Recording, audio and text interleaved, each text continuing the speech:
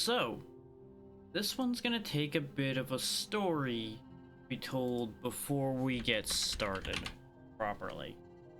I also forgot to turn my bot on, so this works out well because I'm gonna be taking a couple minutes to talk to y'all about what we're getting into here before we get started. Because this game and I have a bit of a history. Specifically, I was one of the people that picked this game up instantly. The second Hollow Knight came out, I bought it and I played it, intending to dive deep into it because I heard that they were finally making a new proper Metroidvania, which by the time this came out, there was already quite a lot of Metroidvanias currently coming out onto the market. I don't remember exactly which ones I was playing at the time, but there were more than you'll ever hear people talk about, because, as usual, the media only ends up picking up the ones that really take off, not the rest of a genre. And even when it first was a thing, it was already kind of falling into that territory where it grates on me a little bit because I hear about it too much, but it wasn't quite there yet. Now, I have tried to play this game twice over the many years that have passed in between 2017 when this game came out and now. I played it the first time, like I said, when the game first came out, and I didn't hate it, and I still don't hate it. I want to make that clear before anybody gets their torches and pitchforks out. I don't hate the game, but I didn't take the same shine to it that everybody else seemed to. Like, it just didn't have that same special spark for me that it did for a lot of people. And we're going to dive deeper into why and all of that as we go through this. But I want to make a couple things clear right off the top for anybody watching the VOD later, anybody that watches this now. Do not come into this expecting me to be giving this game the same glowing praise that a lot of people do. Because unless I've drastically changed my mind, my reception to this is probably going to be mostly neutral. Leaning toward negative, for reasons we'll discuss as we encounter them. Now, I do not say this to deplete anybody's enjoyment of the playthrough that's going to happen, because y'all unlocked it in the Donathon. I am saying this as a matter of transparency, so you guys understand where I'm coming from and what angle I'm looking at this game from. I'm purposely coming into this game with as fresh a mind and as fresh eyes as I can, since I last played this game 7 years ago. Just bear that in mind as well. I checked the last played in Steam, and it was July of 2019 that I had last played this for the amount of time I did, and I'll show you guys the file here in a moment to show you how far that second attempt went. Because I restarted entirely the second time I went into this. That is another point of clarity to make. So bear that in mind when I speak on my impressions of the game as well, because I know that people have told me repeatedly that, oh, you have to get to a certain point for this to really start taking off. And that's fair and that's fine, but bear in mind that this is all part of the web that connects why this ended up the way it did for me. Now, I'm hopeful that I will end up enjoying my time with this coming into it now compared to coming into it then. I have a suspicion that there were factors in my life those 7 years ago that impeded me enjoying this. Ditto with the first time, though more the second time than the first time. And I'm not going to get into those in any depth because, one, I don't really remember them 7 years later well enough to speak on it in detail.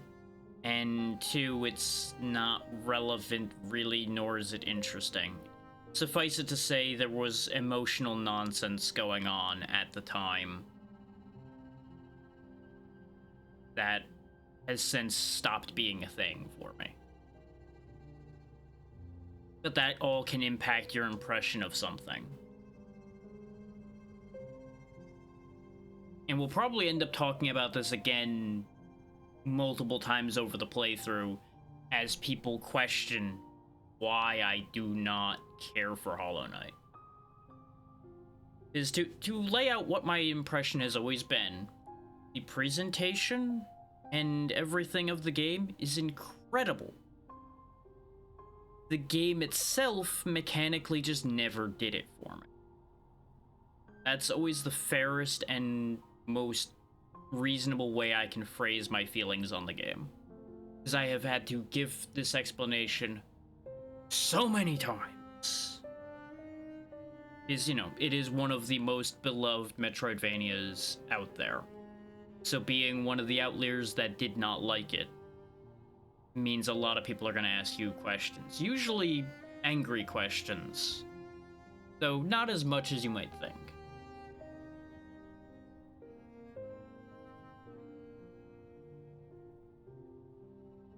But now let's get down to practical things, such as the playtime I was talking about. You'll see that I have about 4 hours in this file in particular. And we're not going to load into it, so nobody who has somehow managed to avoid seeing Hollow Knight is spoiled on anything we will be gaining along the way. I will in fact be deleting that save, much like I did with my original save. It's interesting that both of those original saves stopped at about 4 hours. Like, they roughly made it about the same distance, as far as I can tell, before setting the game down and never loading it again. And it was never because of anger or because of just hating it. It was almost always I would get pulled away to things I was more interested in, just as another point of clarity. Like, there was a period of time where I convinced myself I hated this game, but I've since reflected on my feelings on that more over time and realized I did not hate the game so much as I hated the fact that it overshadowed so many other games in the genre in a lot of people's perception, which frustrated me. Because there are so many good Metroidvanias out there that people could easily enjoy, but everybody would always talk about Hollow Knight and ignore everything else. That was the perception I had, because that was what I would see in front of me.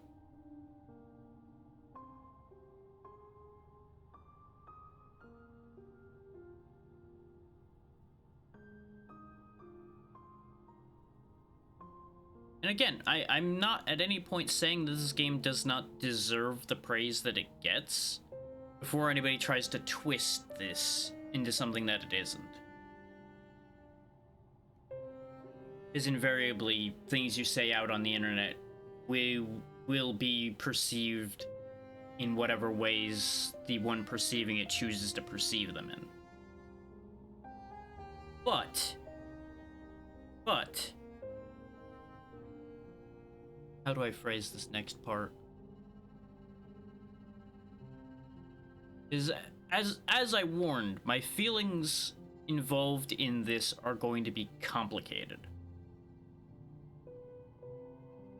I love some of the games that clearly spawned because of Hollow Knight's existence, but I disagree with with the path a chunk of the genre took as a result of Hollow Knight's success. I think is where another layer of my complicated feelings towards this game come from. As you can see the trajectory watching the genre of a bit of a Souls-like bend to the genre. Not purely because of Hollow Knight, because obviously the Souls game's success and things like that also impacted people's decision-making and where these games would turn. And obviously saying Souls-like is not entirely accurate, but it's a short-form way to point out the thought. Is there was a heavy tilt in some studios towards increasing difficulty by limiting your options more and more, limiting the amount of hits you could take, and depending on some variety of losable resource for financing everything in the game. That you would be able to retrieve it, but there would be a risk to retrieving it.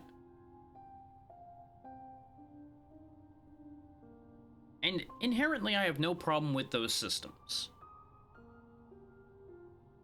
provided they're implemented in a way that does not lend itself too easily to frustration.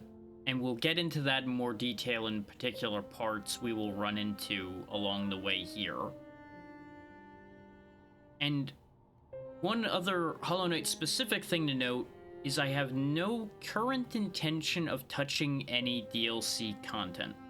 This is going to be me just getting through the game how I naturally feel I will move through it, not steered toward 100%, not steered toward anything in particular. I will just do what comes naturally as I go, and any attempt to steer me will result in you being removed. That is why there's that backseating warning at the bottom.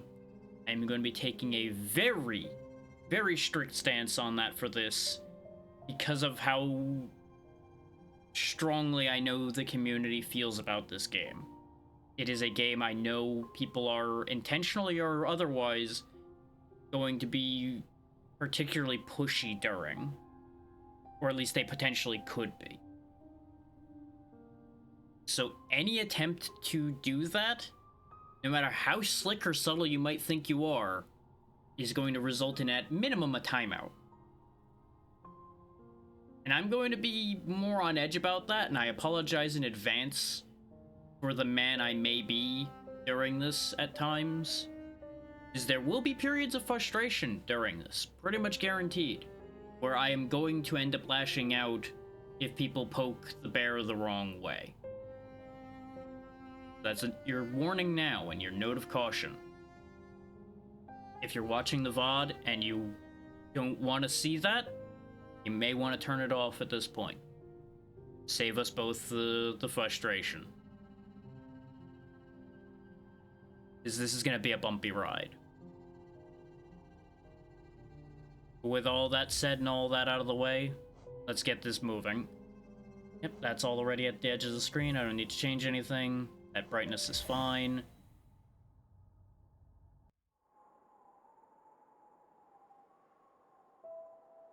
Wilds beyond, they speak your name with reverence and regret, for none could tame our savage souls, yet you the challenge met. Under palest watch you taught we changed, base instinct were redeemed.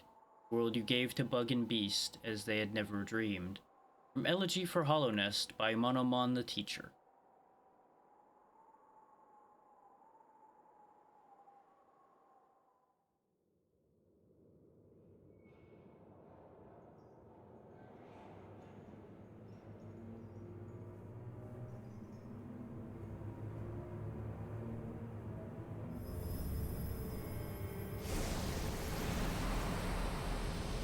I've balanced the audio as best I can, by the way, so we'll see how it ends up playing out. If need be, I can adjust on the fly to fix some of it.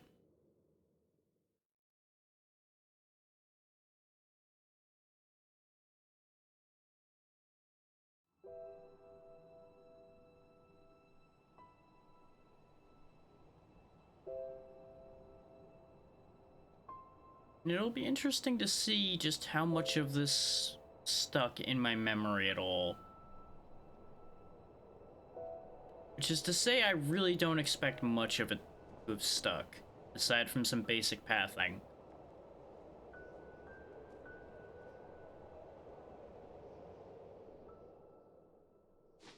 7 years is a long time. Technically, slightly less than 7 years because it would be 6.5, but we're gonna say 7 for convenience sake. Here we are. We exist in the world with our 5 hits, our nail, and our wits. All we got.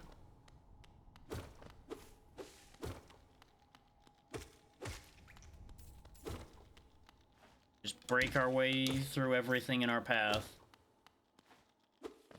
Doing what we gotta do.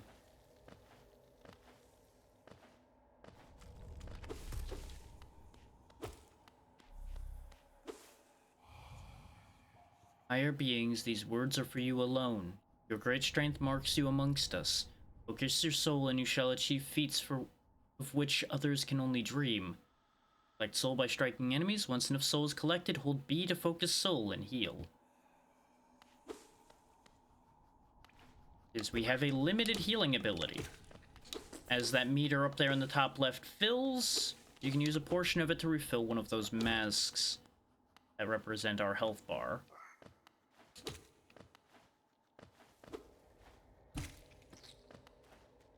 Gonna want to pick up all these little geos that drop, because that's that droppable resource I was talking about. We're gonna need as much of it as we can get our hands on, at least for a while. Now, it is worth noting as well, because I didn't mention this when I was discussing everything else. I do know a solid amount of how this game plays out. Not because of having played it, but because, well, information about this game's kind of impossible to avoid. Entirely, for one. And for two, I was still interested in this game, despite not enjoying it enough to do the legwork myself. So I have seen how more or less the entire thing plays out. I will not be remembering it all, because not much of it really was something I took note of particularly. I anticipated at some point I was going to come back. Because I had always planned on trying this again. Like, this was always the one that got away to a certain degree for me. Yeah, because that's where we came from. Worth noting that we also do not currently possess a map. You gain maps organically throughout the game. You do not just possess map knowledge by existing. And that can be a sticking point for some, and it can be a positive for some. It really depends on who you ask whether that's a good or a bad thing. Personally, I never minded that aspect of it. That part was fine. And they do love their little secrets, which is another thing I would consider a positive for this game. Your exploration will be rewarded. Most of it. Beyond this point, you enter the land of King and Creator. Step across this threshold and obey our laws. Bear witness to the last and only civilization, the eternal kingdom, Hollow Nest.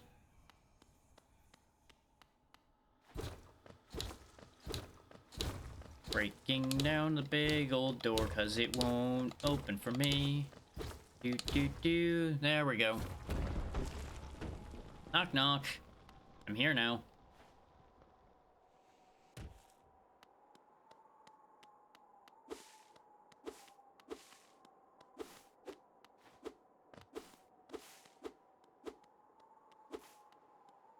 Slowing down a bit. Dirtmouth, the fading town.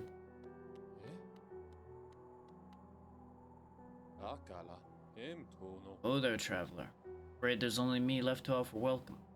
Town's fallen quiet, you see. The other residents, they've all disappeared. Headed down that well, one by one. Caverns below. Used to be, there was a great kingdom beneath our town. Long fell to ruin. Yet it still draws folks into its depths. Wealth, glory, enlightenment. That darkness seems to promise all things. I'm sure you too seek your dreams down there. But watch out. It's a sickly air that fills that place. Creatures turn mad and travelers are robbed of their memories. Perhaps dreams aren't such great things after all. Benches are our checkpoints. You're going to want to touch those when you can. And bear in mind the Souls-like statement I made before. There are some abiding themes that'll match. That'll pop up around. For all your mapping supplies will be open soon. Iselda and Cornifer. Very good. We're gonna definitely need that once it opens. Now, if we wander off down here, I don't think we accomplish anything, but I want to hook my head over here. Stone door with a simple lock. Yep. You need a key for that simple lock, and we don't have it.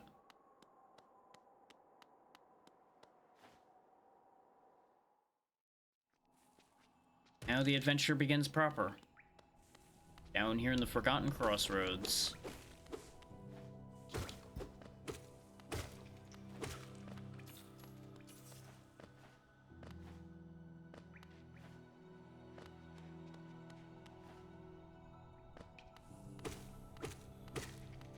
It's a familiar situation that's laid out before us.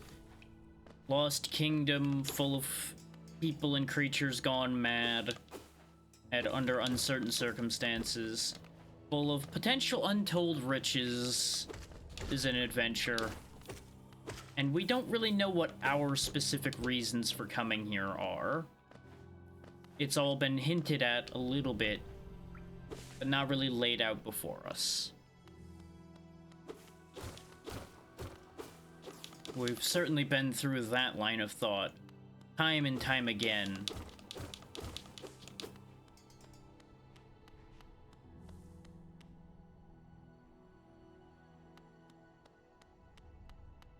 Temple of the Black Egg. Hello there. How delightful to meet another traveler on these forgotten roads. You're a short one, but a strong look about you. I'm Quirrell. I have something of an obsession with uncharted places.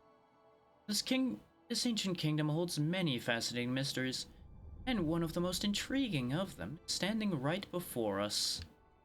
A great stone egg, lying in the corpse of an ancient kingdom. And this egg? Is it warm? It certainly gives off a unique air. Can it be opened? There are strange marks all over it. I do so love a mystery, and who knows what other marvels lie even deeper below us. Gee, I wonder what these 3 symbols on here could possibly mean. I'm sure that won't be relevant at any point. For long I've felt drawn here. So many tales full of wonders and horrors. No longer could I resist. I just had to see it for myself. And what a time I chose to arrive. This dead world is sprung to life. The creatures are riled up and the earth rumbles. The air is thick. I wonder what could have brought it all about. Perhaps it was our approach, perhaps it's something else. Persevere in this ruin, that old nail alone just won't be enough. But that's no problem. One only has to look about. Plenty have come before us, and most have met their grisly end. Many more equipped than you or I. I'm sure they wouldn't mind were a fellow explorer to relieve them of their tools. It's kindness, really. The dead shouldn't be burdened with such things. You got the right of that. You may as well loot the dead because they ain't using it anymore. Did you pass that town above? What a gloomy little place. Such majesty hidden right beneath. I suppose that's why they've all headed down here. Who would resist such possibilities? Truly a marvel. Okay, he's done.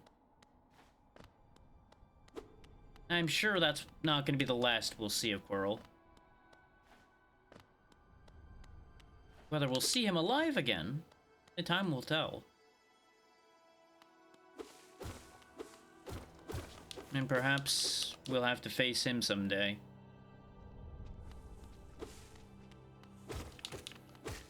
Considering what we know of this place so far, it seems like the fate of all who come down here is to go mad eventually.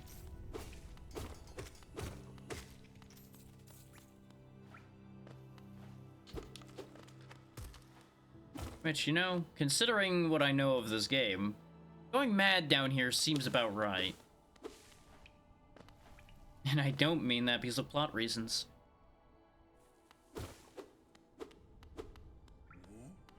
Hi, big man. Yeah, you know, we're gonna come back to that idea in a bit.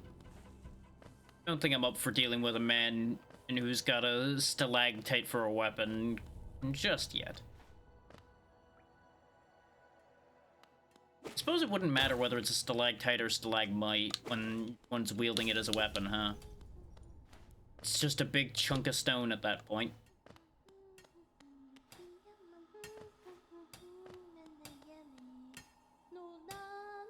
I'll bury my mother, pale and slight.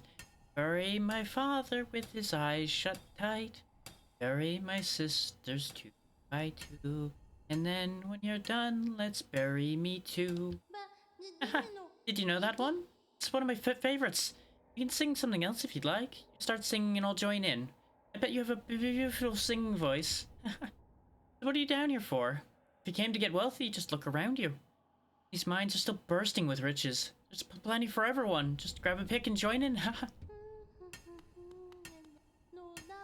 Now bury the knight with her broken nail. Bury the priest something about a crown. Can't remember the rest of that one. Maybe I'll just hum it.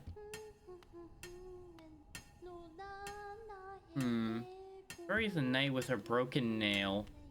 That might be something we may want to keep in mind.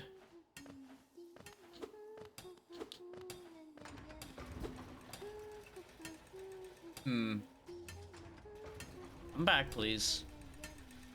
Thank you. I was expecting to need a switch or something to activate this, so I'm not prepared for it to leave me behind. Okay, that just gives me energy. Good to know.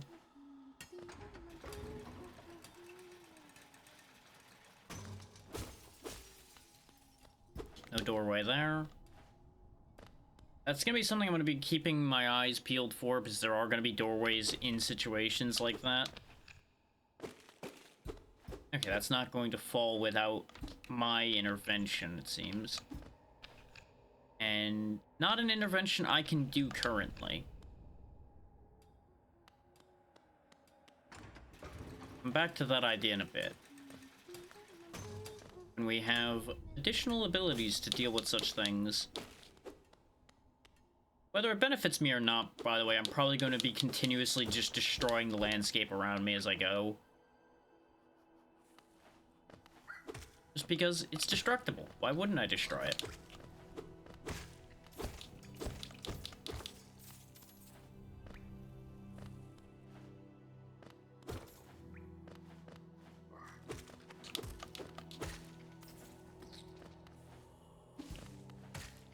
Oh, later, dummy. It's a shame that some of those are lost to the spikes, but that's fine.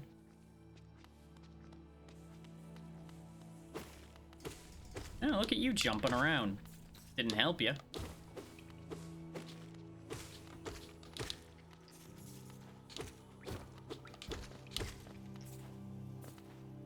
That's the problem with having real long legs like that. Somebody attacks you from below and you're completely unprepared to deal with it.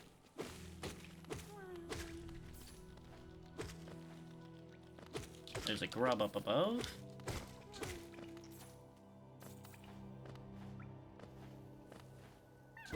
Yeah, I can't really reach him properly right now. You think it's technically doable to get to him already, but it would involve some shenanigans. Which I suppose I could try, just for fun. No, the angling is going to be bad on this. Because I would need to get the flyer over here a bit more. But he's not really playing ball with that idea. He's circling around intelligently. The idea would be to draw the fly over to the intervening gap there and bounce off of it. Not something I'm going to be worrying about because Remember, I'm not planning on 100%ing this, so finding all the grubs, not a priority. They will be acquired along the way if I feel like doing so. But it's not going to be a focal point in any way, shape, or form.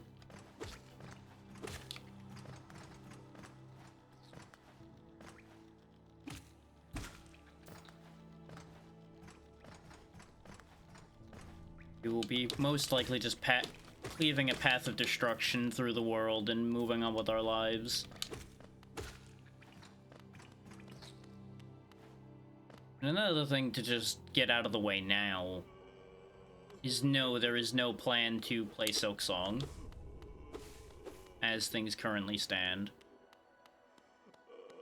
This, I am reasonably certain, is where the grubs will go once we free them. I seem to not be able to speak to the elder grub there to find that out. We'll just leave him to his sadness.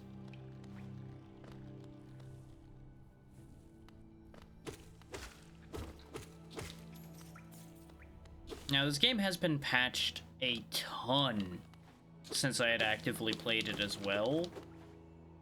Particularly when I actively played it the first time.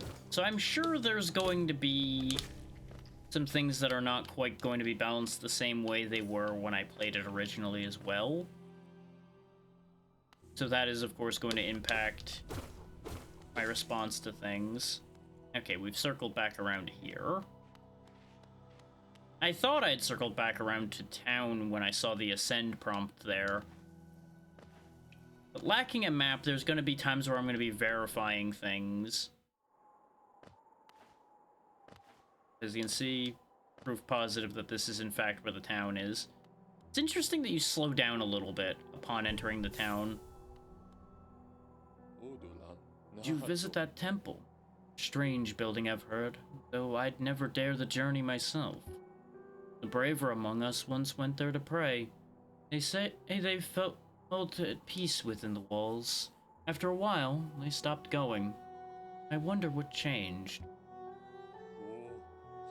Many used to come, hoping the kingdom would fulfill their desires.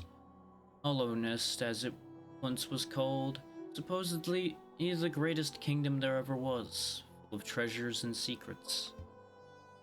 Now it's nothing more than a poisonous tomb full of monsters and madness. Everything fades eventually, I suppose. Feeling tired? That bench may be iron, but I assure you it's quite comfortable. There's no better place to collect your thoughts before heading below. Plus, I enjoy the company, not that you seem the talkative sort.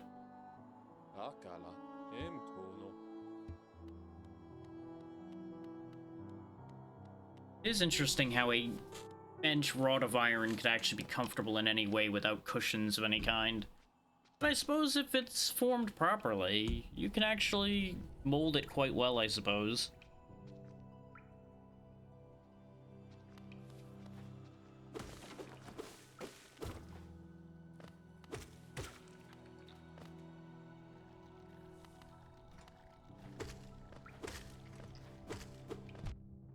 Yep, there's our first hit. Yeah, you just simply hold the B button for a little bit, and your health comes back, as long as you've got enough soul energy for it.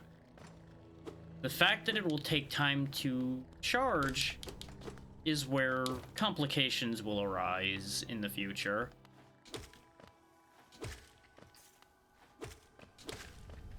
And while I have no inherent feeling against the idea of needing to charge your healing abilities, or them taking time to use, because it does prevent spamming your healing abilities, I have always wondered if the decision for that necessarily is the right one.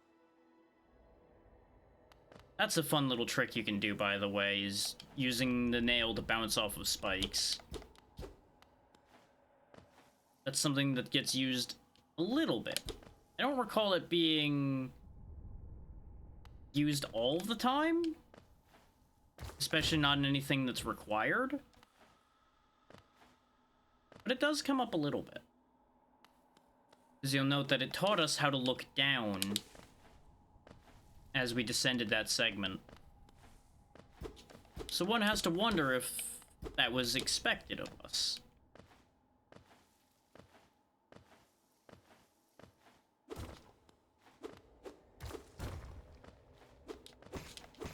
Get used to little tricks like that as well, where the floor will fall away. From what I recall, hearing it became more prevalent in Silksong than in this one, but they definitely do it here a bit. Little tricks and traps to try to kill you. Or at least keep you on your toes.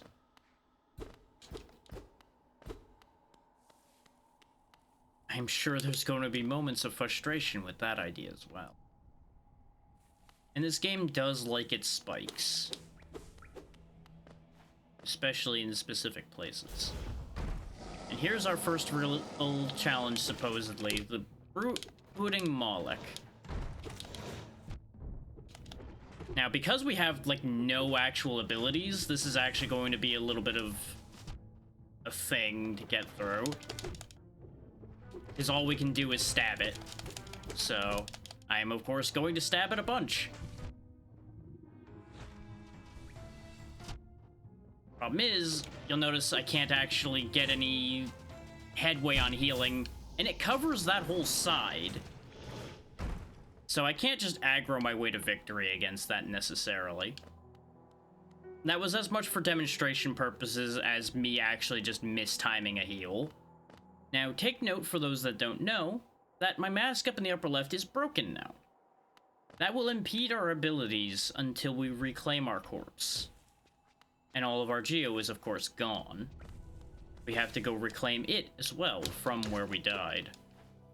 Get used to corpse running, because it's gonna be a thing. It is one of my bones of contention with this game, in fact. But we've discussed that with other games before, where I do not feel the same positive feelings that others may do towards the idea of having to recollect your belongings from a corpse over and over again. I have often stated that it feels like it's punishing you in ways that do not benefit the experience. But I do think that that kind of gets filed under, it depends on how you learn. I am not one who learns by failing, necessarily. Like, I learn from failure, but I do not benefit in the same way some others do from repetition. So forcing me to repeat a task because I made a mistake does not help me in the same way it may others. Now you'll notice after we defeated that shadow version of ourselves, our mask up there has been repaired and we've received our money back. That's how that mechanic works. Now with an empty soul, this is going to be inconvenient.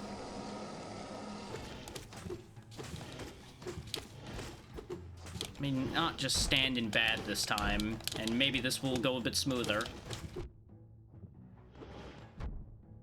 I'm going to end up getting hit extra some of the time with this game, because I'm too used to games that allow you to have mobility early on, whereas this game doesn't give you much of anything to work with early on, which is one of my things I've talked about that I do not care for with this. I understand limited options are meant to be where the difficulty arises from, to a degree. But I just find it to be a less interesting toolkit as a result of said limitations.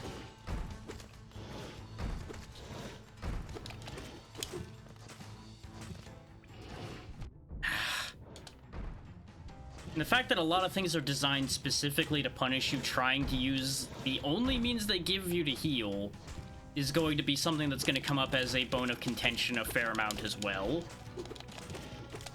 Now, this is by no means a hard fight. A lot of the fights in this game I would not say are necessarily difficult fights, but they are meant to punish you not doing things the way they want you to a certain degree. Has always been how I've felt about it. Case in point, a lot of this rewards patience, and we've discussed many a time the fact that I do not have such things. Because you may be surprised to see that such an early boss isn't dead yet, because it has been hit how many times? I've lost count. This game expects you to take your time, and this is where one of my many disagreements with this is going to come from. Because I genuinely thought it was going to have died by that point. I'll be honest. That's why you saw me start slipping so badly in that second attempt. It's like, okay, this thing should realistically have been dead by now. But that's not how this game operates. This game expects you to hit things a lot. Like, I wasn't really counting, but I'm pretty sure we entered double digits on how many times I hit that thing. And definitely past that. So between my expectations backfiring against me and the fact that we do not have anything other than just walking and stabbing right now, expect this early section to be... I don't want to say hard to watch, because that may be a little unfair to say, but it's gonna be a rough time.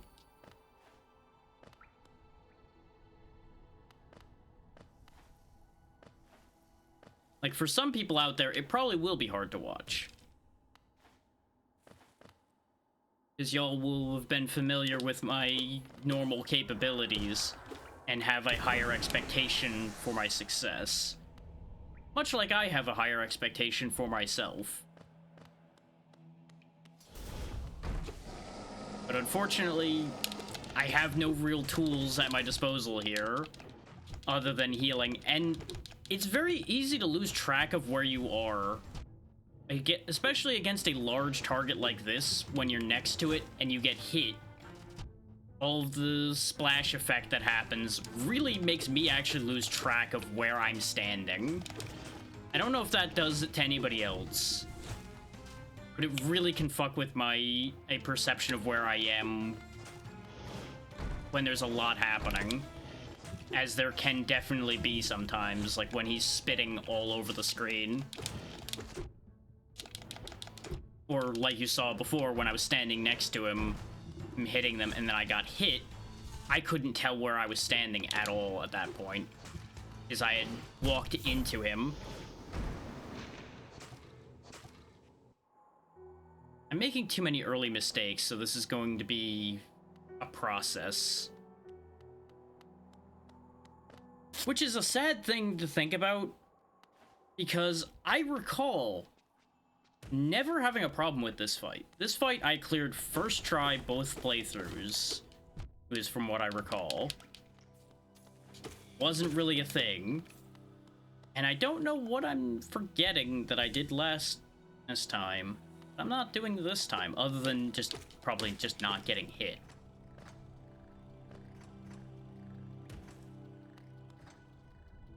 This is the kind of thing I'm talking about, though.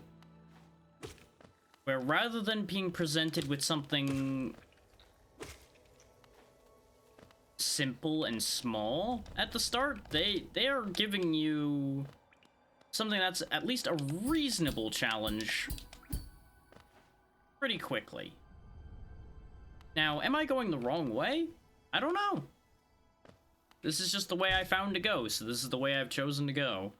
I could easily be going completely awry and causing myself an issue. And that's not a complaint. That is just, hey, this is a potential reality.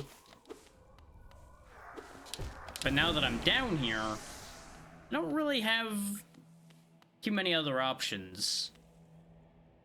Is I either leave my stuff behind, or I try to find a way out of this area, and I don't think there is one. considering there's this, but, you know, this just fills your soul up, which I should be doing every time I try that fight, so I don't have to recharge so much quickly. And then there was just the geo up there. And I don't think we can climb back up the way we came down too well. No, maybe we can. We can at least get back to here, and then, yeah, we could get out. So perhaps I'm not meant to be doing this right now. So perhaps that's the problem.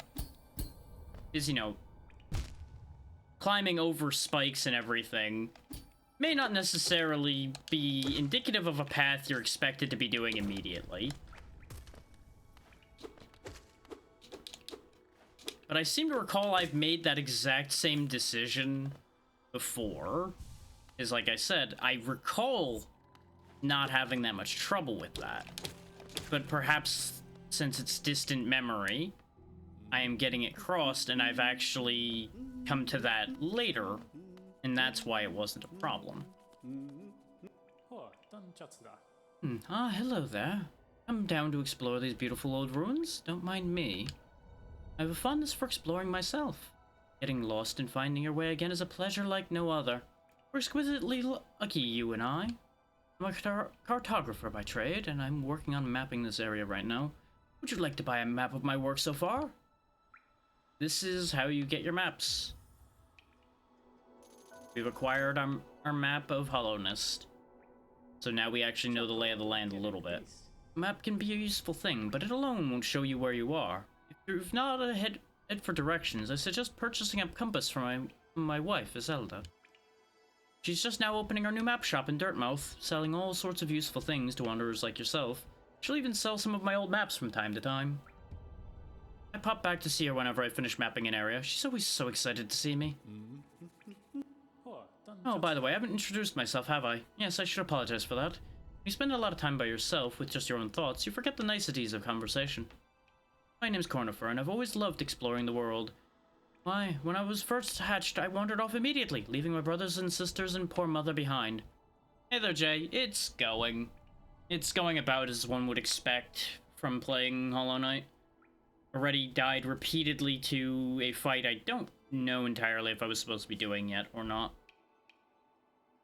And reminding myself of some of the mixed feelings I had about this game when I played it in the past.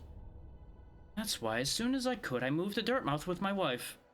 A huge unending kingdom to explore right on our doorstep. Who could resist? Anyway, I'll let you return to your travels. With a little luck, we'll meet again. Be safe and farewell. Anything else? How are you finding my map? I haven't even looked at it yet. Oh, that's a shame. I've tried to fill out as much as I can, but every map is a work in progress. If you'd like to fill out some of the map yourself, you can purchase some mapping supplies for my wife up in Dirtmouth. We've set up a little store to help make ends meet. Okay, that's all he's got left for me. Yeah, ta-da, we have the map. You can actually hold it out and move, but you'll notice we are not on this map. That is going to be important to remember, is until you get a specific item, you do not know where you are. You will have to figure out where you are based on context clues of what the room looks like. For example, we are currently in that tall room to the left of Dirtmouth. And we'll be heading back to Dirtmouth to see what the mapping supplies that are immediately available look like. For our convenience.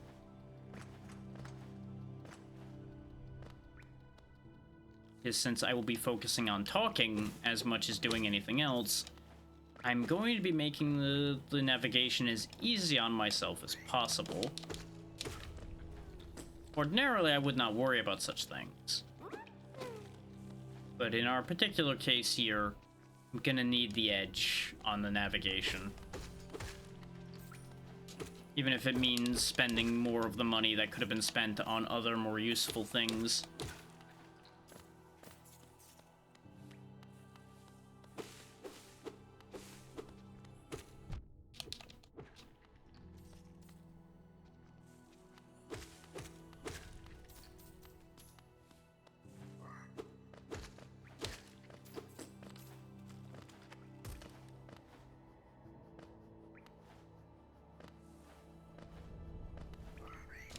kill these two just so we can get a little bit more geo out of them.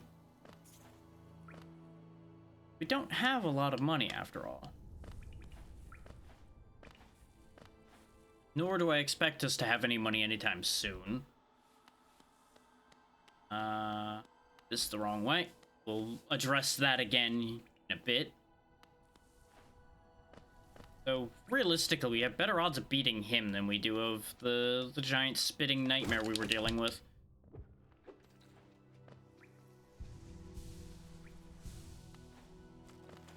Which, again, is not really that difficult. Well, ideally, I'm not going to be grinding money that much. But realistically, there's going to be an amount of time spent getting money, yes. Welcome in, Jess. How you doing?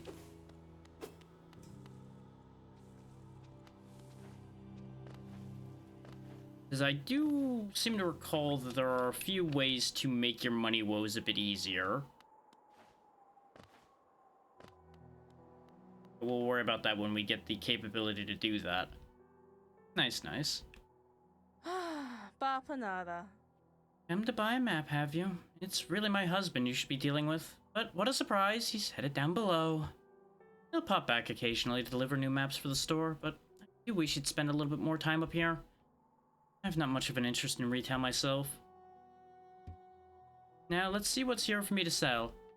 Fair enough, but you are correct. There is a lot of money grinding that ends up needing to happen.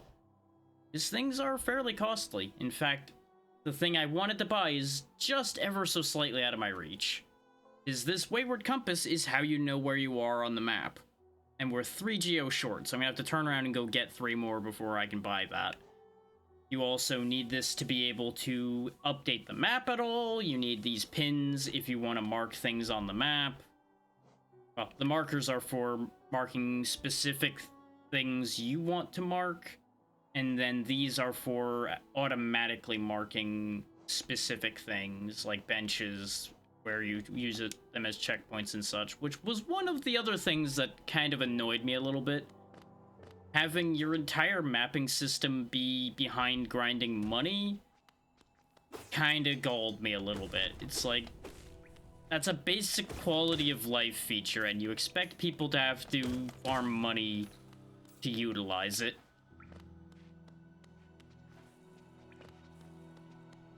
Like, having part of it be purchasable, sure. Like, the Wayward Compass, for example, I'm fine with that being a purchase.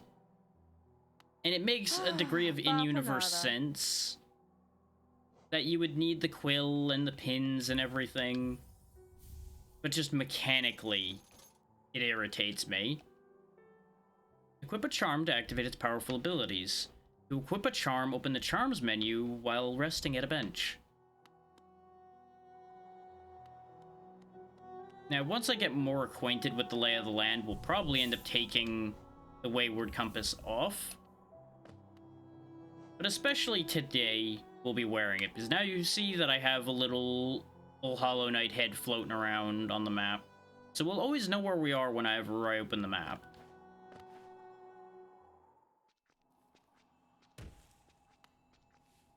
Case in point here as well.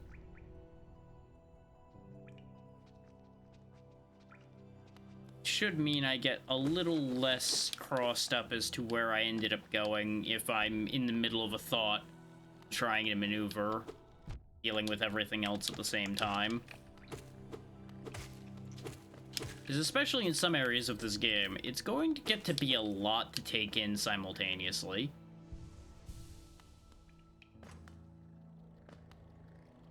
We'll go ahead and just head on over this way.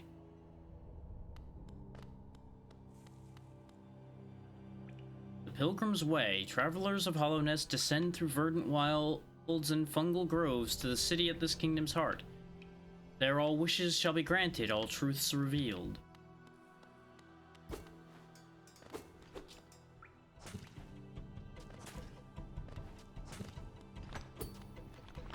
Oh right, we can't actually go this way yet. We need something to deal with him, because he will always guard when we approach him. So he is currently impassable to us. as we have no means of moving forward quickly, nor do we have any means of attacking at a distance.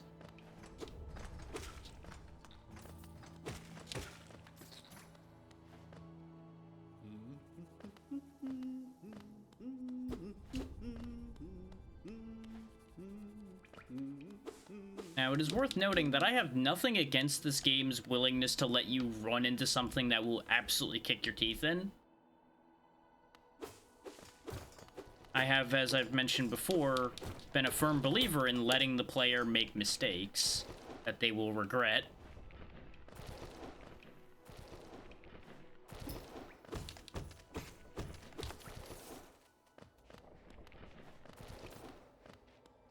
These stones full of money are going to be a big part of what is going to prevent us from having too much of a money grind issue, as long as I actually pay enough attention to find them.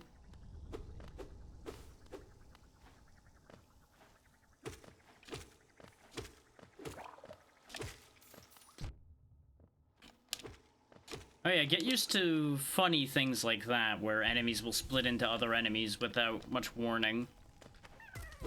And there's our first grub freed. The first of potentially only.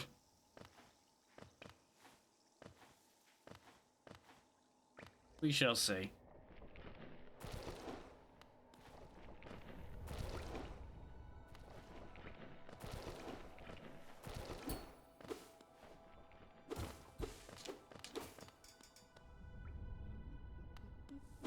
And for those unfamiliar, it is worth very clearly noting that this is not going to be easy.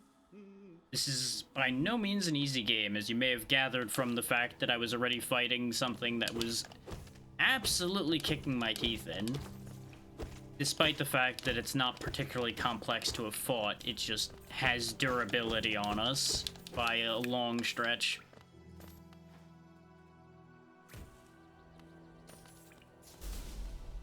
Well, guess we're stuck here now. Get used to that happening too, because that happens a decent amount in this game, where you just have these arenas you get trapped into.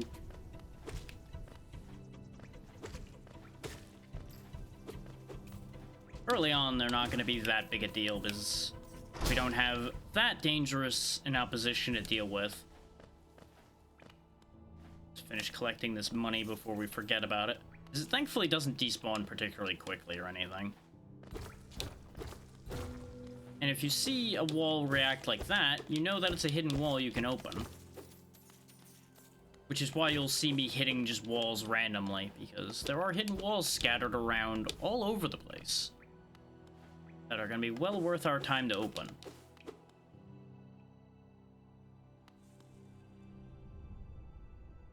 Now we're underneath where we were, which I thought I was in. Nope.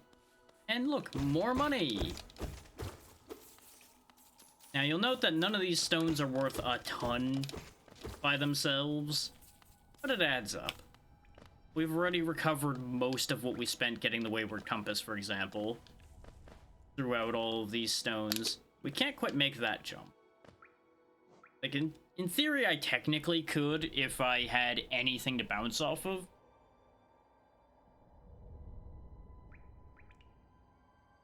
But we do not have such a thing here.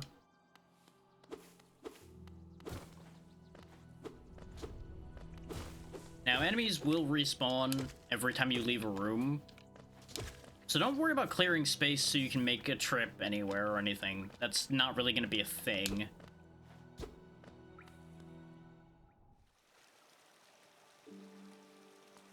I mean, honestly, it may not sound like you're doing well to have 2 game overs on the first temple, but that's better than most people I've seen do it.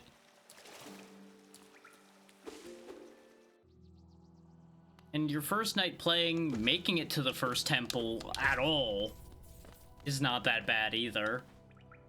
I've known many people to pick up Zelda 2 and not even make it to the first temple before they give up. So, take that as a positive.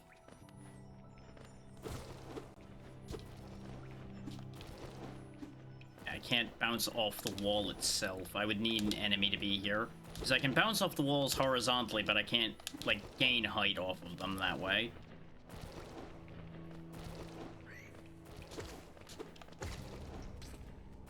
Absolutely.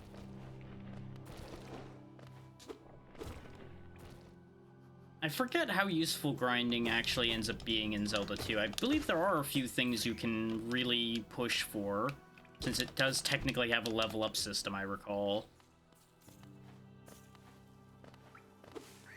I say technically because there's a bit of weirdness to that.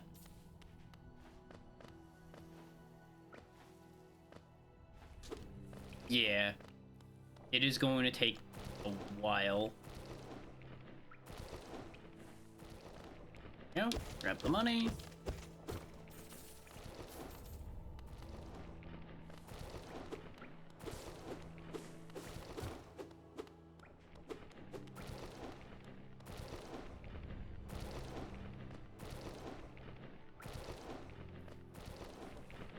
Honestly, one could say that things like this and things like Zelda 2 are also on similar design philosophies in some ways. That was what I was gonna ask, is I didn't remember whether you lost everything on Game Over or not. I felt like you didn't, but I wasn't sure because it's been way too long since I paid any serious mind to Zelda 2. Another bench checkpoint. A toll machine with a symbol of a stag. Insert geo? Yes. Is how this works is this is your fast travel. Now that we have a bell, we ring the bell, and this boy shows up. You have a stag coach that'll take you places. Greetings, little one. It's been an age since I last heard the ringing of a station bell. It echoed down the stagways and called me to you. I've grown stiff and tired over these many years, and I've forgotten much. The sound of the bell will always call me back. These stagways stretch the depths of Hollownest. If you want to travel them, hail me from the platform. I'll take you to where you need to go. So you notice there's a station up in Dirtmouth. We actually have a convenient way back to town now. Yeah, that's fair. And as I said at the very beginning of this, the thing I will always give this game credit for is presentation. The presentation in this game is genuinely incredible. Like, from an art, sound, and design perspective, this game hits all the right marks. It was always just the difficulty and the pacing that I did not care for. Particularly myself. Go ahead and give me the quill. So that I can mark new areas myself. And we'll head back down.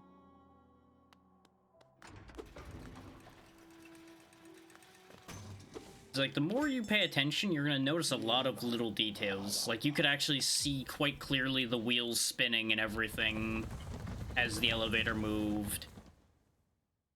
Just all kinds of small details scattered throughout. And even in our little knight here, when he updates the map, he actually pulls the map out and draws everything in a little animation there. Speed. Hi, Callista. How's it going? Hello there.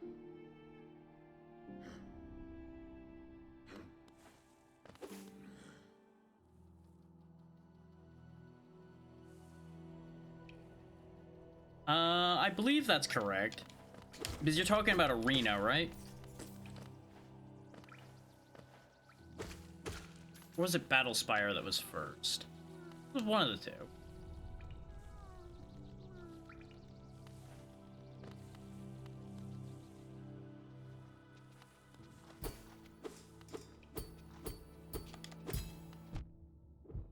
Because Daggerfall, I seem to recall, actually had a functional auto map, but I believe that was one of the first ones.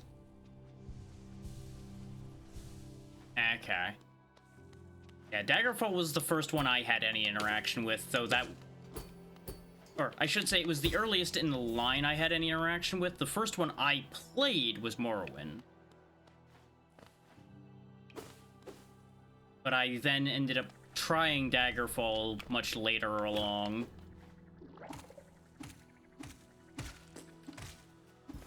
Yeah.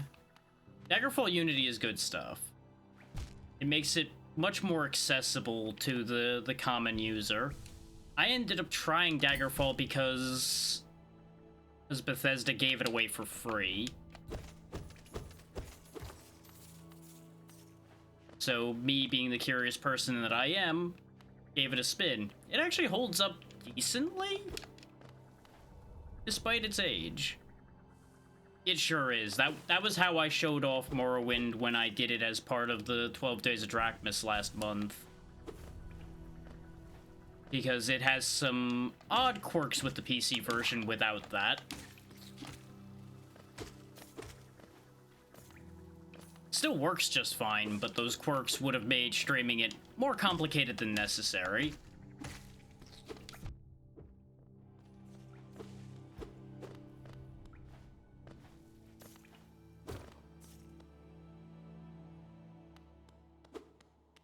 I appreciate to no end the efforts people put in to make things like that more accessible and usable on modern interfaces, since the developers have abandoned those things, basically. Door with an open slot. We need something to open that, and we don't have it. That is a problem for future me. There are going to be many things that are going to be future me's problem in this game, because you will find a lot of things long before you're ready to actually deal with any of them.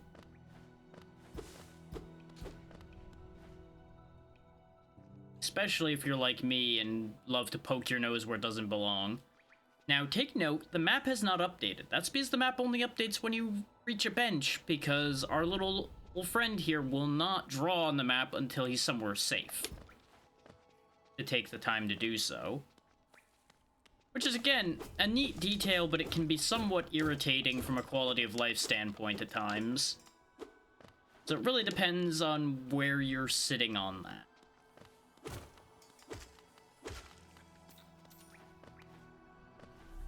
Personally, I end up in the middle point between the two, is I'm used to games that do not have much quality of life, as we've talked about before, since I've spent a lot of time playing old and jank games, so both kind of put me in a position to be willing to work around that.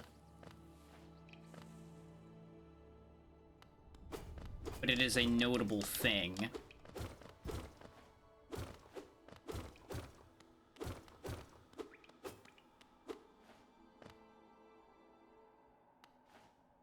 Elevator here that I cannot enter yet. I really thought I could walk across this right now, but apparently not. Oh, never mind. I wasn't aiming to go down the elevator, I thought I could go across. Turns out that piece is not in place yet.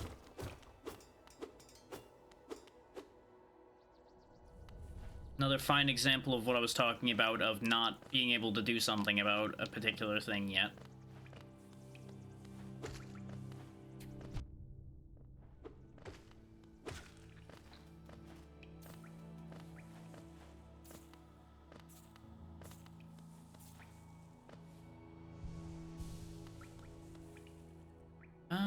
We might be able to do something about this. All good.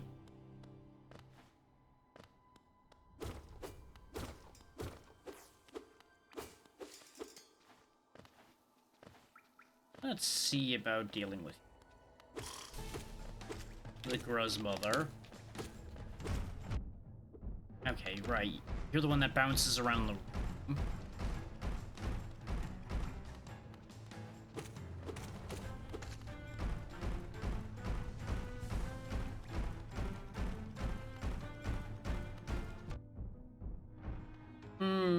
More likely than not, I will feel hollow by the end of this experience, honestly.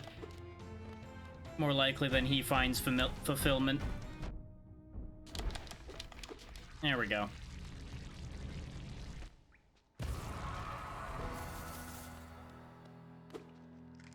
First of our more significant opponents defeated. Not that that was that significant an opponent. Also, it's not done yet. We've defeated the mother, now we need to defeat its children before we're allowed to leave the room. It's nice, but it's also very jarring and annoying. Yes, it is, and we won't be dealing with that.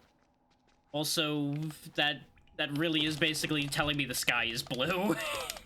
Because of how prevalent information about Silksong is, because people will not shut up about that game. Oh, you oaf. You wield your nail like a club. Ask me, how much deeper do we have to go? Oh, what? Who are you? Ah, I see, this old village. What a strange dream to have led me down here. If you hadn't found me, I don't think I would have ever awoken. I'm Sly. Usually I leave an uneventful life up in Dirtmouth. The air in these ruins doesn't agree with me, so I'd best be getting back. If you return above, come and see me. I'm probably the friendliest face left there, and I can thank you properly for your good deed. You're exploring then? Very brave. Plenty of courageous wanderers have been lost to the hunger of these old caverns. You have your nail, though, and I can tell just by looking that you know how to wield it.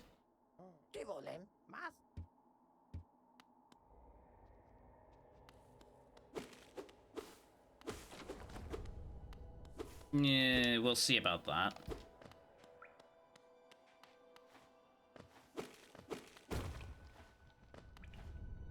See, to me, that reads like he's trying to make a sale immediately by being very complimentary. Of course, you know, if someone's named Sly, it already kind of presents a red flag a little bit. We cannot get up there quite yet.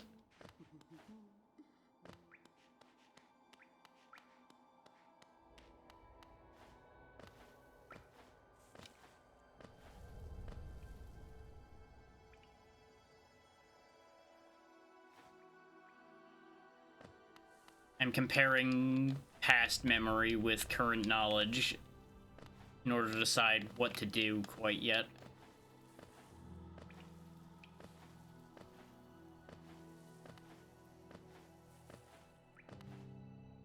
I think it'd be worth our while to turn around and go back to see Sly immediately.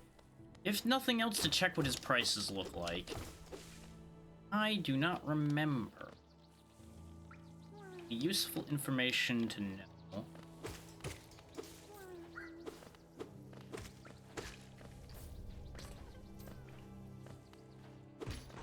We can also open this up while we're here. Up our head over here. Oh right, this room's dark as shit and full of stalactites that are gonna fall on my head.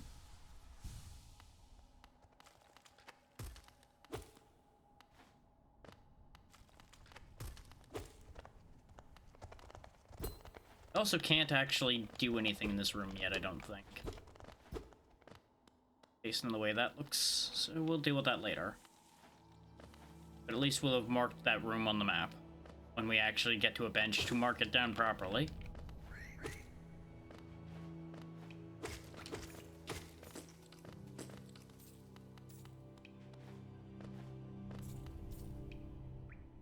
That linked us up here, as expected.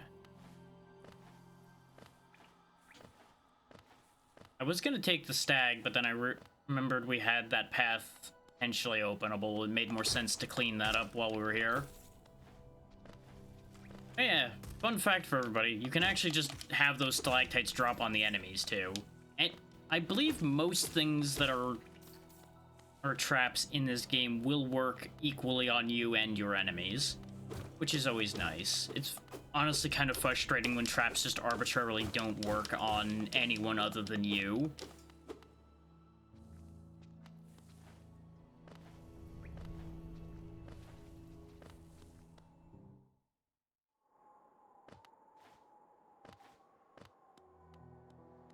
Let's see, that's the map shop. That's the stag. There we go. This is Sly's shop. Ah, hello. I knew we'd meet again. How do you like my cozy little store? I've made myself pretty comfortable here, selling old trinkets to travelers like yourself. If you're planning a trip below, I have several items that may improve your chance of survival. So you can get mask shards, which are going to be important to us, vessel fragments, which are also going to be important to us, simple key, which has mixed use from what I recall, and a bunch of charms that will be handy to us. And bear in mind the fact that this gives you light. I do believe this matters in a couple specific places, like the one we were in just a bit ago. And of course, the rancid egg. Don't recall what this is for, but I do know it has a function. And we won't be worrying about it unless I actually find the function.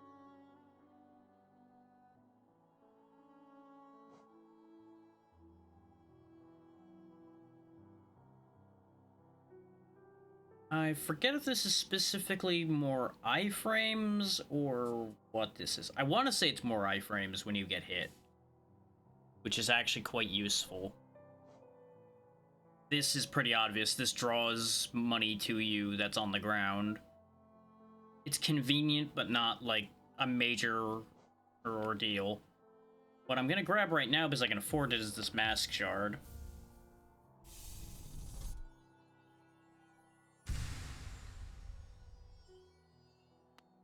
As you might imagine, that's a health extension piece. We're gonna want all those that we can get. And went ahead and updated our map. We won't see it from here because we're not in the area. Once we head back down and through the stag, you'll see the changes on our map. Ring. See, the most real ones here are these stags. The stags are our best friend.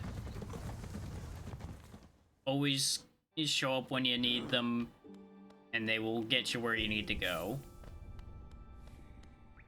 See, now that whole bit over there on the right and down below is marked nice and clear.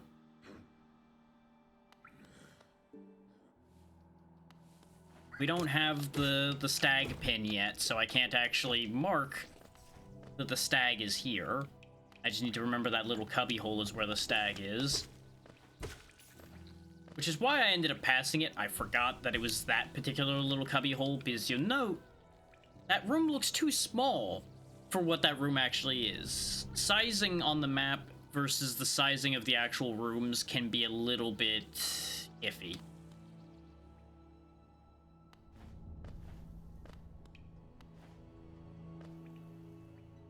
Oh, look, one of them big fellers is right here. What's up, buddy? Later, idiot. Take note of the fact that he does 2 damage when he hits me. These guys are no joke.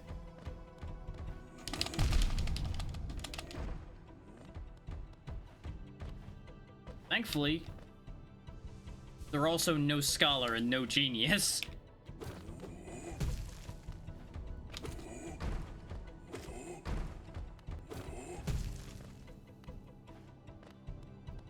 So you can take advantage of their limited intellect.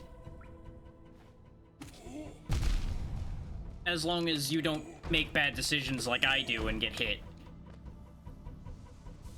But as long as you don't get too greedy, you can pretty much guaranteed win against these guys. Plus or minus certain areas where there's much less room to avoid them. Worth a good amount of money, though, because, you know, he's a nice big target that takes a lot of hits. You would certainly expect him to be worth your while to deal with.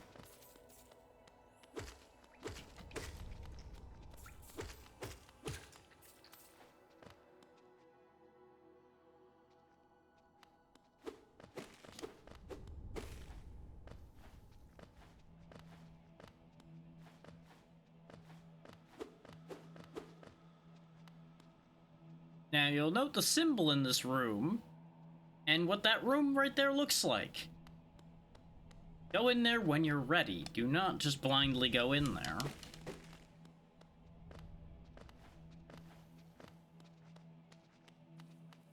Note, though, we cannot go this way, but there's a chest there.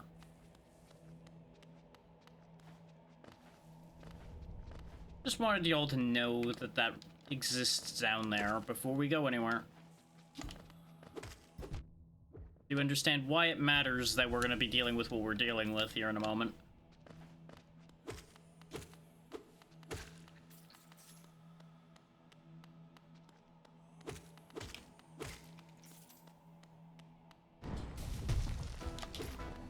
Is we have the false knight here. He's a big boy. Gonna try to slap you with a big old mace.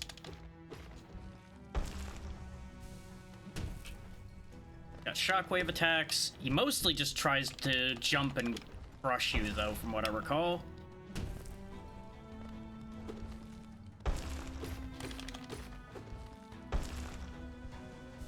Lens gives you plenty of time to heal, because he's meant to be an early fight. Except it's not over that easily.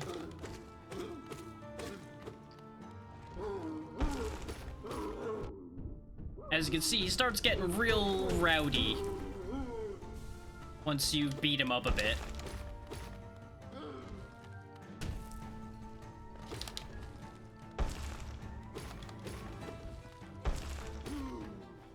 He's just out here trying his best.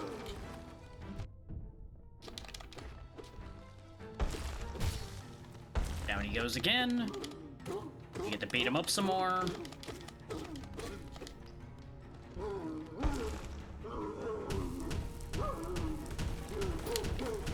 Something I never learned when I first did this fight is that you could actually deflect those falling rocks, which is incredibly useful. But ironically enough, I only learned that when I watched somebody else play through this game once upon a time. But boy, oh boy, as I said, is that handy information for when he starts getting real uppity.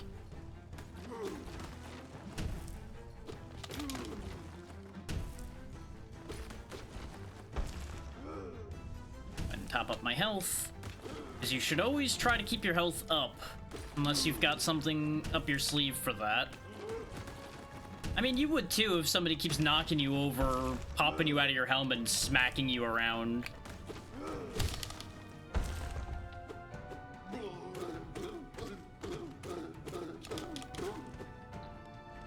It's 3 times he's been knocked out of his armor. I believe it's a 4th time, and then it's over. Oh, never mind. Right, that's how this ends. As he breaks the floor and sets himself up for failure. Because he got a little too mad. And now we got the city crest. Yeah, exactly. You'll note his armor is actually still solid to hit, too, which is interesting. Unfortunately, I can't. One of the many things about this game, but you'll notice his weapon was alive. The head of his mace is just running off. Hey, stop that. Nobody said you could leave. You stay here and think about what you did. See this? You failed him.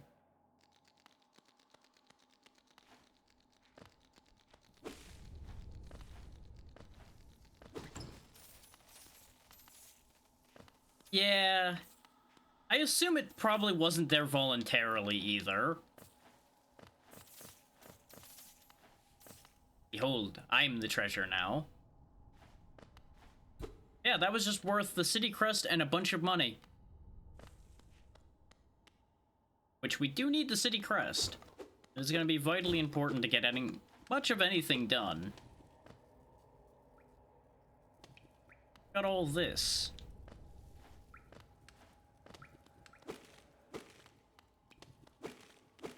From what I recall, there's going to be a lot of enemies that are going to, at the end of it, actually be just kind of unfortunate instead of you feeling good about winning the fight. This bench seems a little weird. Yeah, exactly. You also will note that he wasn't, like, bleeding at all when I hit him. He probably just gets, like, shook up vaguely a little bit, maybe.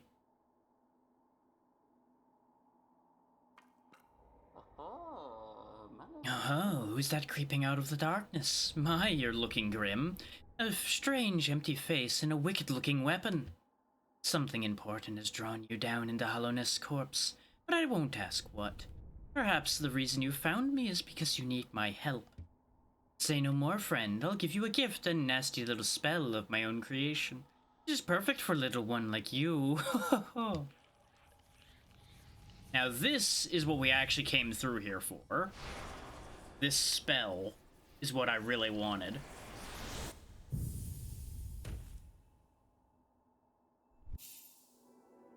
Consumed the Vengeful Spirit. Tap B to unleash the spirit. Spells will deplete soul, replenish soul by striking enemies. We now have a ranged attack.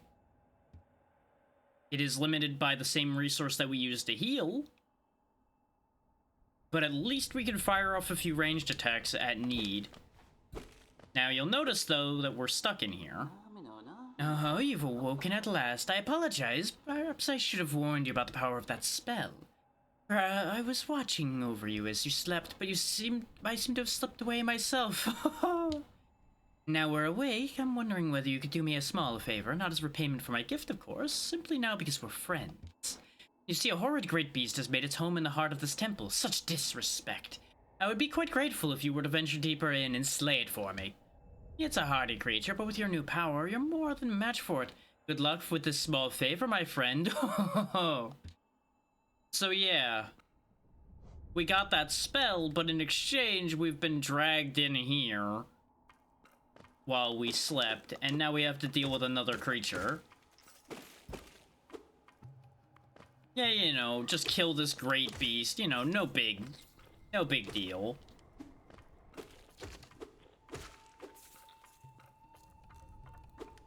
Should be an easy thing for a mighty warrior like ourselves, now armed with great magics, haha.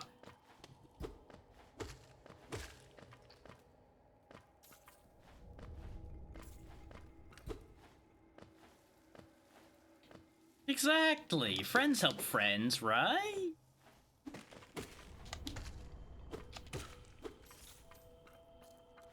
It's totally a fair exchange of goods and or services because we gained a spell and now in exchange we go murder or something for him.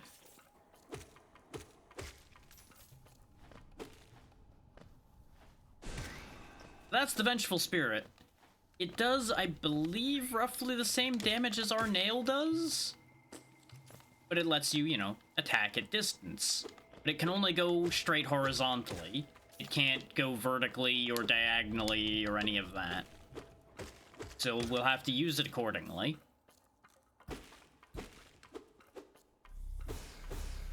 I believe it can also pierce things, which is one of its major benefits. Which is why it was tutorializing me on it when it was pointing me at those boards, because it expects you to shoot through the boards as a test of how it works.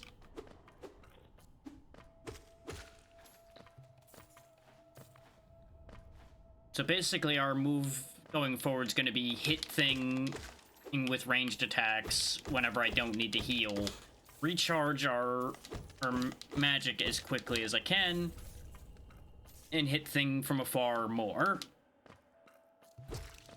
And these give you temporary health in the form of those blue bubble masks up there. Those, I believe, do not respawn, so don't waste them.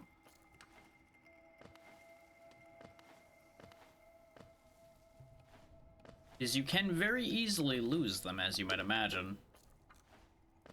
Considering taking any kind of regular damage will definitely remove them. This, I believe, is the great beast in question.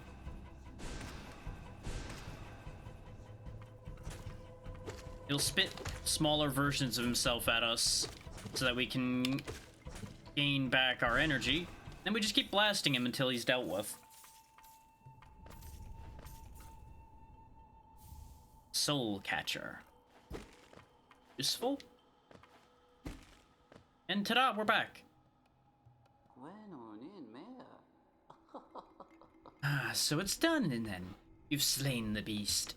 The poor thing, it must have been terrified of you. It used to be quite docile, but the rancid air in these caverns filled it with some ancient rage. Still, you did what had to be done. You have my gratitude. Of course, we both know you wouldn't have made it through without that spell of mine. Exactly. Nice small favor, 1 kill. And hey, ABC, how's it going? And look, the gate between us is opened. Ho ho! I'm sure you're eager to move on. Farewell and have faith. Whatever you're seeking, it will find you.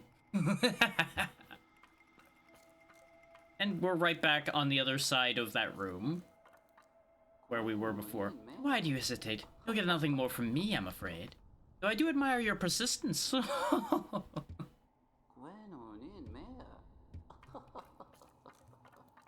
You know, totally didn't have the levers to control all of that right on hand or anything. No. That door was clearly held shut by the once docile creature. Yeah, the soul catcher is handy, because it draws more soul per hit for us. So actually, that's what I meant to do when I sat on the bench, was equip that. Which fills all of the notches we have available, because you can only equip so many charms, both based on, I believe you have a slot limit up here and a notch limit underneath it as well.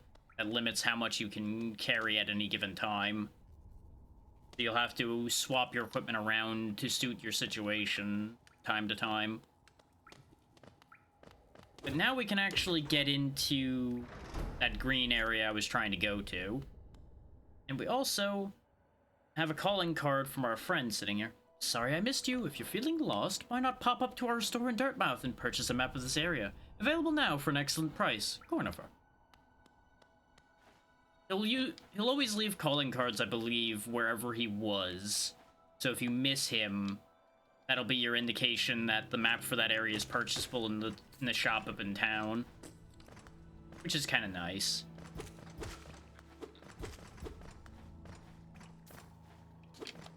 Again, character and everything wise, this game is incredible. It just has that sharp edge to it that I'm just not always feeling.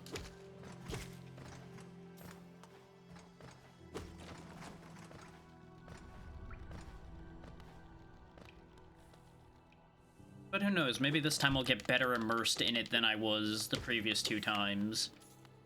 And I will come out of it happier this time. You never know. Years have many ways of changing things. Now, let's pop our head into the shop here. Bapanada. You did not actually pick up anything new, but that's fine. I wanted to grab... Didn't I grab the bench pin already? Or did I talk about doing it and then I didn't? Either way, we're grabbing the bench pin and the stagway pin. Because those are going to be the 2 most important pins for us to have for keeping our map in a good way.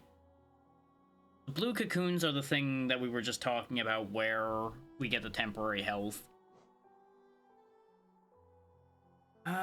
You know what? Let's grab the vendor pin as well. While I have the money to do it. I'm not too concerned about the hot springs or the cocoons anytime soon, and I don't particularly have a need to get the scarab or shell marker at the moment.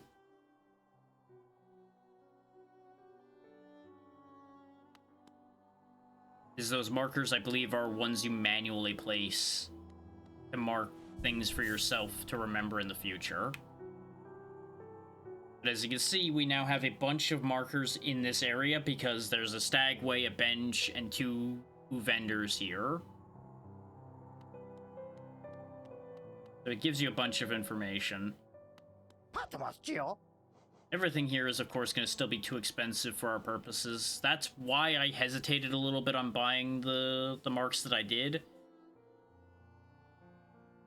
And you'll notice he does actually acknowledge that you bought the other mask shard. I suspect I undercharged last time, and this is the only one left. It's gonna cost you. Which is why I don't necessarily think Sly has our best interest at heart here.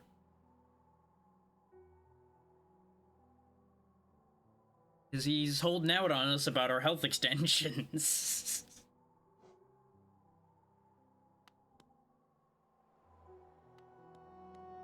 You know, at the end of the day, business got a business.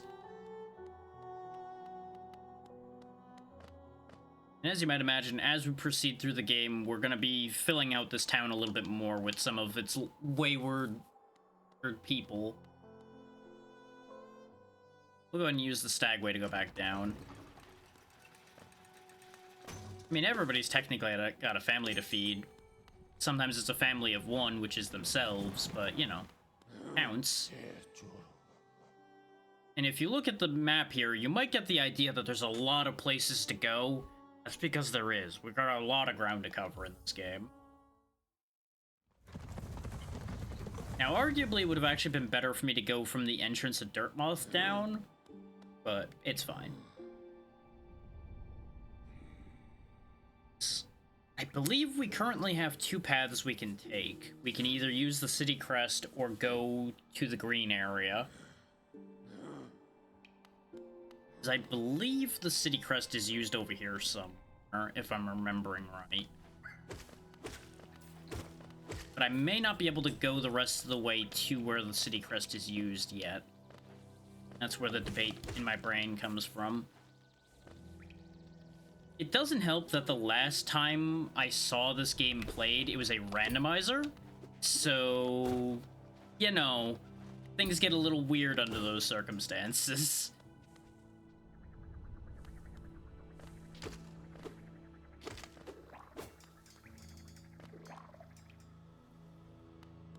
I don't think the city crest is used here. No. I believe it would have used it automatically. Oh, that's right. You can look at the map this way as well. So you can look at places you aren't currently at. You can actually pan around properly and everything. The fusion randomizer is good stuff. I've done a couple runs of that at this point, one of which being part of a big archipelago I was doing with the Dragon Council that I'm a part of. Which, as I mentioned yesterday, we'll be doing more archipelagos with them soon.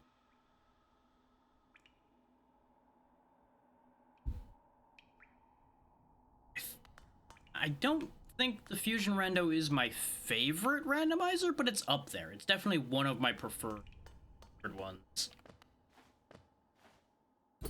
Because I really do just like fusion in general. Which remains a weird thing in my brain to a certain degree, because you would think with the way fusion is laid out, I actually wouldn't like it. This is kind of a more straightforward Metroidvania than most. So the rando does help open that up a lot more. Which does help. Even if it does lead to situations like having to go backwards through half the sectors just to find nothing anyway. But, you know, randos will be randos. That's how they work.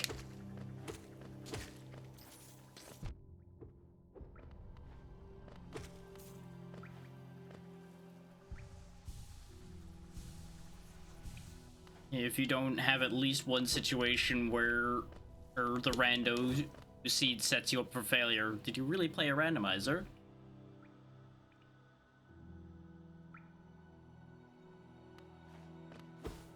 Absolutely. It can definitely be easy to soft lock, though at least they did give you that soft lock protection of being able to teleport out. That is genuinely such a godsend to have. Hey Marlon, how's it going?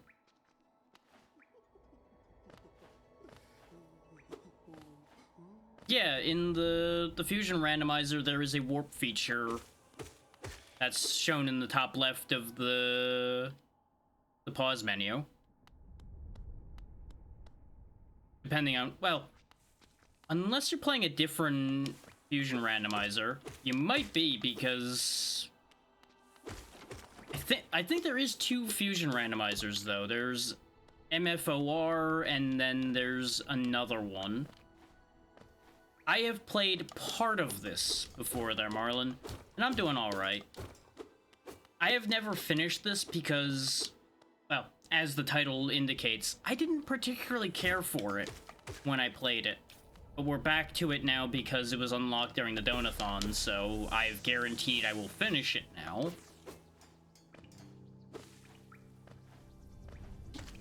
So there's going to be a bit of an adventure involved in getting that done.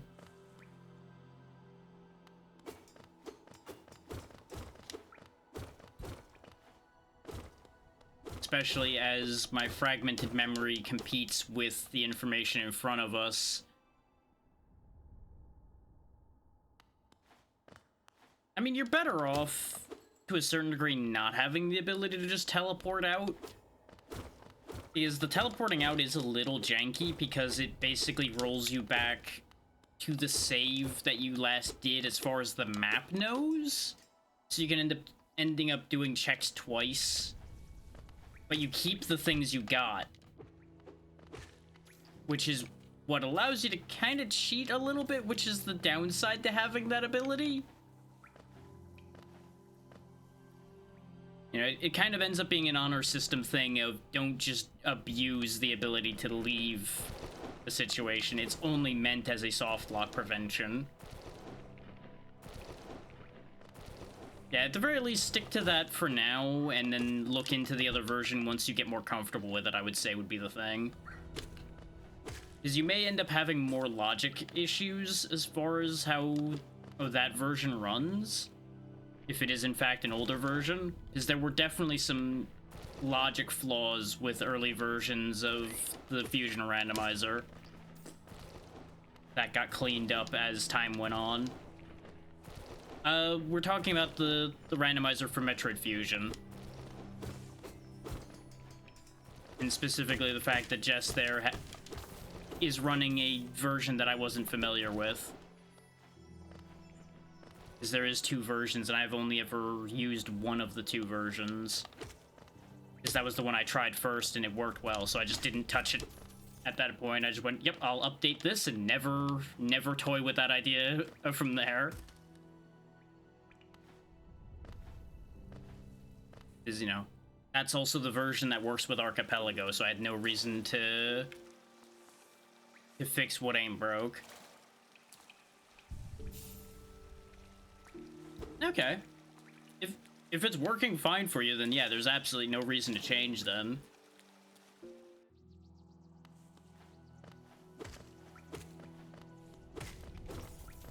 Can you do open sectors with that one? Like, you start in the main elevator and can go to every sector right off the top?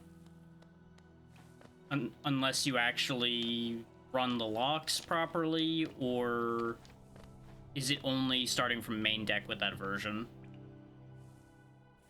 I found that can be a fun option to have. Okay, yeah, that definitely is an earlier version then. So honestly, going from main deck usually makes the logic play better. Open sectors can be a real gamble.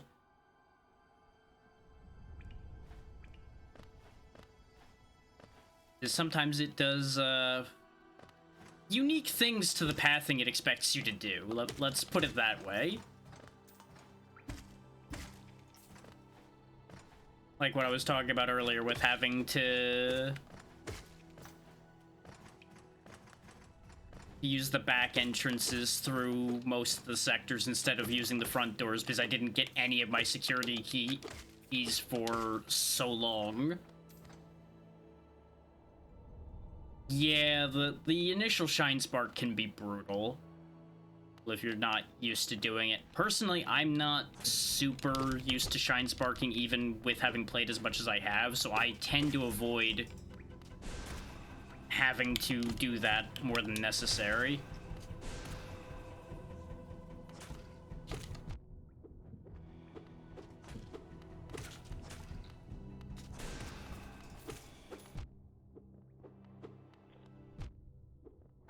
I really thought I could reach him there, but I guess I missed slightly.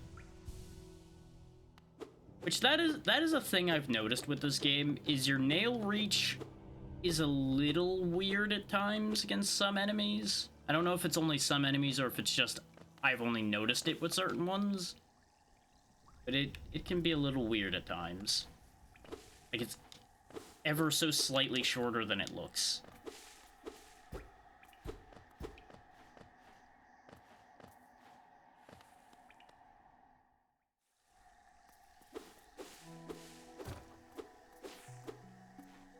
Welcome to Green Path. The first real area for us to be dealing with.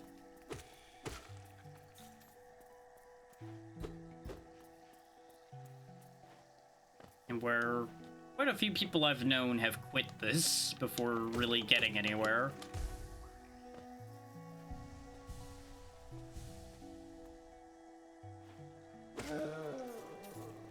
Those guys explode. You're gonna want to watch out for that. More or less, if you see something with orange gas coming out of it, probably just get away from it after you deal with it.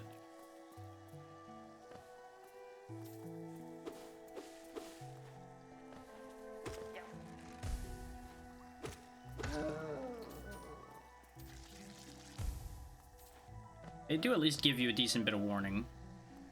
Oh yeah, it's great. It's wonderful. It's totally not gonna rend the flesh from your bones at all or anything. Oh yeah, keep your eye out for those. Giant carnivorous plants. You can see them because you see the edges of the leaves poking up through the ground just ever so slightly. You really gotta be paying attention to spot them. That's one of this place's big things, is small hidden surprises. Some good, most not good.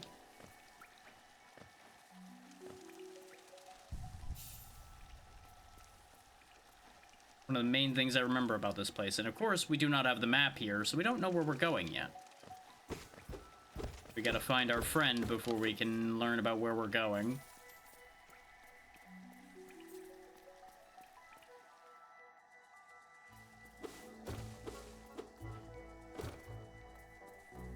Oh, hey, speaking of friends, what do you know? Hi, Hornet. Bye, Hornet. Deal with that later.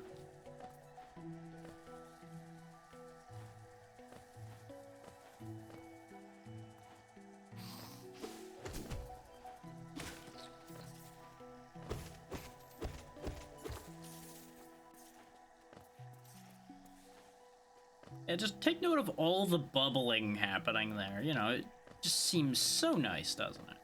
Just a really hot bath. I'm sure it'll be very relaxing as you melt into just goo.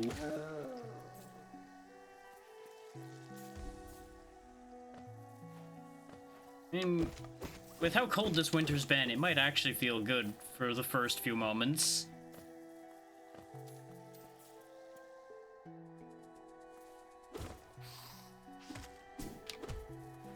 Missed. That's another mechanic this place is gonna have. Those vines that you can cut to drop blocks.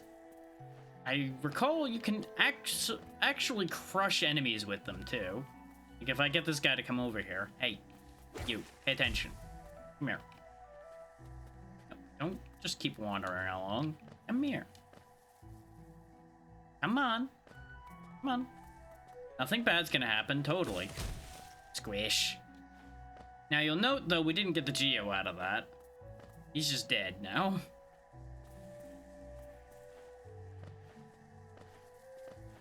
So it's a trade-off whether you want to get rid of a problem or if you want to get money.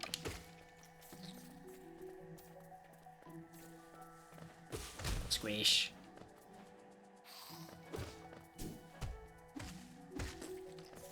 It honestly is just kind of satisfying, though, sometimes. And of course, this trail of paper leads us to our friend. As the paper gets more and more common, you'll know you're going the right way. Isn't this a contrast from the crossroads? Such a humid and lively place. The roads twist and turn in the most wonderful of ways. I've done my best to chart the area ahead, though I must admit some of the area's inhabitants proved quite a nuisance. and he will always charge you money for the map. You gotta do business after all, and the maps will get more and more expensive as we go.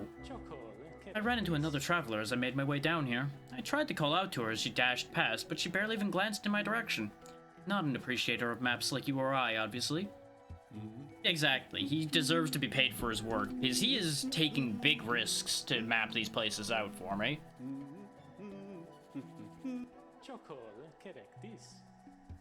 Exactly. It all makes sense. I would not judge him for it, but it's important to point out the fact that that is going to be the case, so no one is surprised. I also like that these bounce a little bit when you jump on them. Again, little details. And the leaves kick up and everything. Whee! As you might imagine, this is important, because without this, you would have to bounce across these spikes to have even a prayer of getting across here. And not everybody realizes the whole thing about bouncing off the spikes anytime quickly. I know that only because I'm used to pogoing in other games already before I even played this the first time. So that came naturally to me.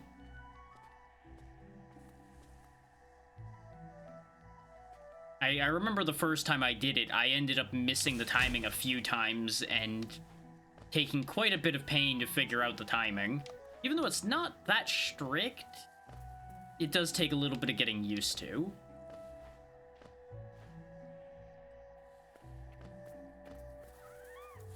And it is honestly one of my favorite things about this game, is the ability to pogo around. Is they did make it satisfying to do that. Take note of the teeth. Seems completely safe. Nothing to worry about there. Look, spikes. Gee, I wonder what this is for. Ta-da! Again, you could pogo your way around in there, and I actually did that the first time I was here, because I was curious to see whether you could or not. It is not a good idea. I do not recommend approaching it that way. But you certainly can. Get out of there, little buddy. Off you go.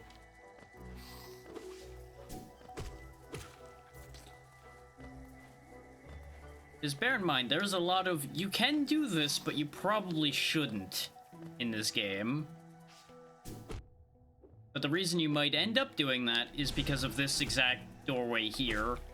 You may encounter this angle without seeing that there's those droppable platforms up there. Because that area would still have been in shadow, I'm pretty sure, if you came at it from this angle.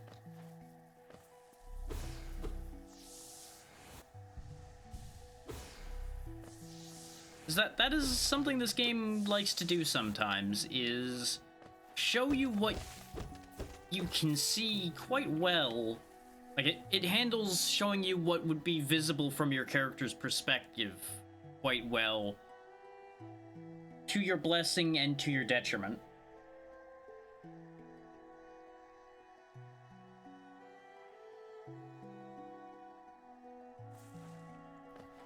And I do appreciate that they actually let you look up and look down. More games can learn from that as well. Because as I mentioned, I'm not going to be purely negative. Oh yeah, there's a theme going on in parts of this place, that's for sure. I'll explain in a second. Let me go back there and I'll explain what I'm talking about.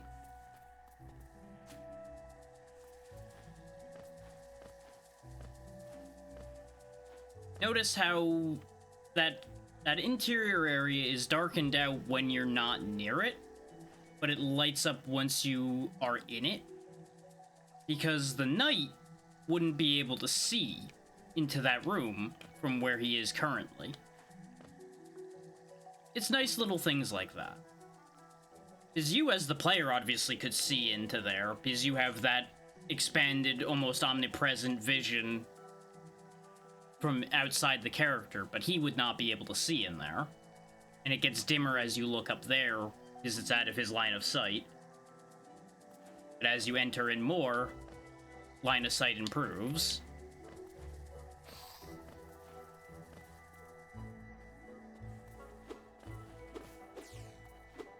Because there's always a disconnect between what you as a character would know and what you as a player would know. Because you are playing from a different perspective from what your character is experiencing.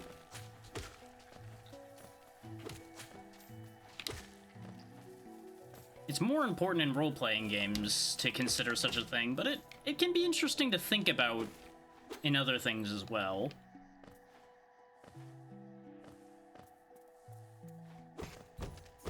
And it may, in some cases, make the writing of some things make a little bit more sense. Situations like this are what the money magnet would be good for, so you don't have to go into the bitey plant to go get the money.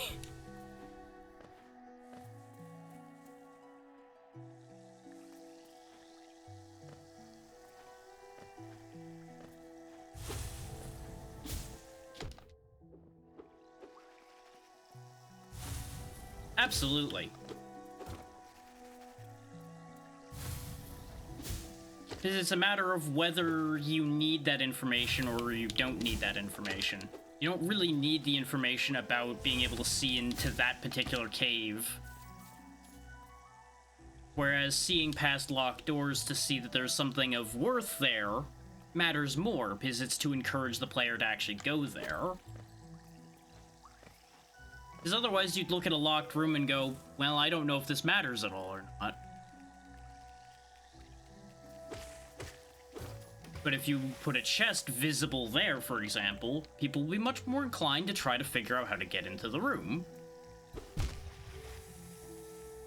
The slight knockback from using the nail hit me in there.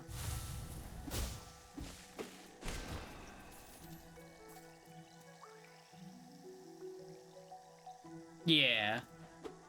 Little touches like that can really help or hurt. It really depends on how it's handled and what the intent is. There they go again. Almost feels like you're being led somewhere, doesn't it? I'm sure this isn't a trap at all. Well, I'm already going that way anyway, because the bench is that way.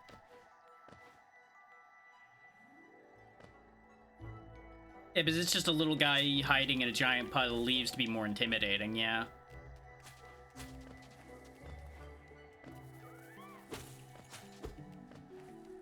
There's small versions of it like this guy here, too, though he doesn't shrink until he's dead.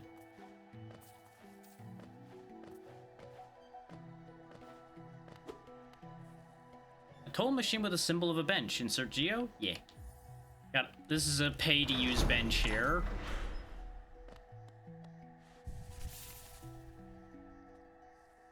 You know, this used to be a civilized area, so toll booths still exist.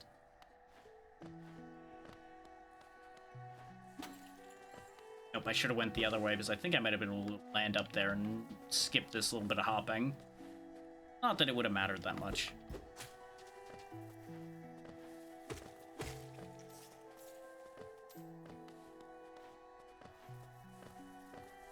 Yeah, as far as character perspective goes, again, as far as, like, these gates and such that were here go, you would still see that there's a bench and such in here, because it's just a gate, it's not a solid door. Just as another line of thought there.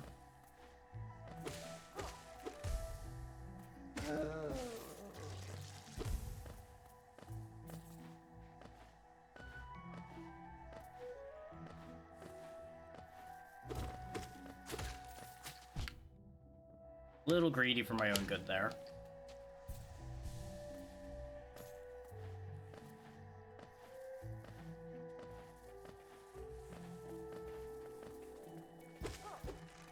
Yes, yes. You go pop now.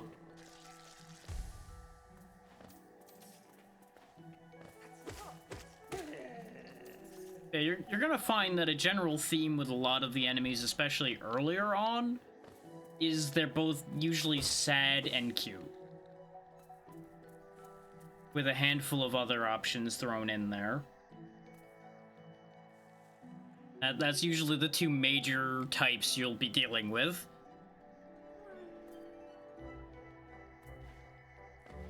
But the thing I just walked away from being one of the exceptions, to most people at the very least. The greater mind once dreamed of leaf and cast these caverns so. In every bush and every vine, the mind of Un reveals itself to us. Very good.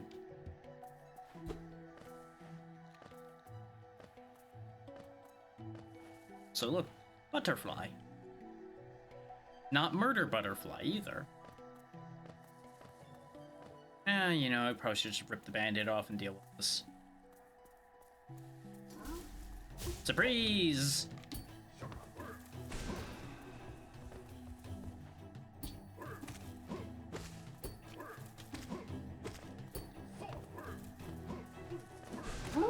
He's dead. They're not like a major threat most of the time, unless you're not ready for them. And if you don't use the ranged attack, meleeing them is kind of annoying because you saw how much their shield was blocking me. But as soon as you get behind them, they're very vulnerable anyway. It's not that much of an ordeal either way.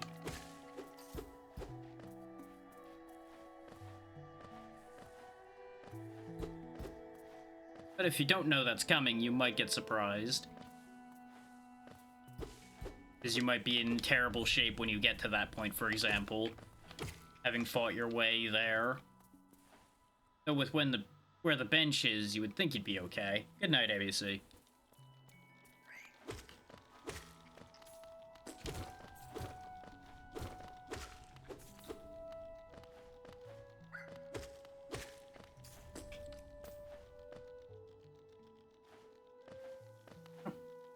This should connect us back up to the other area from, I think? Or is it? No, I think it's the other way based on the way the coloration's... No, the coloration just changed for a second, and now we're in a different part.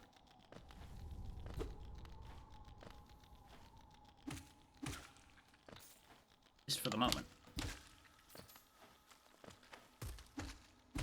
And I don't know if I want to be here right this second.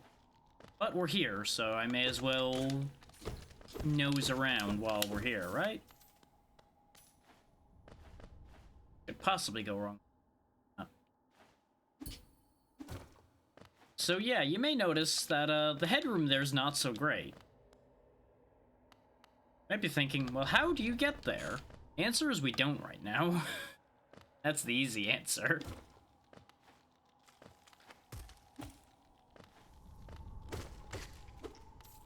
I believe there's technically a way to do that without anything else, but it is, tricky, to say the least. Map, which I can't see yet. Oh, it put me here, huh? Interesting. That is something you'll come to learn about this game as well, is it sometimes makes interesting decisions about where it will put you back after you fall into spikes. It basically tries to put you on the most solid ground that you were on at any point before the spiking happened. I think we're basically done in there at the moment. Maybe there's anywhere else I can go in there yet.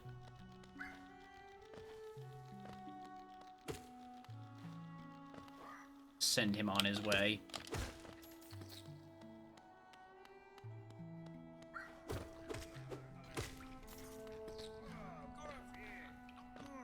Oh yeah, this guy. You seem to be having trouble up there, bud. There.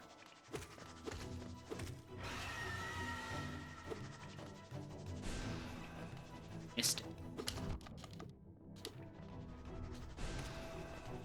Come on then. Have at you.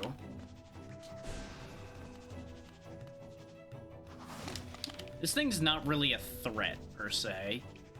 As long as you're willing to sit here and wait for it to charge and then hit it. It does have little friends, though, that try to distract you near the end of the fight. And there we go. That problem is sorted. Wakey wakey. There he goes. And notice he looks kind of similar to us. Just what do you think you're doing? Dare come between me and my prey? That habit of yours to scurry about, getting in the way and causing bother. Know this, cur, I'm Zote the Mighty, a knight of great renown. Cross me again, and you'll find out why they call my weapon Life Ender. What are you still bothering me for? I'm a knight. I'm not interested in your childish games. I need my rest. Be gone, lest I draw my nail. So yeah, real grateful guy. Wonderful person here.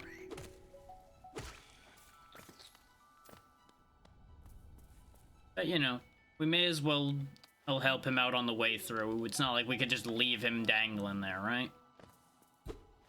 As much as I may have preferred to do so.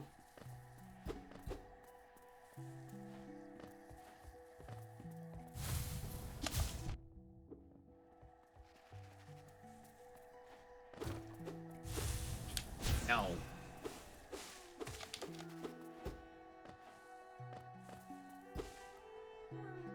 I genuinely don't remember. I want to say that is actually a choice, but I do not remember. The green children walked from the dream unto these lands. Here we now shall wait, patient for the call to return.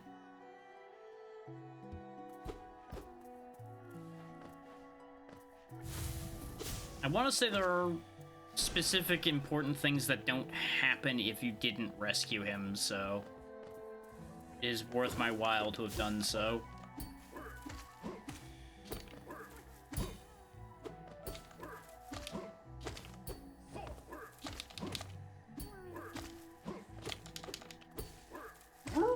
There we go. More money, and we get this grub freed, which is less important to me than the money. But you'll notice these guys are just kind of common now. If you're good at pogoing, you'll notice you can also just kind of bully them by bouncing until they attack. And then they just lose. Welcome back from the big ad break. You haven't missed too much during that. Just moving around, picking up money. Rescuing ungrateful people. Forgot that that guy has a spit move, so we'll just heal over here for a second. Because there wasn't room to do what I was talking about with bullying him by pogoing him. There we go. There's all kinds of free money here. Money I really should spend so I don't lose it. But I don't remember where the Stagway is around here. Because I don't think anyone would consider it spoiling to tell you that there is a Stagway in every major area. Sure did. It was one of the earlier games that would let you pogo. That, DuckTales, a few other things.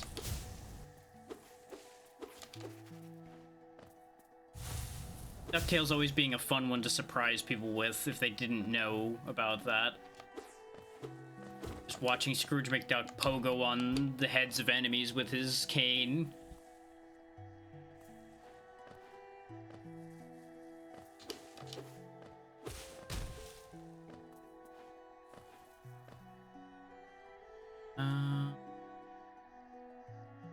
So I know that, based on my memory, I don't want to go in that room with the 3 stones at the moment. The first one's quite good. The second one I remember people saying wasn't quite as good. And the remaster for the first one is apparently incredibly good.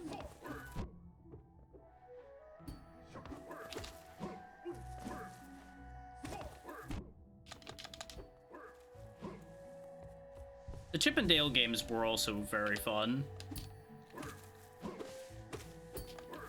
Never did finish those. One day we'll get around to that.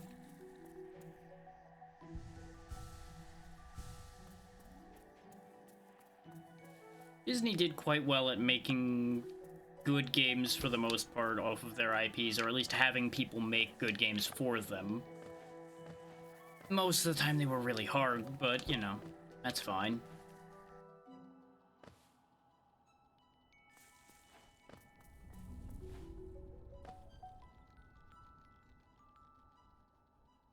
Yeah, that's an understandable reason to not like something, admittedly. Oh yeah, we're back in this room. This just didn't get marked on the map yet because we didn't go to the bench.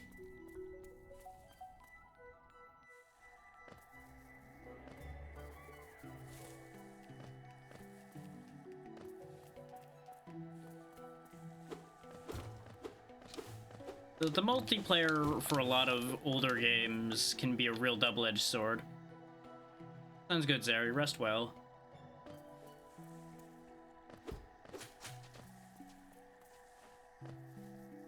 Go ahead and tag that bench so we actually see where we've been properly again.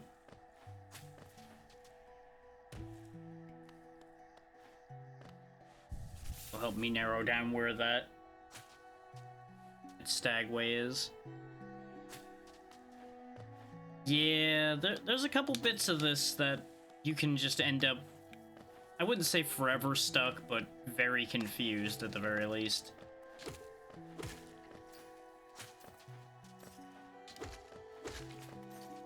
It's gonna take some doing to get through. We'll make it.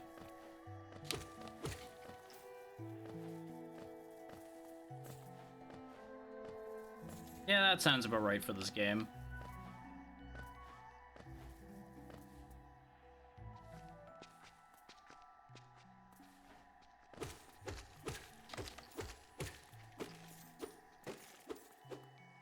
Sometimes that can help for people to grow, sometimes it can be a little too much.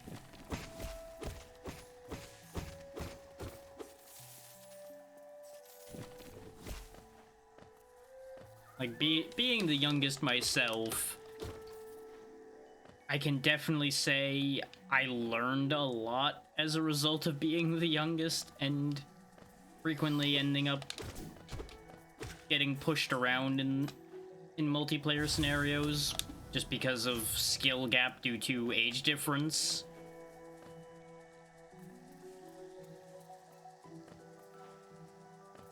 But I do believe it also accelerated my development in some regards, even if it did come along with some biases and issues as a result of it as well.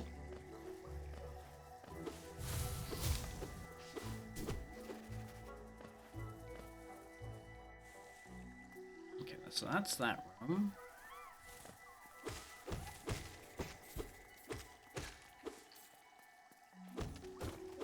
Money. It's this damn stagway. I don't think it's on the other side of what I'm avoiding. Pretty sure it is on this side somewhere. In fact, I think we're getting closer to it because I think it's somewhere around here.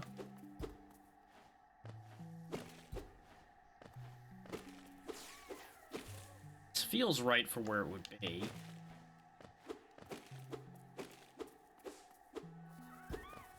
Be below here though.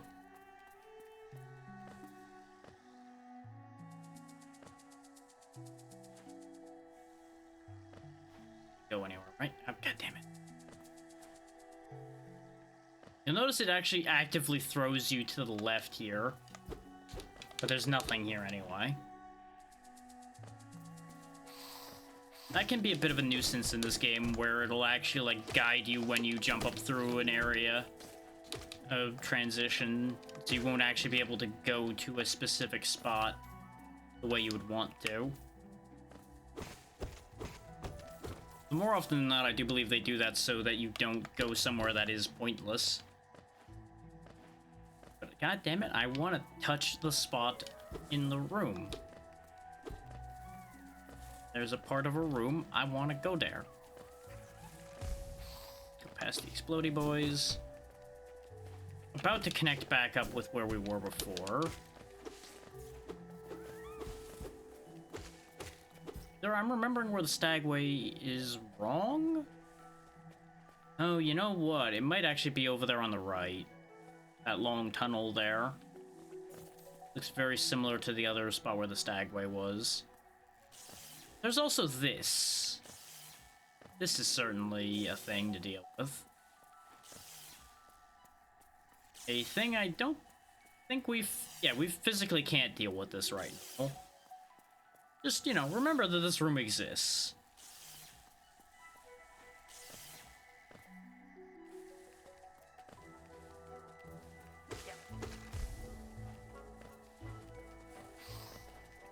Whether I'll ever go back and deal with that room, well, only time will tell, really.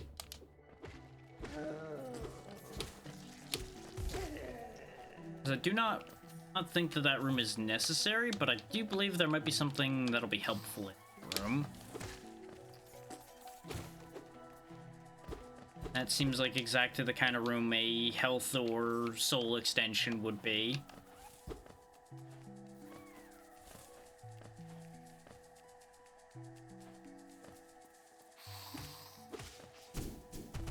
Yeah, we already grabbed this, so this room's clear. We almost have 1,000 geo just kind of sitting in my pocket. Which is why I'm so... There we go, I actually have 1,000 geo just sitting in my pocket. This is why I'm so desperate to spend it, because that could be a lot to potentially lose. That would be a very painful loss.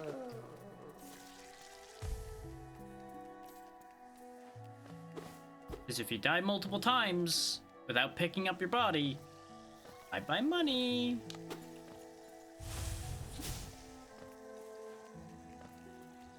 Which really sucks.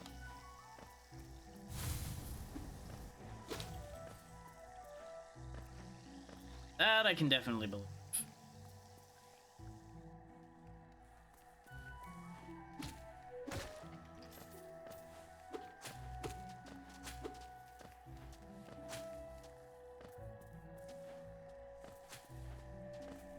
Let's see. Can I actually go down? Yeah, I can go down from here. Check this, because there's a bench over here. This, I believe, was supposed to be the first bench you get when you come in here.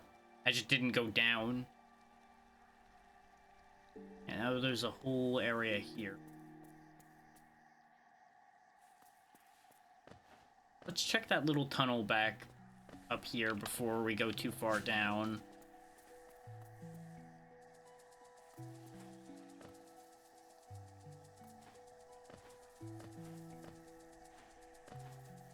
I got distracted with the interior there.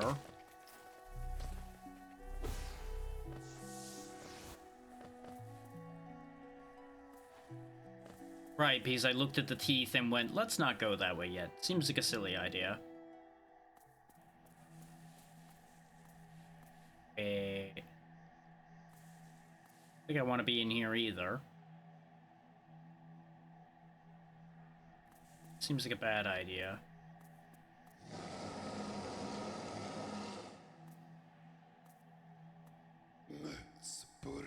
Tiny squib, you approach fearless. Are you a hunter like me? Do you feel the urge inside? Stalk, to kill, understand. Then take it. My journal will aid you. At first the text may seem to concern, but a learned hunter will come to understand its words. Venture the depths of this land and slay its beasts. Prove yourself worthy. Bear the mark of the hunter. Oh yeah, this was fine. Got the hunter's journal. Press select, open the menu, then navigate to the journal pane. Defeat enemies to add new entries to the journal and decipher the hunter's notes. Nettle Squib, you may have overcome a few creatures, but you're only just beginning. Don't delay. Descend into the bitterly of this world. Hunt down the life you find.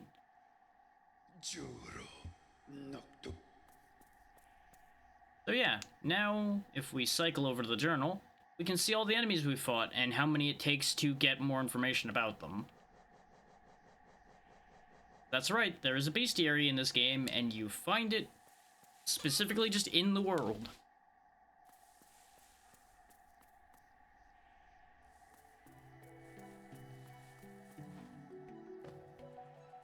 That takes care of that. We will quickly hop back down to the bench. Get that logged. And therein that the hunter exists there. I will forget.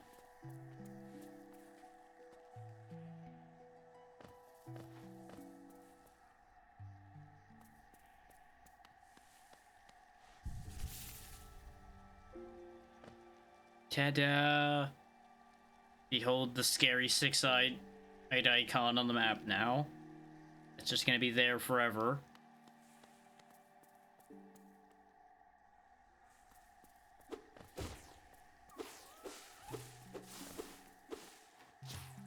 Oh yeah, there's spitters. Right, those are a thing that exist. Huh, dead people. That seems concerning.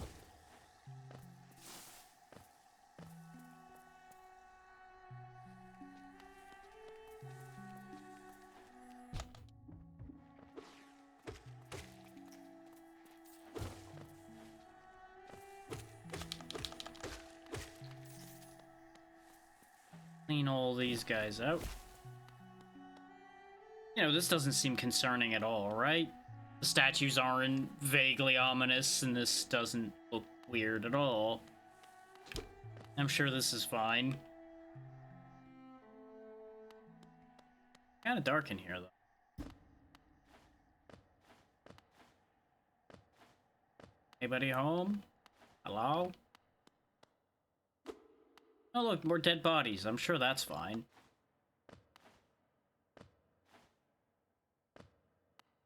Really wish I could see what I was doing. So far, we've managed to blindly avoid the spikes. Ow.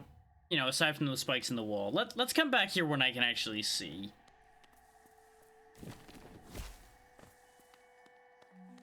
After all, we know we can buy a lantern. So we will wait until I have the lantern to deal with that idea.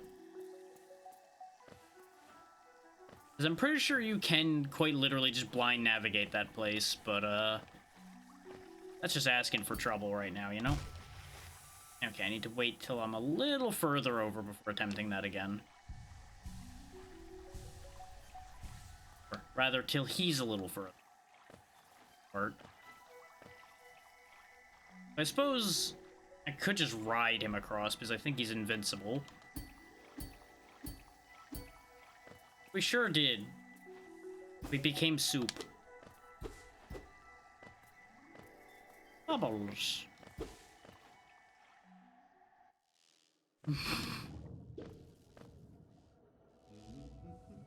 Oh, I don't know if I want to be here.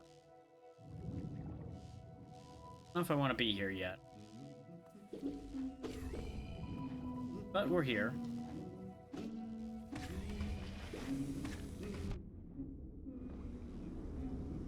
Can't get across that yet, I think. Yeah, because it repels me. It doesn't even hurt you, it just repels you.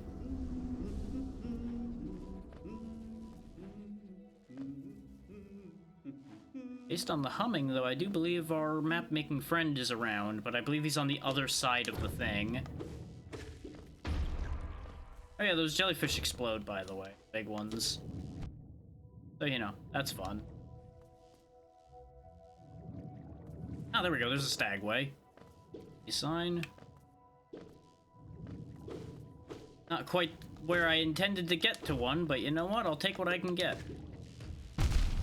Ow! Right. Forgot. The explosive orbs out of them home in on you. We just got lucky because there was obstacles in the way the other times.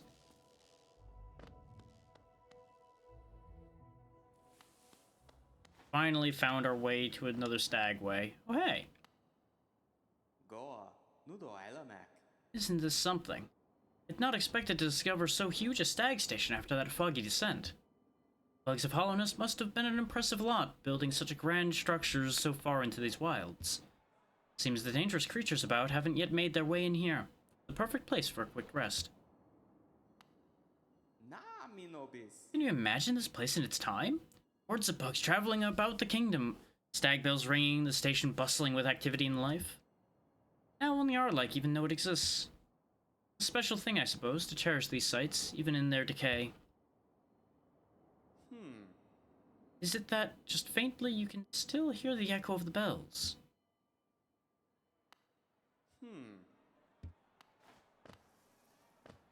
Yeah, look at how big this station is. He is not kidding when he says this is a big station. Like, this must have been, like, the main hub of this area.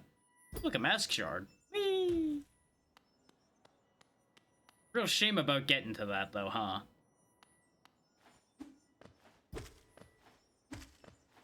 Because you notice, those don't propel you like spikes do.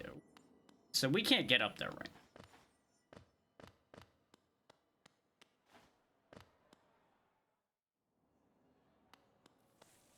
Thankfully, there's also a bench here, so we can update our map. Not that we can actually update the area map for this place, because we don't have it. And same with the maps, the toll stations get more expensive as you go as well.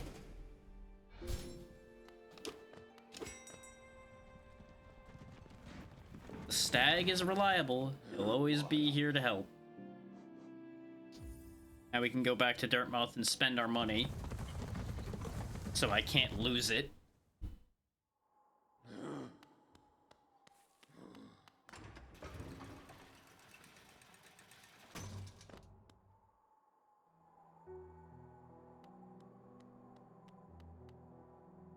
Oh yeah, and Zote's here now. Deal with him later. Bapanada. Yeah, you don't have anything new yet. I wasn't sure if the map for that area was going to appear there yet. I was pretty sure you had to do more in the area before it would show up, but I had to check. This would not get us a health extension yet, so I think I'm gonna hold off on buying that. I will grab Stalwart Shell, because that'll be handy for some situations. I don't have enough notches for Gathering Swarm, and I'm not going to be getting rid of the Compass or the Soul Generation for that. Stalwart Shell is going to be trading out for the Soul Generation in some counters, more than likely is why I bought that. So I guess we will go ahead and buy the Mask Shard, just so we're not hanging on to too much money. I believe you need 4 of them to make another health piece. Not 100% on that. You know what? Let's go ahead and buy one of the pins. Just to reduce our overall money further. I'm not gonna get rid of all of it, because this way, if we run into the map maker quickly after going back, we don't have to worry about not being able to afford the map.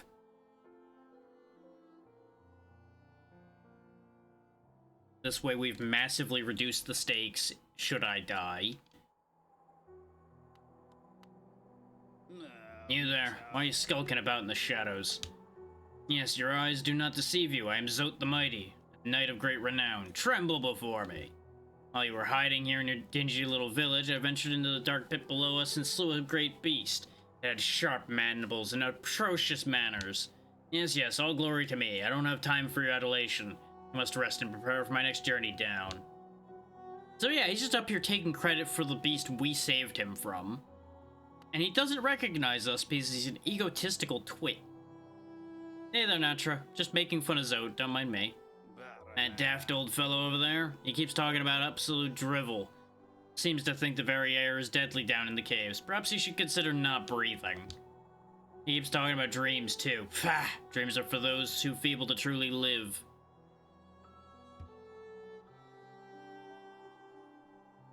What do you want about with that, at Natra?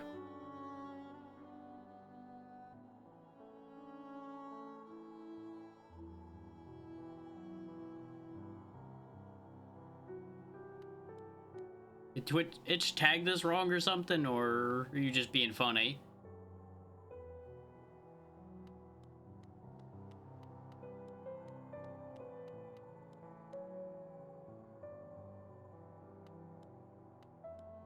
Well, yeah.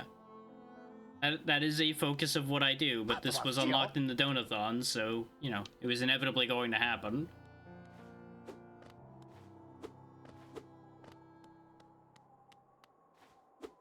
And I do always say that I focus on old and odd.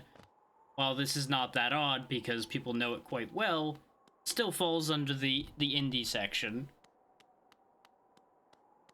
Pretty much, yeah. That is about the size of it. Same reason I'm gonna have to deal with the Dark Souls trilogy at some point.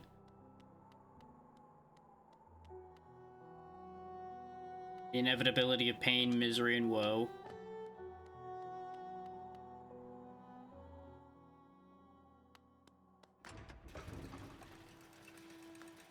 It's also basically guaranteeing that we will play a lot of much more well-known things instead of the weird nonsense I usually encourage. Yep, that's about right. Which, they are by no means bad games, but they're definitely not for everybody. Because they are quite brutal at times. Though, personally, I had the best time with 3 out of the 3. Though part of that being 3 was the one that was the best optimized. Now that makes sense, yeah. If you're mostly interested in much more chill things, it's a very bad choice. Oh, come in search of treats, have you? I chanced upon a unique little fungus growing right above us. I found it only in this station, and the taste is just divine. Why would you buy the DLC before trying a game, Natra? Why? Why would you do this to yourself? This place must have once been quite the hub, built at the border between 2 lands, that misty drop to one side and those bulbous growths to another. Neither place seems particularly welcoming, so while my little treats last, I think I'll stay right here. That's fair. Feel free to stop by any time, though I do like the quiet in this station. A little company is good for one's health.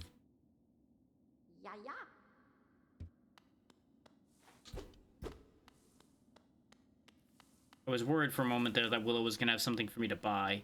Yeah, FOMO leads to a lot of bad decisions. It's usually best to ignore that feeling. I know it can be hard to ignore, but it is definitely best to not let it push you into decisions.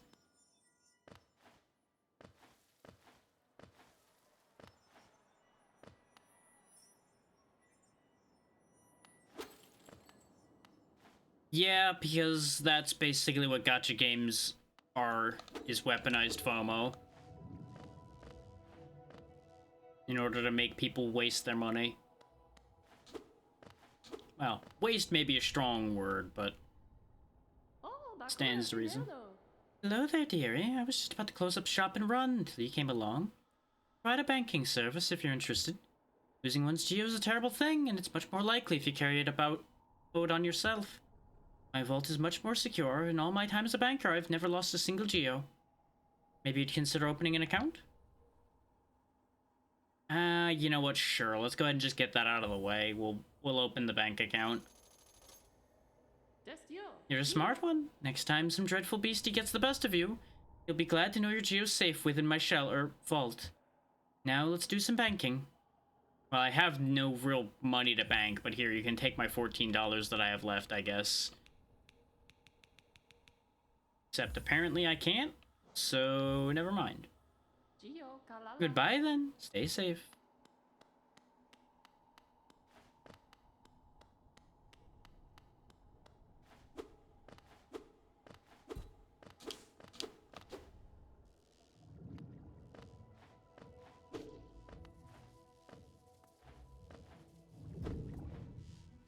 And now that we've gotten rid of our money, we will go back to Green Path and go to the left the rest of the way where I was avoiding. And then anybody that doesn't know will know why I was avoiding it. But, you know, first we gotta get through Explosive Jellyfish Land to get back there.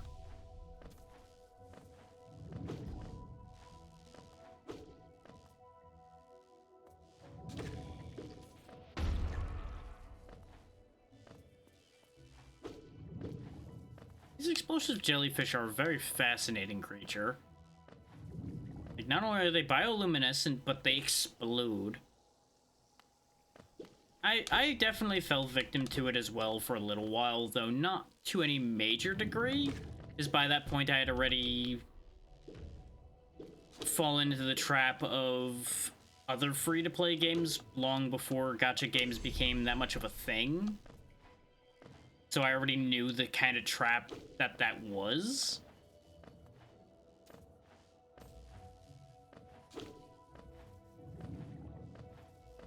But even then, I ended up losing a little bit of money that way. Just because of impatience more than anything.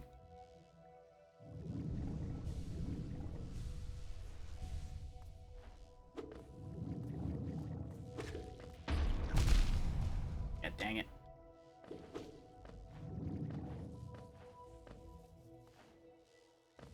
Dang it. So avoid that one, because if we set him off, he will kill me. Yeah, no, you definitely should stay away from them then. If you've burnt that much money, that definitely is a you definitely should never touch that.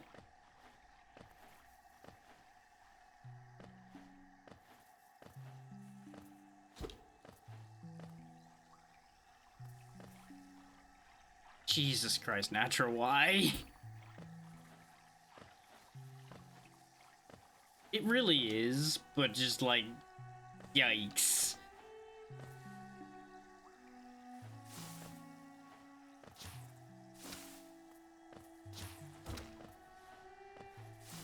See, I've always been a firm believer in, at the very least, gambling itself gives you the chance to get your money back.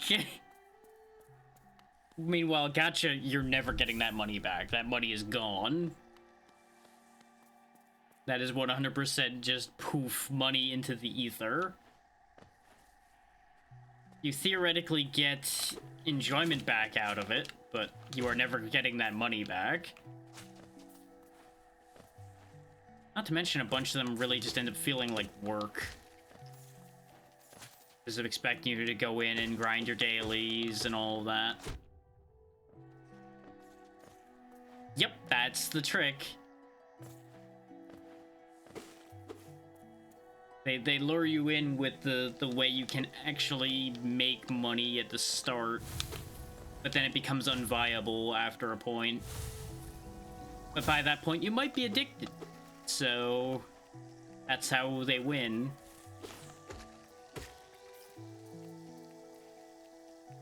Really fucked up when you think about it.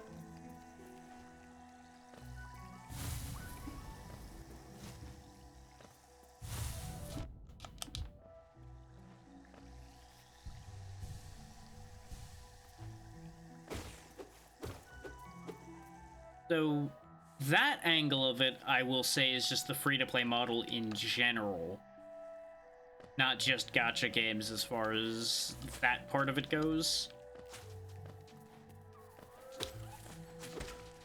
Because a lot of free-to-play models involve a means of, at the very least, getting the premium currency or getting the same things the premium currency offers you at a slower rate, so that they can pretend to be safe and good there.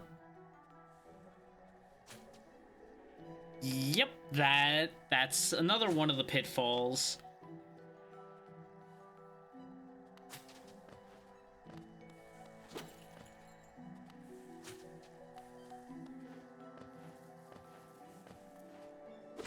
Yeah, the problem is that doesn't make them money as fast as milking the suckers that'll pay out thousands of dollars into their gacha games.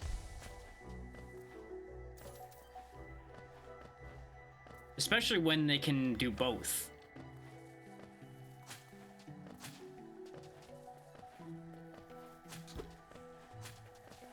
Like, there are definitely some games out there that will hit you with ads and expect you to pay for things at the same time.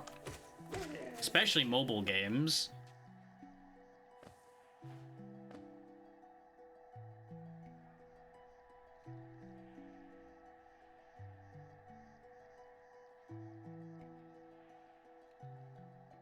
Jesus. Like, even when I was making constant money,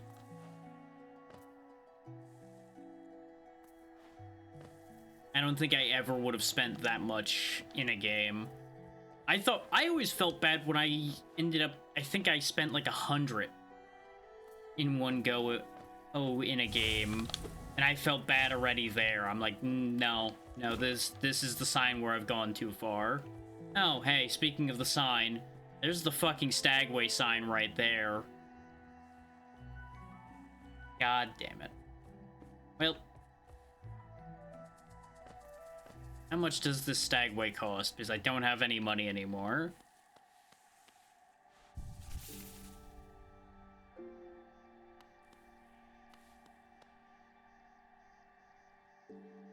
$140.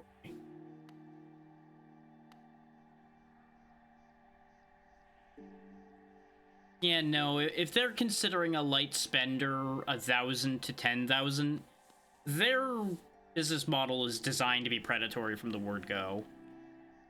They're designing it specifically to milk as much cash out of people as possible.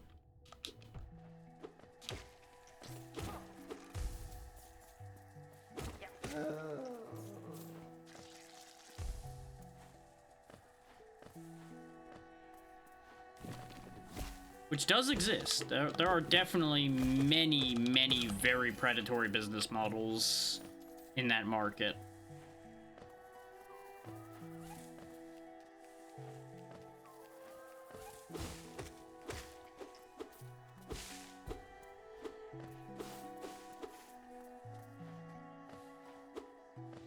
There's definitely some weird designs out there in the mobile market. I can't say I've necessarily encountered too many, but I also have been out of the mobile game market for a couple years now.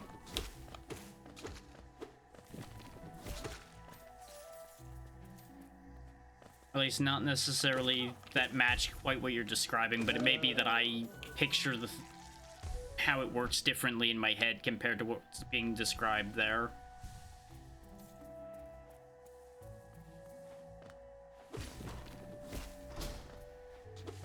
Oh, hey, what do you know? The Switch had teeth.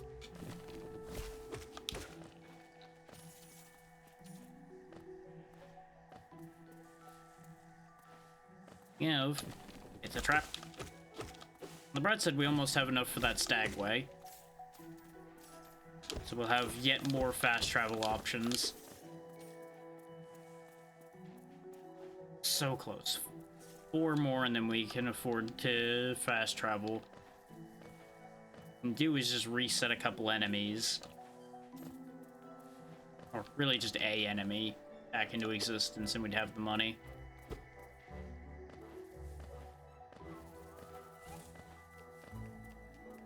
Wait. There are some enemies I didn't figure out. There we go. Oh, yeah. Okay.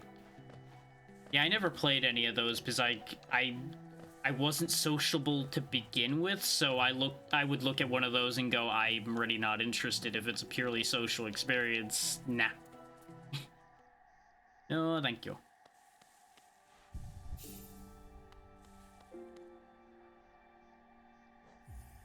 There we go. We have this Stagway open as well now.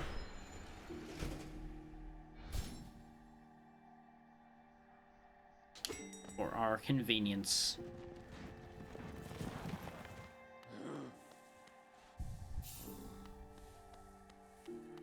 Rip, but hopefully work goes well for you then, Natra.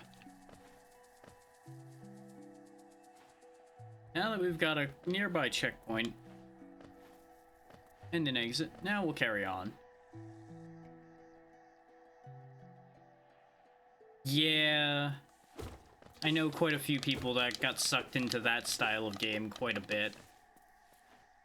Never something I really could get into myself, but, you know, I see the idea.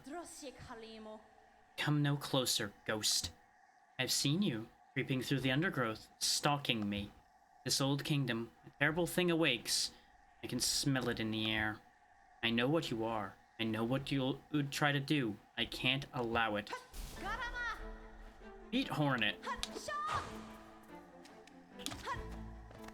One of the more difficult early fights of this game that you're meant to be doing.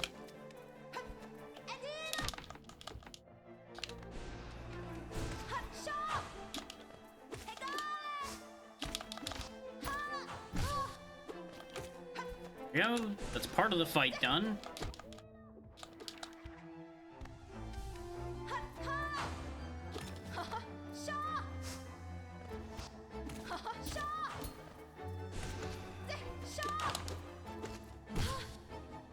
It's two. You can tell you're getting there when she stops for a moment.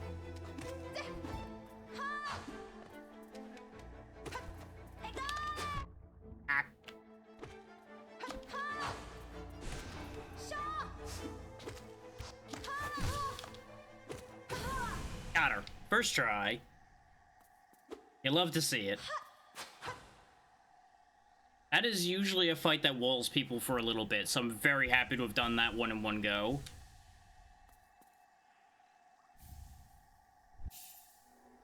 And we get a very important upgrade. Taking the Mothwing Cloak. Press right trigger to dash forwards. Use the cloak to dash quickly along the ground or through the air.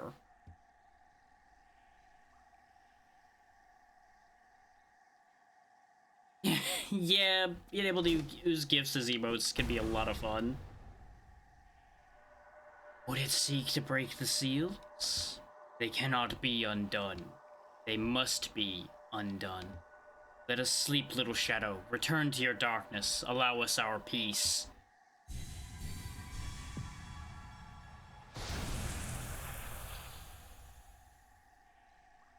So yeah, that was a lot to take in, huh? So yeah. That's something we're gonna have to deal with, and you may have noticed that the heads floating there were very similar to the symbols on that one big door we were looking at. Funny that. And you'll note the similarities between us and this corpse. Aside from their mask being a different shape.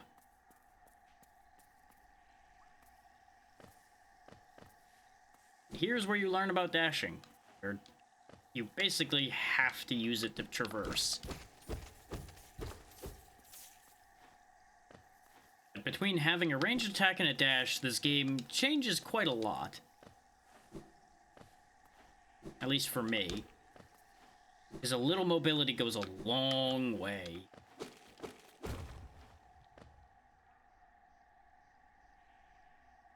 You can now do things like dash and then bounce. Or bounce, then dash. Just all kinds of movement opens up to us. Let's go ahead and hit the bench again to make sure that I don't lose anything. So this game does save when you exit the game, so you can't possibly completely lose data unless the game crashes.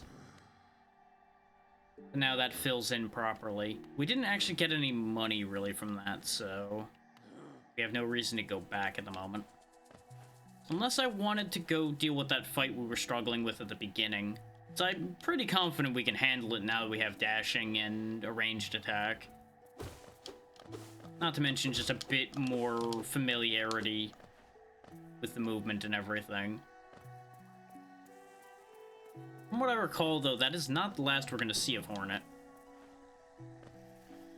And obviously Hornet returns in Silksong.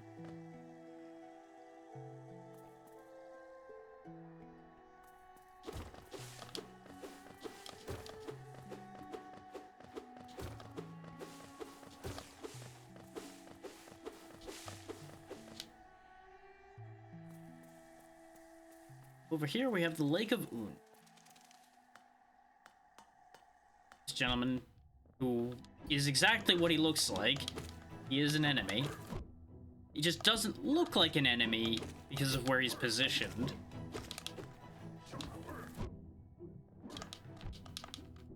And I'm screwing up fighting him immensely. There we go, let's just put an end to that before anything else bad happens.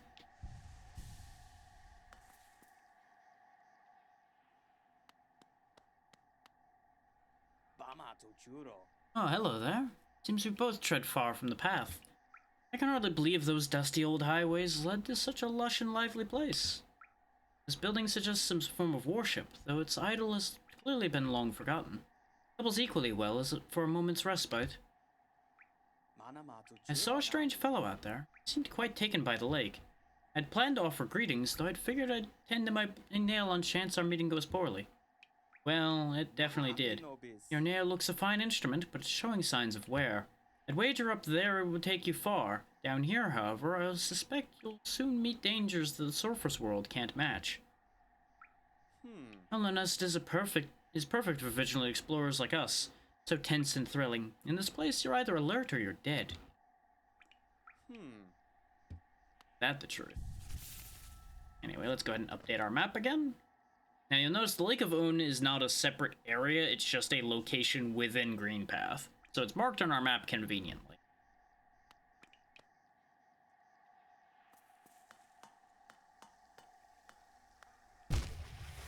Didn't mean to step off quite. I wanted to show you guys the fact that there's those things flying around.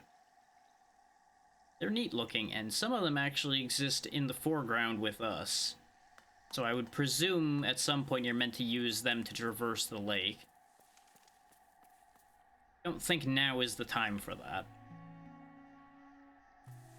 But with that all marked, we'll figure that out later.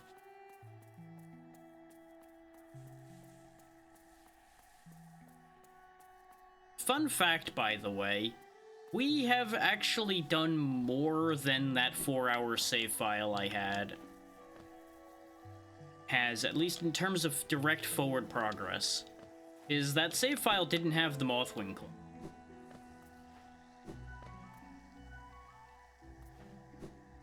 But I believe I spent more time poking around in places like Fog Canyon and searching everything else rather than going and fighting Hornet, because I had already fought Hornet in the previous time I had played the game.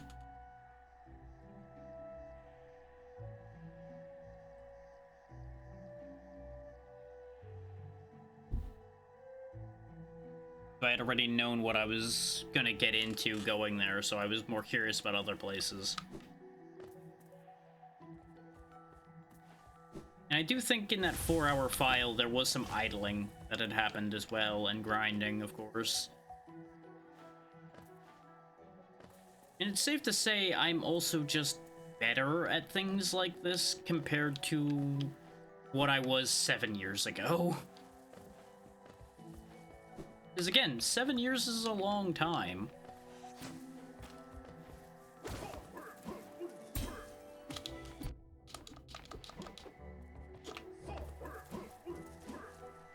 And I was always nothing if not very stubborn about doing things the way I wanted to do them instead of the way the game wanted me to do them, as we've seen me do on numerous occasions.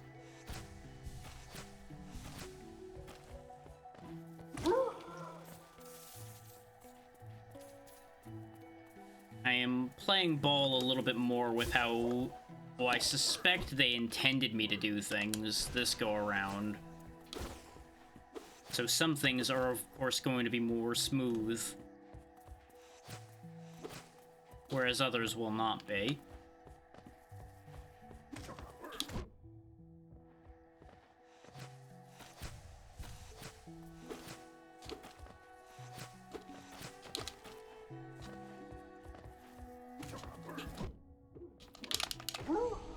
Okay, got him. Almost went horribly wrong there. When I did that extra swing, I really thought I had set myself up for failure. But thankfully he died on that hit. It's a hell of a thing to think that I've fought those so many times and now I'm actually fighting them worse. But it's because I'm getting lazier with fighting them because we've fought them multiple times. Becoming rather blasé about the whole thing.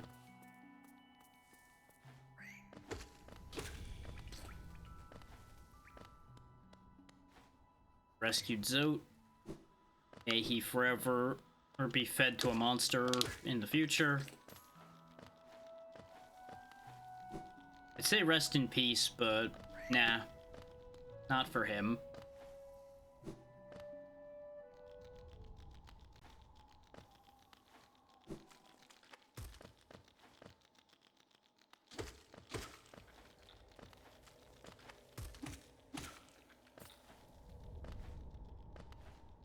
Should be able to go further in here now with Dash, because we can just go across this gap and go get this chest.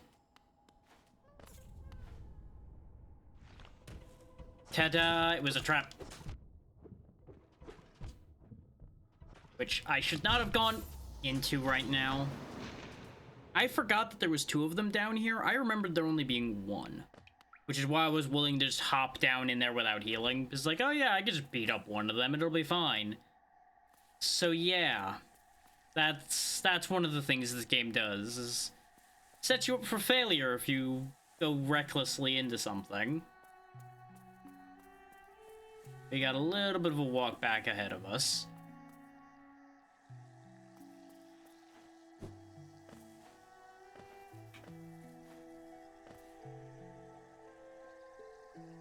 Yeah, I may as well just go this way. Except I can't, because I can't go high enough.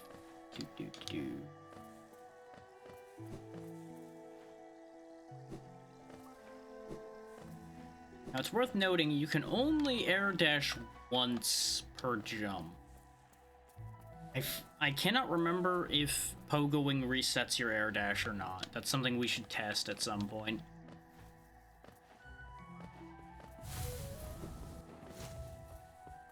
In fact, I might be able to test it on him. Yes, you can. I was pretty sure you could, but testing it in a safe spot is always a good idea.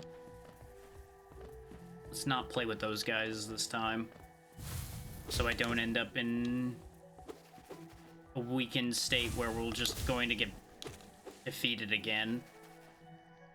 Doesn't help our cause, after all. Not the wrong way, but we didn't look at this yet, I don't... Oh wait, no, we did. We did read that. I thought I had enough charge to shoot him. I did not. I, as it turns out, did not have any charge, and I wasn't paying enough attention to that.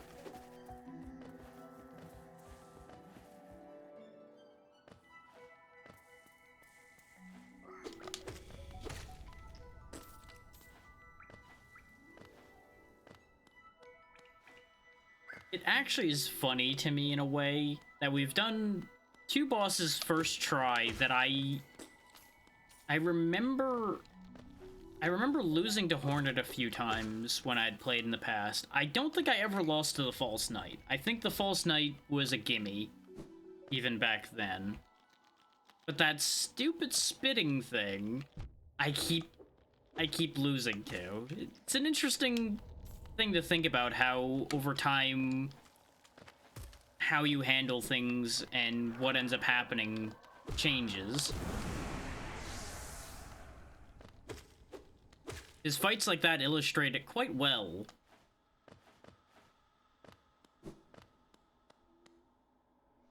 How you approach things change and what effect that can have.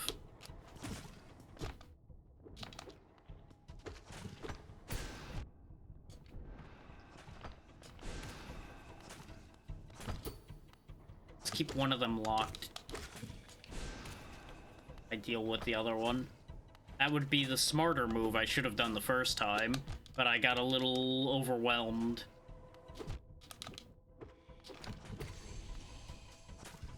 Gonna need to heal first.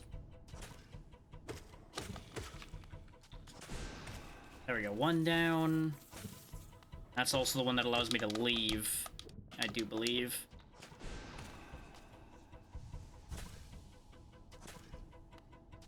I believe we're basically safe down here, aside from his miniatures. I believe I'm out of his total range.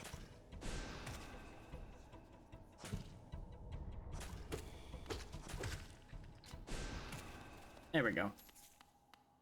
Mistake corrected. Notice there's a bunch of their shells in here. Like, a lot of them.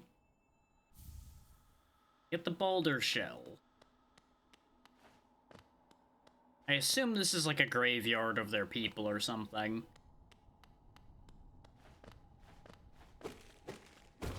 And there we go. We now can exit it and enter that bit as often as we want. Oh yeah, there's Hornet as well. Defeat 1 more to decipher notes. Interesting, isn't it? best not to worry too much about that. But yeah, the little ones are boulders, and then the big ones are elder boulders. So yeah, we just stole the shell off of one of the corpses. That's just ours now. We'll get into what that does when we get to a bench. I don't actually remember what it does, and I don't remember if I want it or not.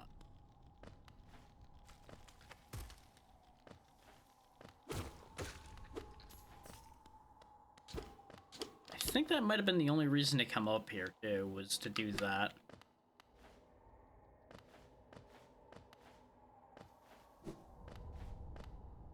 I don't think there's any other exits from... I can't, of course, see it on the map because we don't have a map of the area that this is actually attached to. Verify that information. Make sure these spikes don't lead anywhere. Nope. Just pain. And if you're wondering why I just kind of fell into the spikes there, I actually tried to dash back, but I was slightly too slow. What I should have done was just ride the spikes back. You know, it be what it be. We took 1 damage, and that's okay. At least the spikes don't kill you. If the spikes killed you in this game, I probably would have put this on the refusal list. Alongside Kingdom Hearts and Deltarune and all that.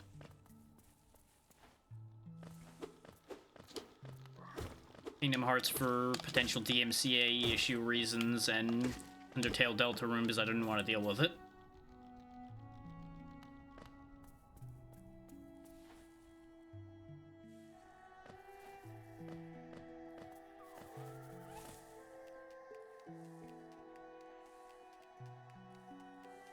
Trying to think where I'm supposed to be going at this point. And we may as well just look at it while I got the menu open. Protects its bearer with a hard shell while focusing soul. Oh, right. I think it might prevent you from getting stopped when healing. At least when you're... like, to a certain degree, it'll protect you while you're healing.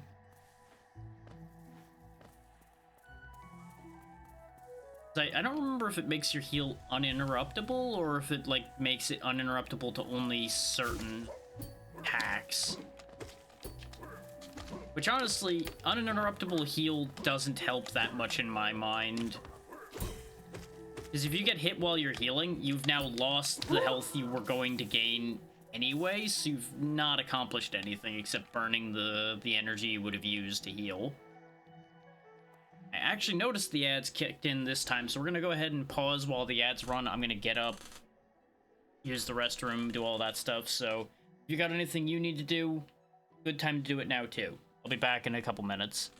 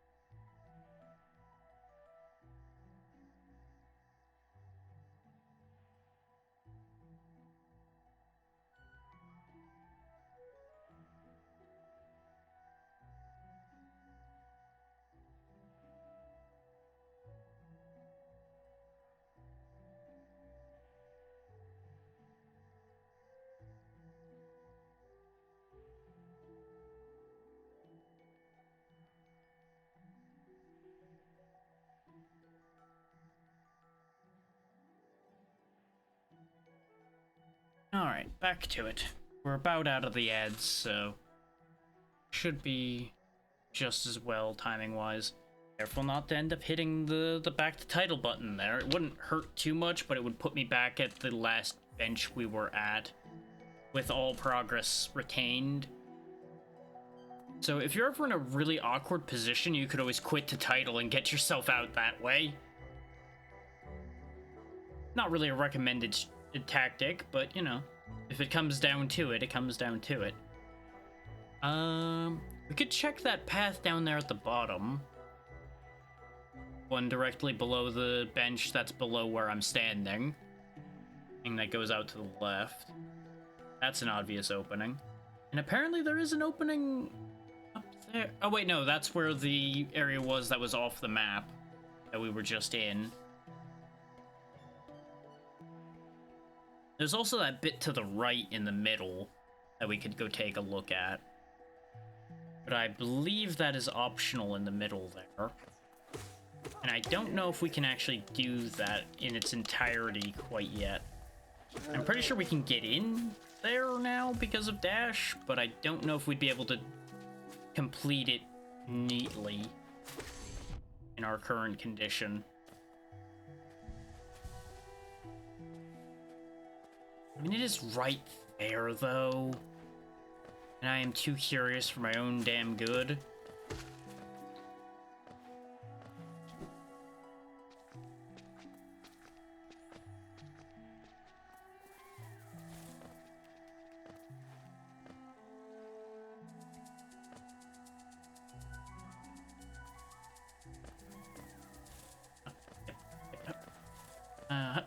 Yep. Out of my way. Ow.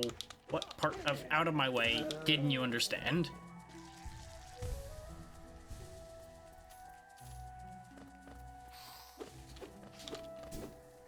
And I'll be honest, I used to have a harsher feeling towards the healing system of this game.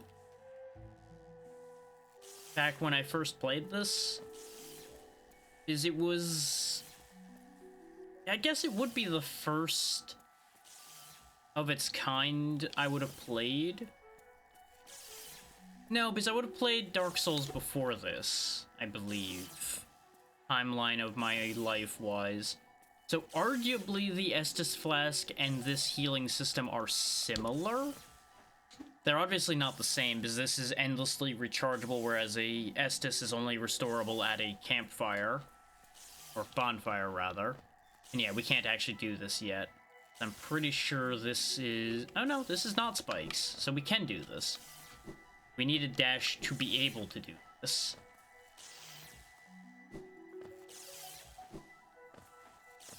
And now we can get in and out freely, and we get Thorns of Agony.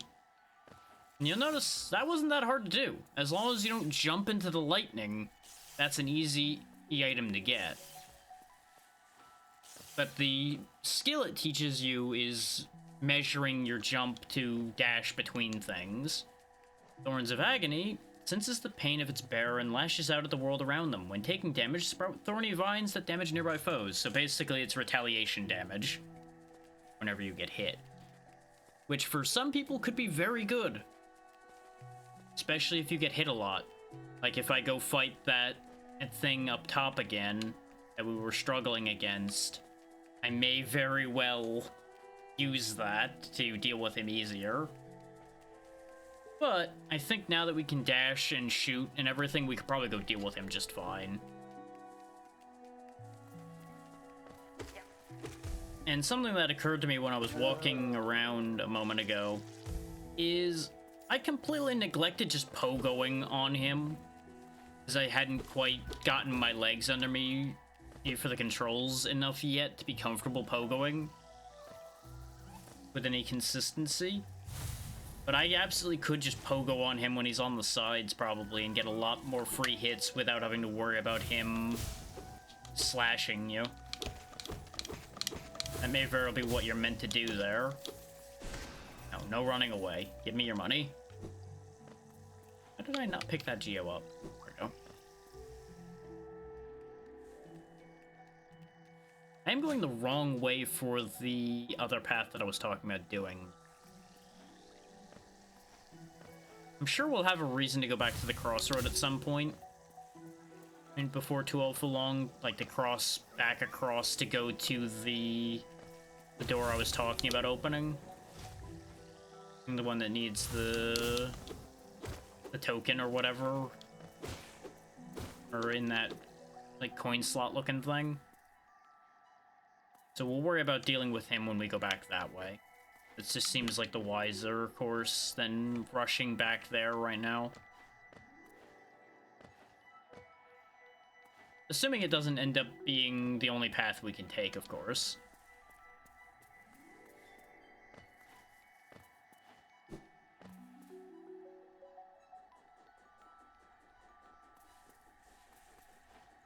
So looking at this, I suspect we A, can't do this, and B, this is probably optional. Yeah, no, we can't do that right now.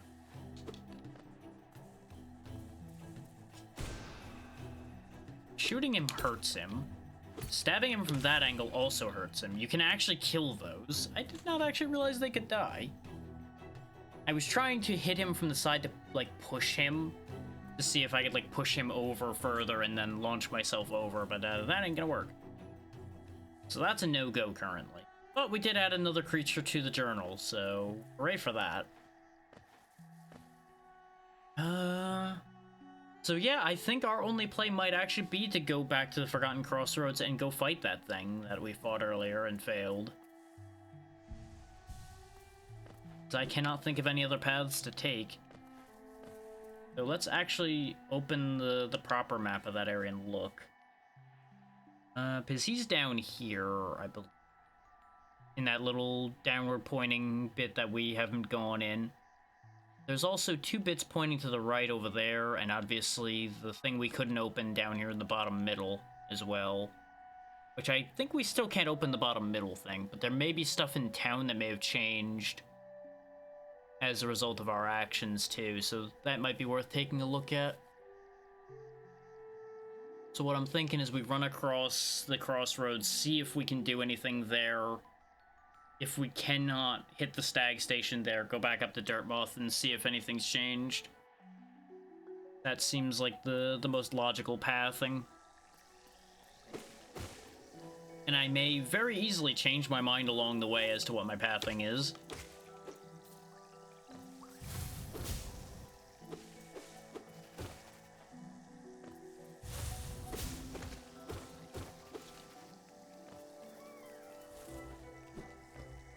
Definitely like a grub or something around, because I keep hearing something go here.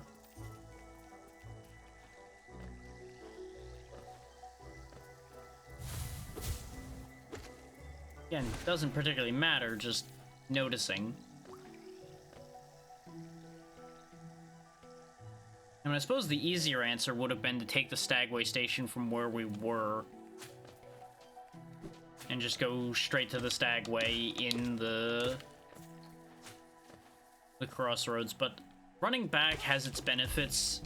A, in that it keeps the lay of the land in memory a bit better, and B, you pick up Geo along the way. And I'm not sick of traveling this game yet, so I'm not inclined to just immediately fast travel everywhere.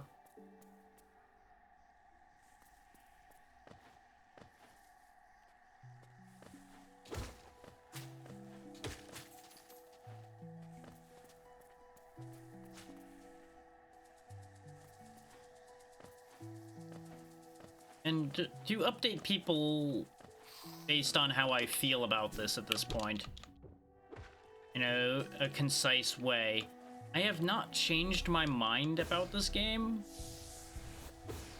I still feel neutral towards it for the most part. But I do feel like I'm looking at it with fresher eyes than I expected to be, if that makes sense.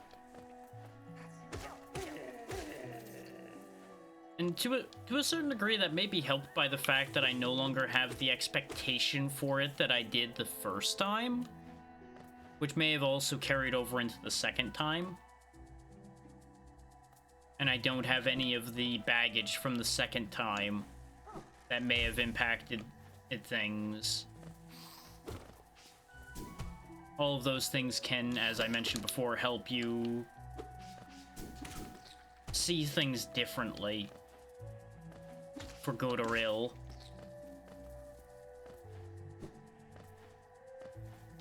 Oh yeah, there's this guy. There you go. Be free, little weirdo. And of course, another calling card. We've already read this, so I'm not going to read it again. But I will, like, note the times I see the calling card.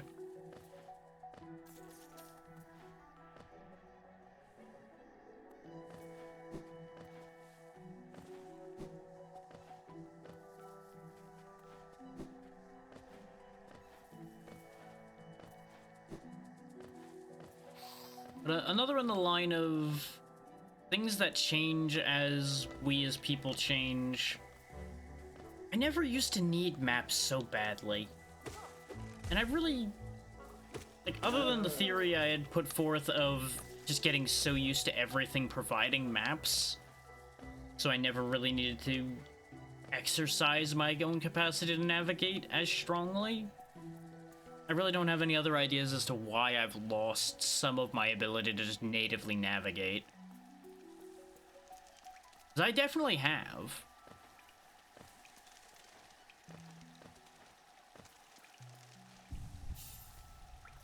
Like, just memory and context navigation has always used to be one of my strongest abilities. But I definitely lost it at some point. Like, I was actually guiding a friend of mine through this game, even having not played it, just because I could by feel tell the general landscape just fine without the wayward compass and such.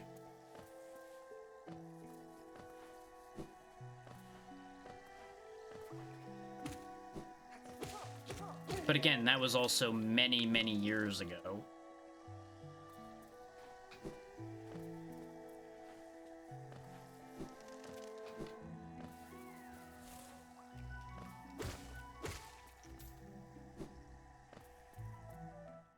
Let that stand as a reminder. Make sure to keep up with skills you actually want to keep, because if you don't use them, you're gonna lose them.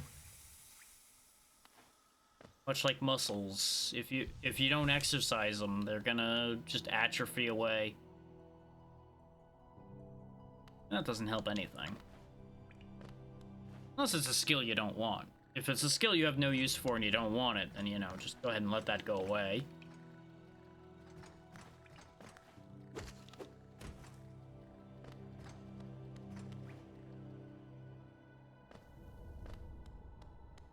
Bench over here.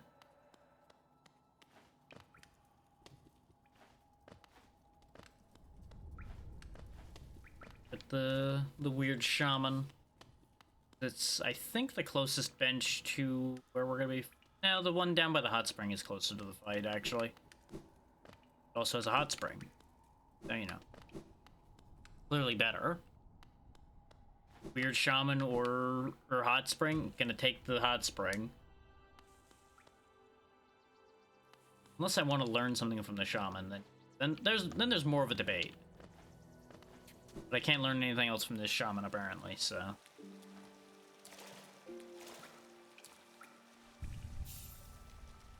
Oh.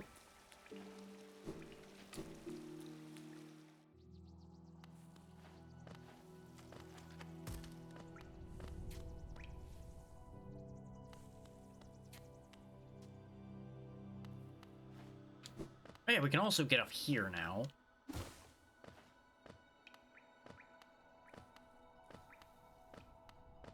Which doesn't really do too much. Actually, no, I think it gets us into... Yeah, it gets us into the pathways down here.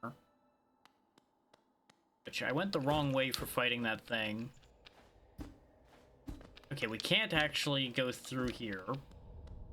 We need to be able to hit the floor heavier than that in order to break through. We can go this way. Oh, this place. The fungal wastes. You know... No, I'm not sure if I want to go deal with the thing I was fighting and failing against. Or if I'd rather deal with that. Where was that place, then?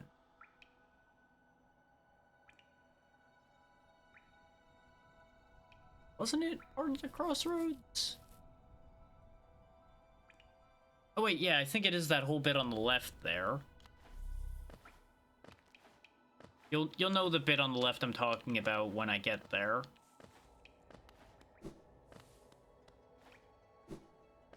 Actually, can I? No, I can't pull up a cursor that screen. And I cannot pull up my mouse cursor there either. Never mind. I was gonna, like, hover the cursor around the spot I was talking about, but I forgot you can't use the mouse for that in this game.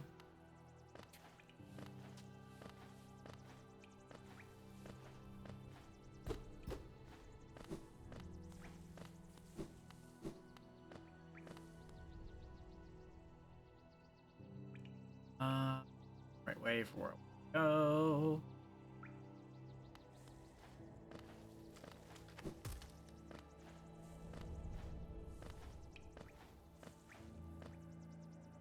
Right, I need to go back in here. I was skipping a step as to which room I was supposed to be doing what in. Because the fight was attached to this vertical room here. We kept jumping down to the doorway right below Green Path. This doorway right here. But it was so clearly marked on my map that I made bad assumptions. I forgot that you'll mark down places you went to even though you died there. God damn you. I was a little too rushed for my own good there.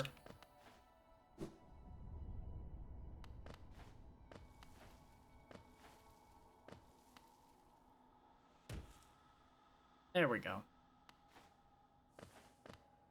Let's try this again.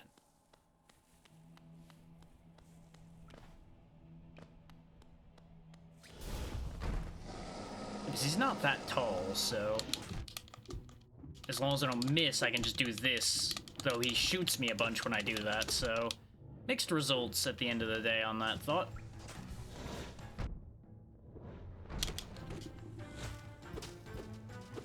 And you can't slash away the acid goop.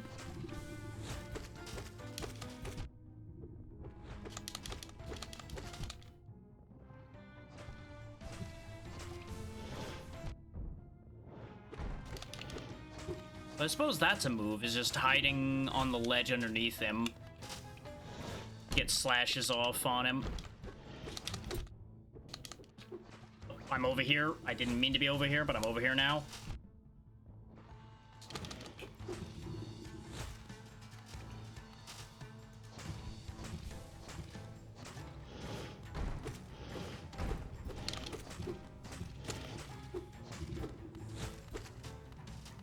Some of those just don't have a gap.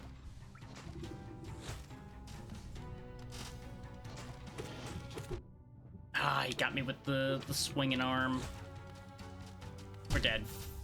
I should have healed, but I was too busy watching where the acid was gonna land to try to track where the shots were going to be so I could try to avoid them. By the time they came down, though, I could have healed. You'll notice just the extra healing alone is helping quite a bit because I can charge my healing faster. So I get more health back. Pogoing, though, was not the one. Pogoing's not the one there because you just get shot. Hiding under that ledge, though, that's a move.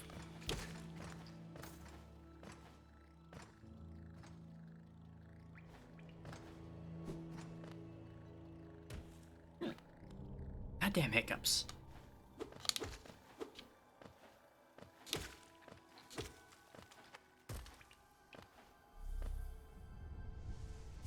I don't know why I healed. I didn't mean to.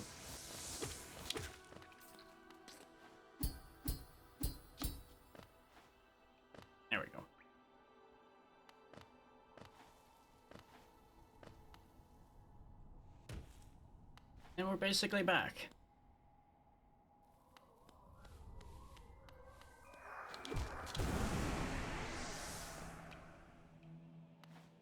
And my max energy back. Okay, he can still hit me down there when he wants to.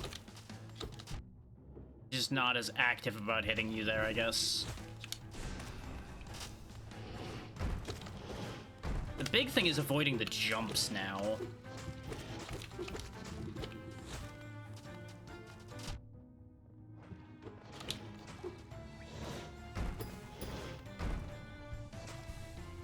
Because he gives you a decent opening to heal when he's shooting the regular single shots. It's just when he does those short hops that he'll get me a lot.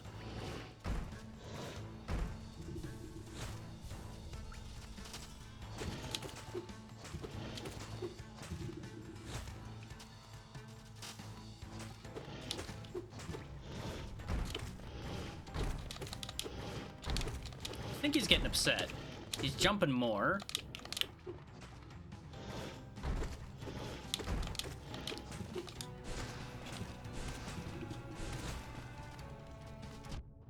Ow.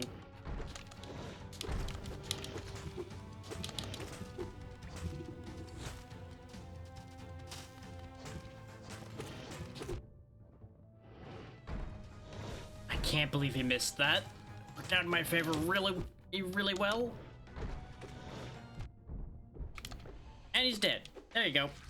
See, I told you, he's not a hard fight. He's just a long fight. And honestly, I didn't even need the dash or the shot to deal with him. It would have been an alternative means of dealing with him. It was much more that I had the increased soul generation that made that work. And just, you know, more practice. There we go. That opens up just this doorway over here. It really doesn't actually accomplish anything. That fight is purely optional. That I do believe was one of the things that annoyed me, is I do believe I actually beat my head against the wall to beat that fight, only to find out that it was completely optional.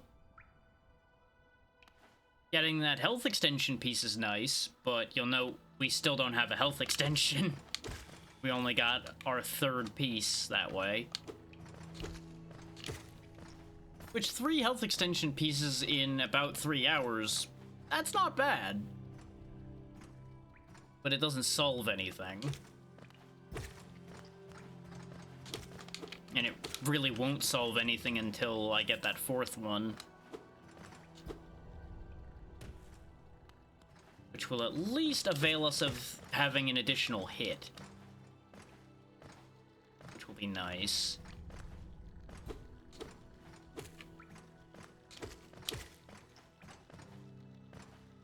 I'll be honest, I could have swore this game started with only 3 hits.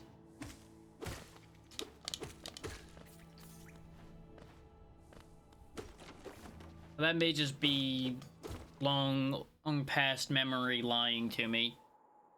Oh, hello, you're different. Pale thing. You wear that nail with ease. If you're in search of combat, you'll find no greater warriors in this decaying burrow. I've heard an arena exists somewhere below. One built for our like. Meet me there and we'll test what skills you possess. I'll be heading down soon. Come and find me if you dare. Hollow Nest, what challenges await in its ruin?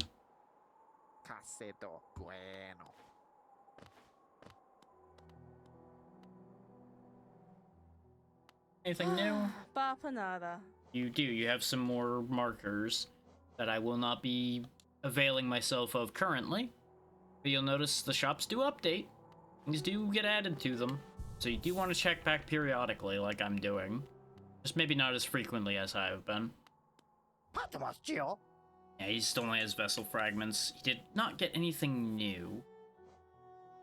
The only thing I really should be saving up for probably would be either farming the vessel fragments, which you know, that would be nice to get more charge.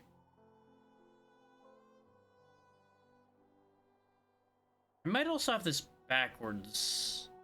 The soul vessel might be the thing that is my health, but I'm pretty sure I have it the right way around, where the masks are my health and the soul vessel is the magic.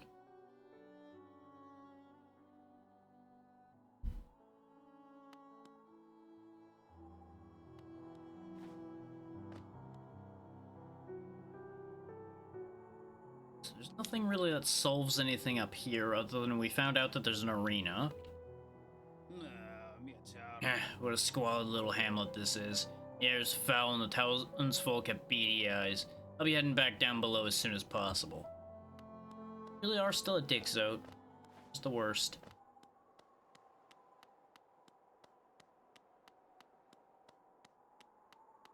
Now, as you might imagine, that simple key opens the simple lock over here.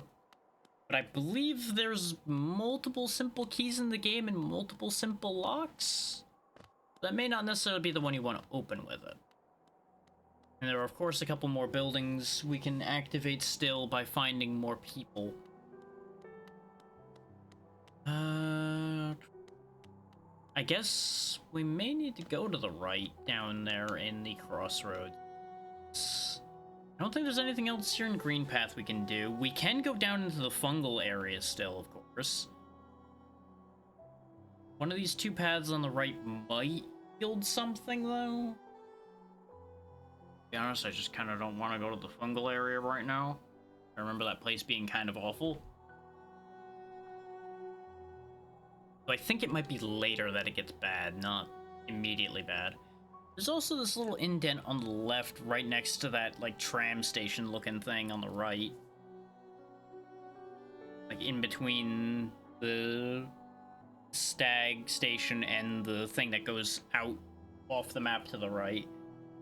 There's that indentation there. I don't know if I just missed that or if I couldn't get to that. So we might be able to check that and see if there's something there too.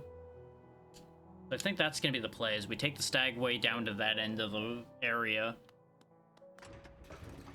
See about checking that first, and then check those two pathways that exit the area going off to the right. And see where they put us. You've opened several stag stations now, haven't you?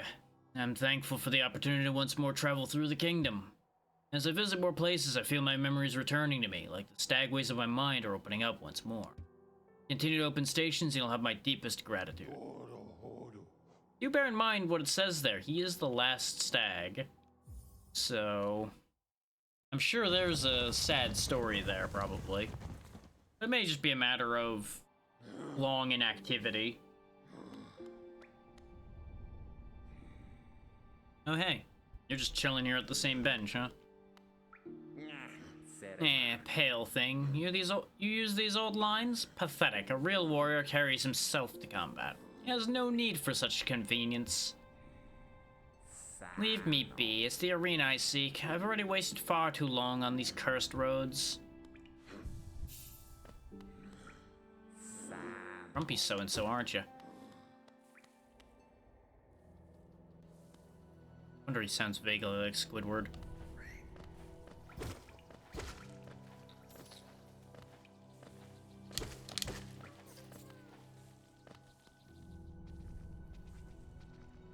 His voice tone just is somewhere between Squidward and Skeletor for me, and I don't know what to do with the mental image of those two being merged into a single concept.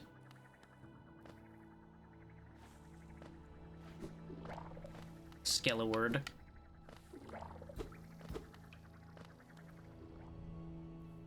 Hey, we just didn't go in here. Oh, was it really just for grub? Well, we freed another grub, I guess. Good for us.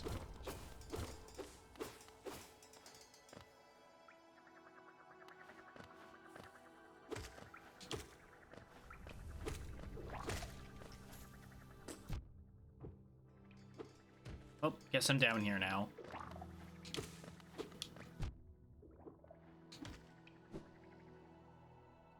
I don't think we have what we need to activate still. Oh, Sure don't. Figured I'd check that just in case. I don't think we can get to the thing above the bench down here, but we may as well touch the bench. Well, no, maybe touching the bench here would be a bad idea, actually.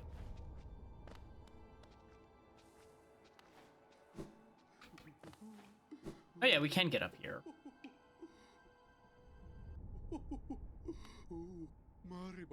Oh, you surprised me. Hello, hello. In, sweetling, come in and make yourself at home. I'm Salubra, and this is my cozy little charm store. Did the townsfolk out there tell you to come and visit me? Yes. This is a lovely little village, isn't it? Warm and intimate, full of life. What were we talking about? Ah, yes, charms. I can see you started your own little collection. Very nice. I'll show you some of my own. You can take one home with you if you like. So we got Lifeblood Heart. Makes you healthier. I'm gonna assume that gives us extra health? Really, no. This gives us extended attack range. I want this one. This one's a good one to have, but we don't have enough notches to really make too much use of it at the moment. Where, this keeps you from getting pushed back when you use your nail. Makes your spells stronger. Yeah, and you'll notice you can buy charm notches here, but you need to get a certain amount of them in order to be able to unlock more of the charm notches Salubra cells, at least. We'll pick up this notch, and we will pick up long nail. We can't quite use long nail yet. We're gonna need one more notch to be able to use it, but that'll be good to have. Now, if we look at the menu, or you'll notice we have a fourth notch and an additional slot up there. So technically, we could put, like, Thorns of Agony on for now or something. And I think it goes without saying, but we will be coming back to visit here decently often, now that we can reach that shop.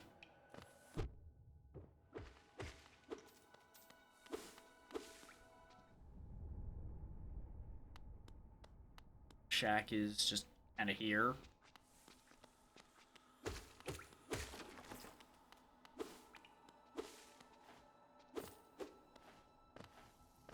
Gotta say, for all the Salubra was saying this is a lovely little village, can't really say that it is. I don't think Salubra's been down from that spot in a bit.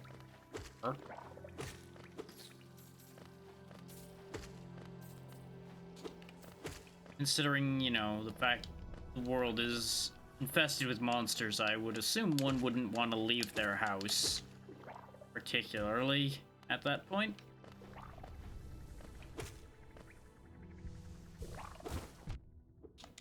One would figure that would be, asking for trouble, let's say.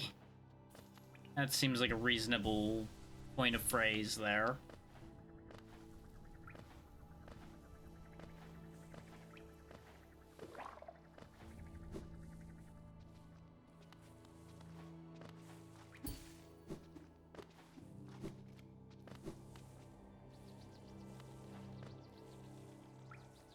We're almost to one of the ones. I pulled back, hoping I could land on that very edge to avoid the enemy, but still get up there, and it didn't quite work. Oh right, this was the dark room. It's not and say we did. Moment. Put up here. I kind of figured it would have been darker on the map. I think that's not a level of detail these maps go to. At least not without something indicate it, like an item. Oh yeah, we couldn't break through the floor here. That was the problem with this one. Couldn't actually do anything here yet either. Yeah, so the only path forward then is the fungal area. Off we go to get there then.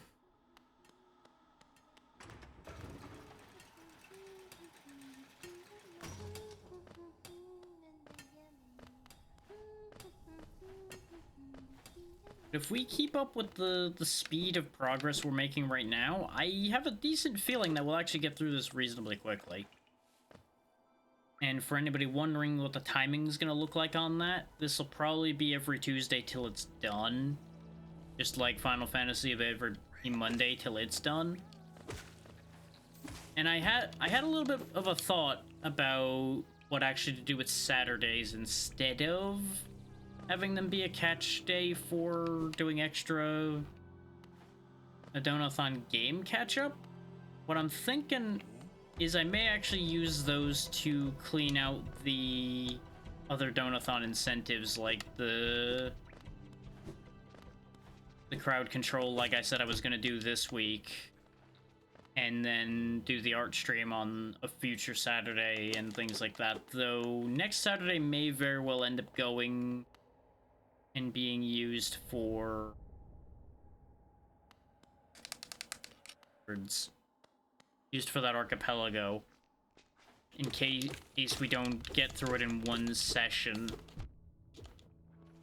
It is my hope to have that be kind of a one and done, with it being a small scale archipelago, but there's no guarantee that that will work out that way.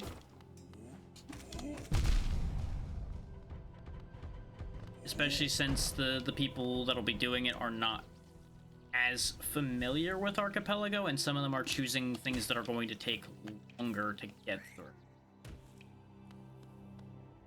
What may end up happening, though, is if I, for example, finish my game quickly, I may not stream my angle of that further, because, you know, why would I? And I would just switch to a more support role for the rest of the people doing it. Make sure that those that are learning how to Archipelago don't have, like, tech issues and such as much.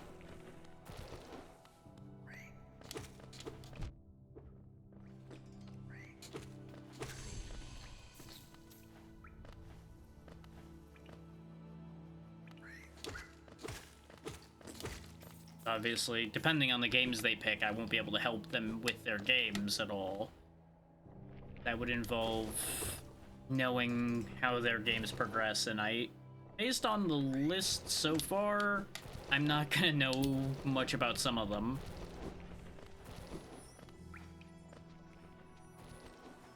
The current likely lineup for that is Dark Souls 3 from one of them, Satisfactory, and the one that I'd mentioned before that was either going to be Banjo-Tooie or Paper Mario has not decided yet, that at least not that I've been told.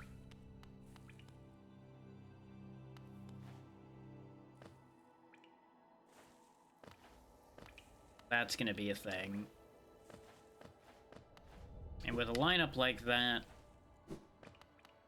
it may take a little bit to get through.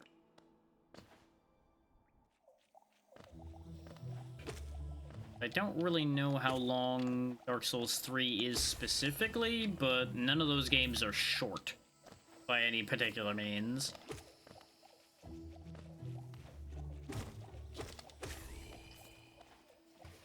Based on most of my usual lineup, I'm probably going to play something that I have at least done in Archipelago before for the purposes of this, so I can split my attention easier to help them settle their stuff up. Because if I don't need to figure out on the fly how to set mine up, it'll obviously be easier to help them set theirs up.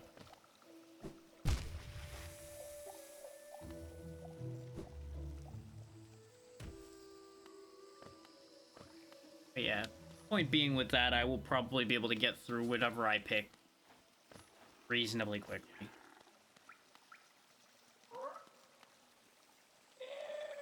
Don't try to sneak past me. I can smell you. You collected a lot of Geo? Give me Geo and you can see something nice. You know what? Sure, I've got the money for it. Let's see how bad an idea this is. Let me show you then. Look, you want them? If you really, really want them, I'll trade them for more Geo. For a Geo. So he's got a couple more charms, looks like. So they are fragile charms. They will break if you die, I do. Make you stronger. And fragile greed. Get lots of geo. And fragile heart. Feel a lot healthier. I assume it gives you more health until it breaks. I might be swayed by fragile greed.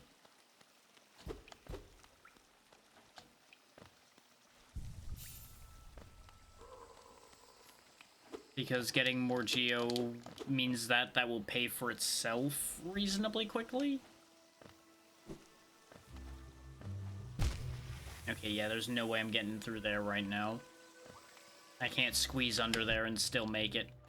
Okay, that's acid, which makes sense. I'm taking a lot of stupid damage right now. This is why I don't like this place, is the fact that it's acid puddle central.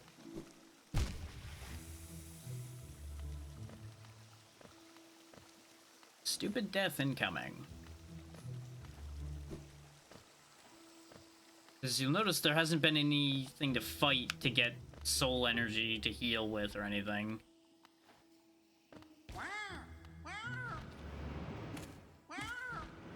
Oh, you go off the edge. I thought he was gonna stop at the edge. Well. Good thing the bench at Leg Eater is not actually bad for you or anything. That could have been a problem. He could have ate my legs. God damn it. Be patient.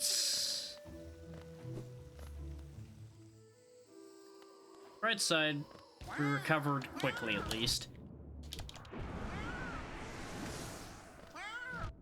Oh, they can jump. Okay. Forgot about that. Wow.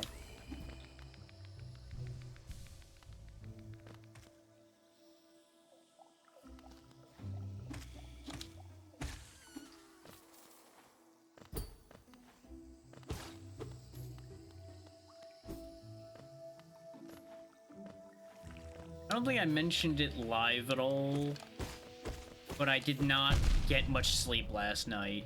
Like, I woke up in the middle of the night for I don't know what reason. Okay, those explode still when you destroy them. I was hoping it wouldn't hurt as much when I destroy one, because that was about the only play I had there. But yeah, the lack of sleep is definitely going to mean we're going to cut short today, probably here soon. Is why I'm bringing it up now. Like, it wasn't terrible. I think I only really lost a couple hours. Because I fell asleep at like 1 in the morning, as is usually what happens for me. Because that is what I've actually, like, made my body do consistently, using melatonin and such. But then I woke back up at like 5.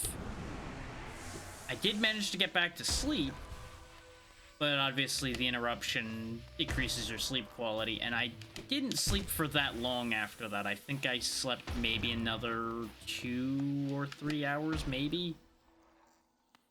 So I technically got like 6 or 7 hours, but it was split into 2 sections. So not terrible, but I definitely felt it when I woke up this morning lately. We remember the Elder. Alright. Good for the Elder. I'm glad he's remembered.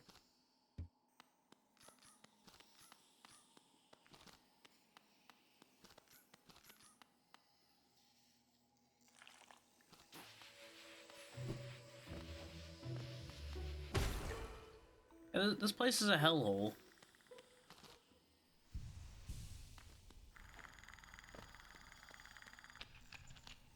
Oh, something's coming. Oh, hi. Uh-huh. The tiny steps of a tiny creature. You've got the look of an adventurer, so we've much in common. Searching for dangerous places, eh? Well, you're on the right track. A long-necked critter warned me of a tribe deeper down. Warrior swords, so she says, and I'm itching for some serious combat. Keep sharp, my adventurous friend. Stay alive, and we'll meet again on the road ahead.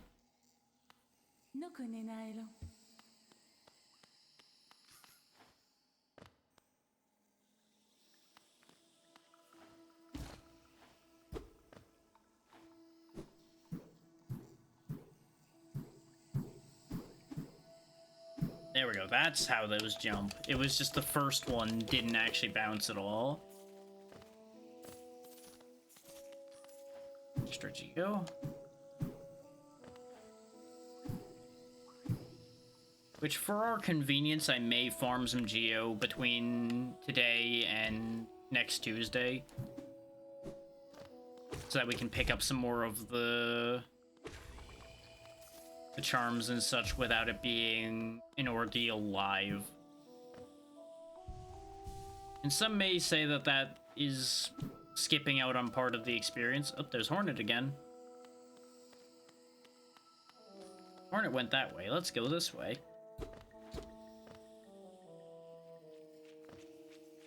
You're absolutely fine. Hopefully you got some good rest. We all need to take a rest now and then, so not to worry at all. I would always rather people take care of themselves rather than worrying about being here all the time. Sounds good. Might not be still going by the time you come back, since, like I mentioned, probably not going too awful long today due to some lost sleep, but it was great to have you while you were here.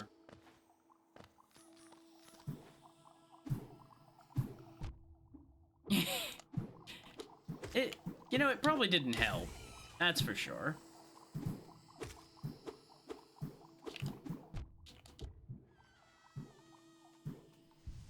Oh good, I can heal here. I wasn't sure if it was gonna let me heal on the bouncy mushrooms.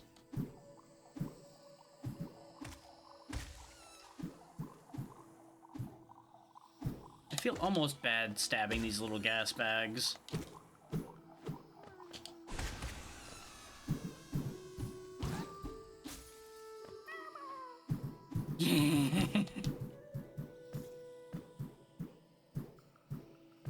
I never know on that one because I don't really remember my dreams very often.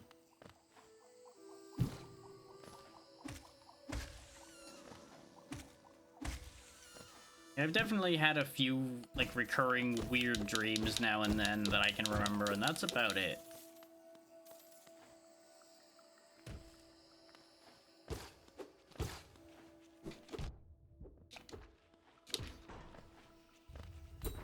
Ah, that opens the door, okay.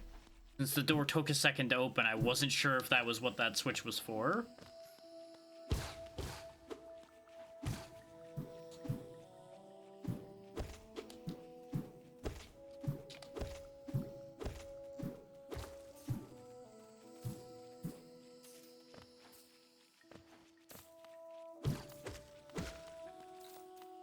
That's gotta lead to some real odd dreams. Ah, map. I might not be able to afford it with 160, we'll see.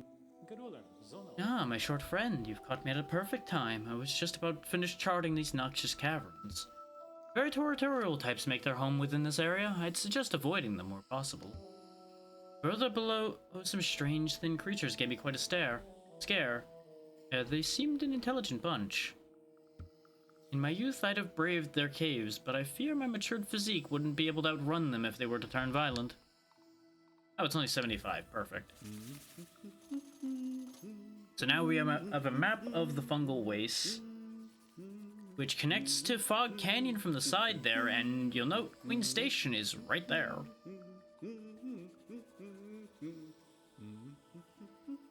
So we were actually right next to this area already when we were at Queen Station.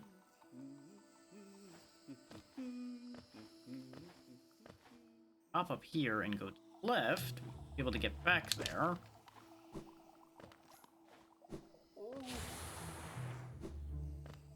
Assuming the door isn't closed. Oh yeah, it was just really high up, which with dashing we can actually get across there consistently. So we actually have multiple all entrances and exits from this area to work. And I presume Willow was the one that had warned the other fellow we ran into about the dangerous folk living down below.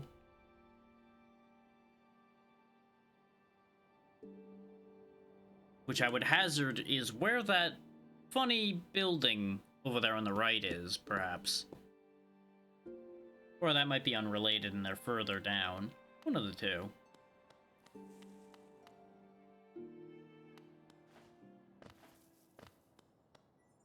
But that provides a convenient checkpoint. Still can't get to that, though, because we can't climb up down here. Yet. Now, I know what I need to get that. I know, like I'd mentioned before, a decent amount of the items and such in this game. So I know exactly what maneuver I need to have to be able to do that.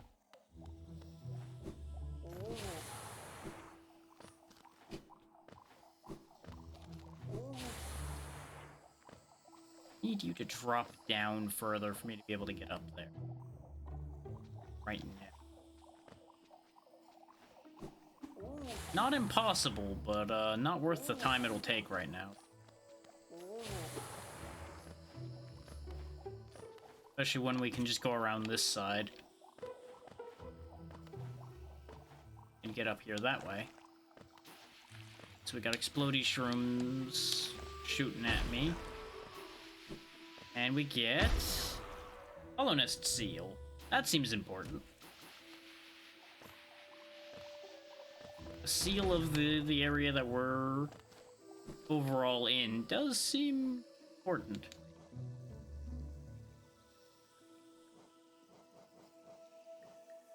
Oh, there's multiple of them that we need. Official seal of the Kingdom of Hollow Nest, symbolizing the authority of the king and his knights. Relic of from Hollow Nest's past. This item now holds little value except for those dedicated to the kingdom's history. Okay, so the city crest is more important than the seal. I do think I actually need those seals at some point. Because I seem to recall someone I know complaining about looking for those. Ooh, there's an item on a corpse in there. How does one achieve the location of that corpse? Perhaps not from this end. Ow. Ow.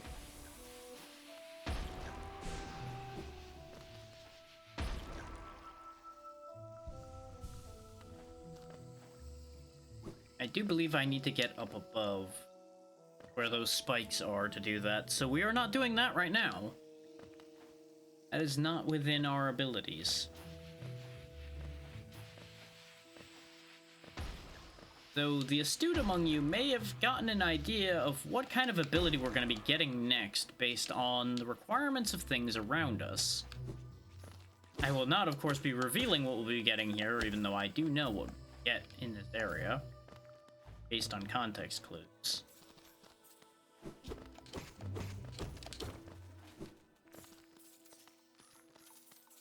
So we will probably not be getting it today.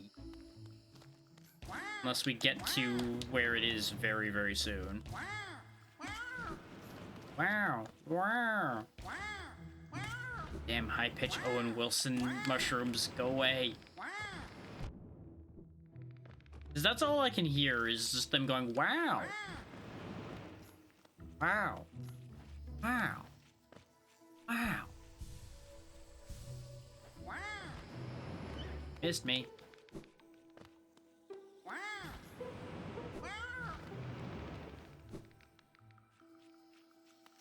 Okay, at least we get to this, which just opens the door, but it does give us access up here.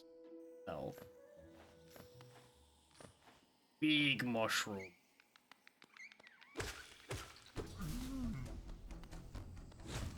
See, exactly. I knew I wouldn't be the only one. Oh, the other mushrooms woke up now too. Sir, headbanging is not usually considered an effective offensive tactic, but you know what? It's working for you. Now you'll notice their mushroom caps actually protect them. I can't actually just like pogo these guys to death. You have to fight them from the side. Which is where they're dangerous, so that's upsetting. Okay, one down. Just you and me now, buddy.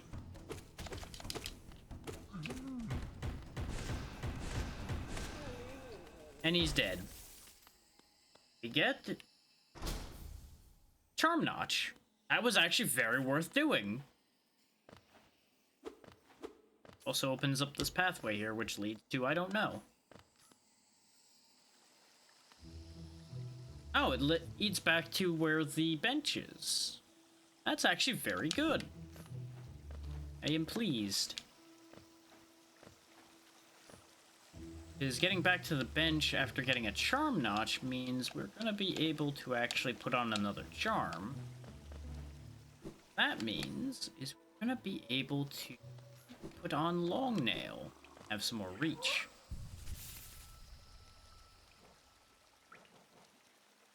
Just I think I'll do long nail. Could do stalwart shell or boulder shell as well, but I'd rather have long nail. As you can see, it's a little bit longer. It's not like a huge distance, but take note of the fact that we're able to reach the very edge of that shell we're standing in front of here when we're standing on this mushroom. If I take it off, stand in the same spot, notice we're like a third of the shell shorter. It's a decent distance more. And when the nail is our primary means of combat, having that extra reach is huge. And I think that might be what was fucking with my head about the reach earlier, is I was thinking long nail reach, because that's what I usually saw all the time. A lot of the people I've seen play this, and a lot of people I know who had played it, use long nail. It's just convenient. Till they get a bunch of other charms that do more for them. I believe it also extends our pogo distance, so we pogo slightly higher, which is also helpful. Not as important or helpful, but it is helpful. Yeah, let's go back this way. This way is fine. I hesitated for a second because I'm like, wait, is this actually going to be beneficial to go this way? Because it is a slightly dangerous path. But I want to go to the area directly below us. So it is worth my while to go back this way. Yes, yes, you're going to pop out of the ground. You do you, bud. You have fun there. I did forget that the ads were running again, so we'll hold that thought a second.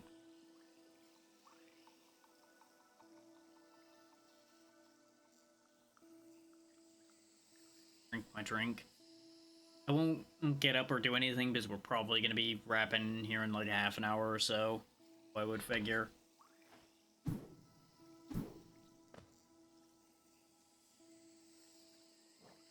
Anything else I wanted to look at or change while waiting? You definitely...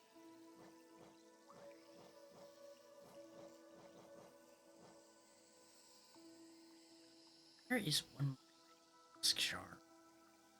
It's really what I need. Mask shard and I'll be happy. At that point, we'll at the very least have slightly more protection.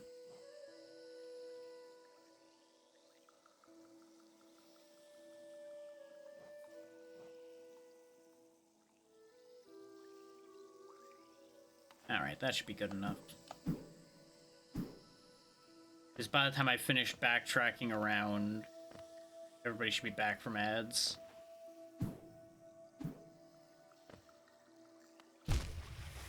Especially if I step into acid like a fool like that. There's this bit up here, though. There we go. That's a shortcut right there. That'll be helpful.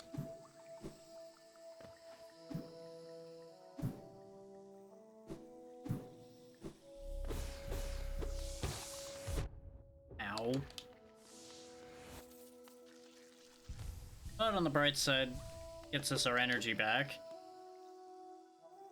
Certainly gets us our health back. Yeah, this is the way Hornet ran off, too. Which is why we didn't go here initially.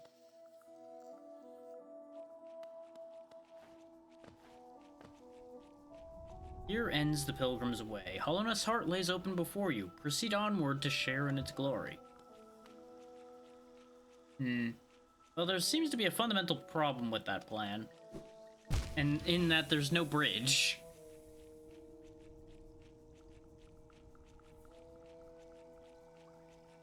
So I guess we're not getting over there right now.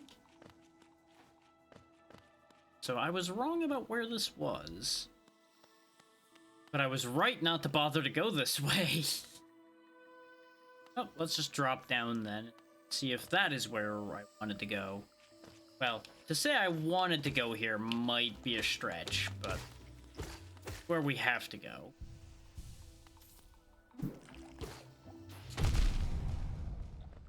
There we go. At least I got rid of the bomb spawner.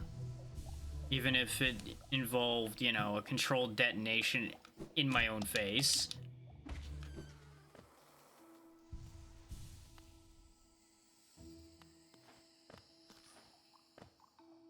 Okay, yeah, that connects back up to where we'd been already.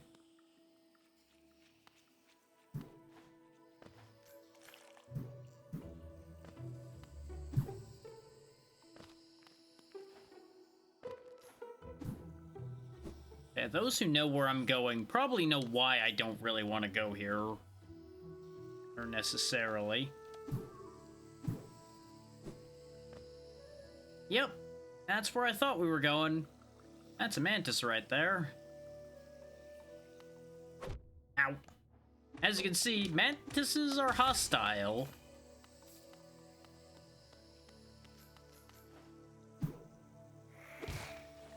There's also flyers around here, too. They're less of an issue. Or the mantis is concerned about. Because you notice you can't just pogo them for free, either. They'll eventually swipe you out of the air if you fuck around for too long.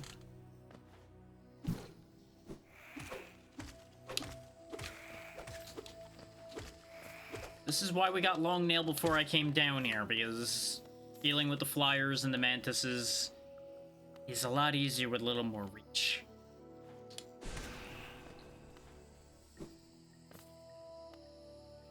Wanderers seeking death, welcome. May you find swift end upon our claws. What a welcoming and friendly place, huh?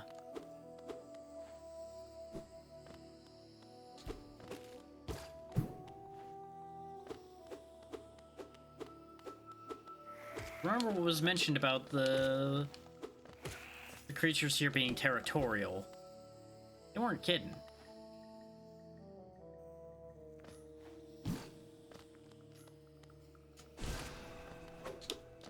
Winning the fight here first try will be a big feather in my cap. I don't anticipate getting said feather.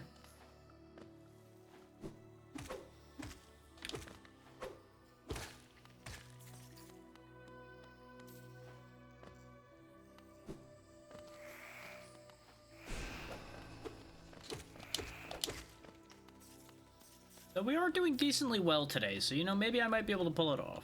We'll see. Ow. Fucking birds. Ah! Fucking acid. I retract my statement about doing well. Because, of course, no sooner do I say something stupid like that, something stupid happened to me. As is tradition. This is just one of those unwritten rules of the universe, you know?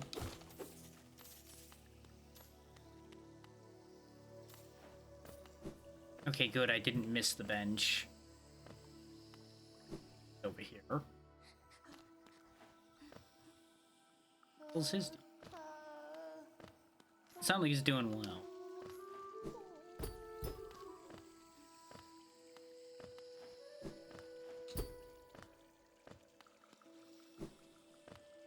Hello. Dash Master. Sounds useful. There's a secret. Wow, you found the secret. Wow.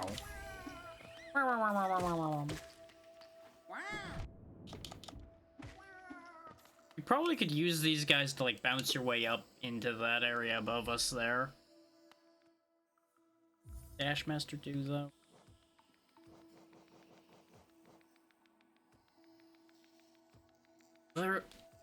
Oh, you can dash downward. That could actually be really handy. You can't dash upward with it still, unfortunately, but downward could be handy for dodging attacks. I feel like I was lied to, though. They said the bench was this way. Clearly is not.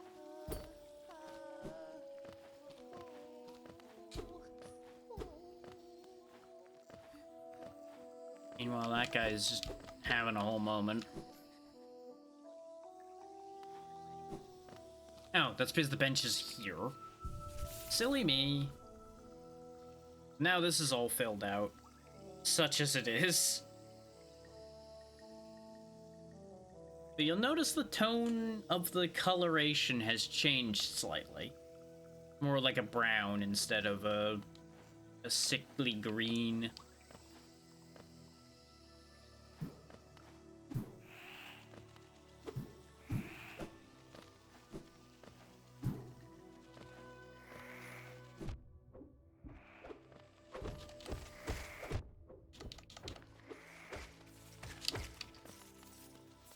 That almost went really. Salvaged it, though. Salvaged it just fine.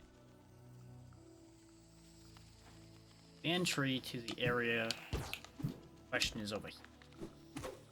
Thank you, goodbye.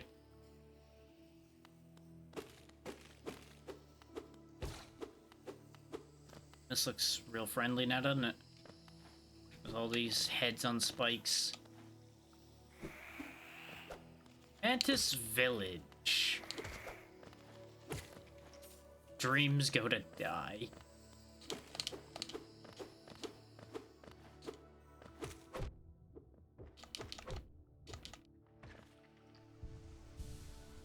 Right side, make a lot of money in here. At least relative to our current scale.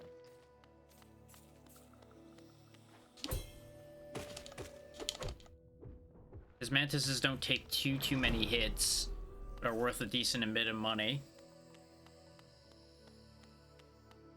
It'd be much more profitable if I'd stop letting them hit me in the process, but you know. Also take note of the fact that there's light coming up through the floor there. I'm sure that doesn't matter. I'm sure there's nothing relevant about that at all.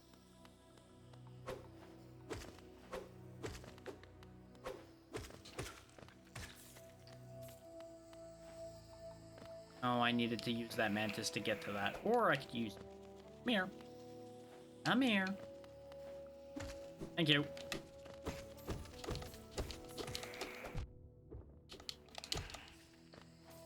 I'm gonna miss a little bit of the money, but that's fine.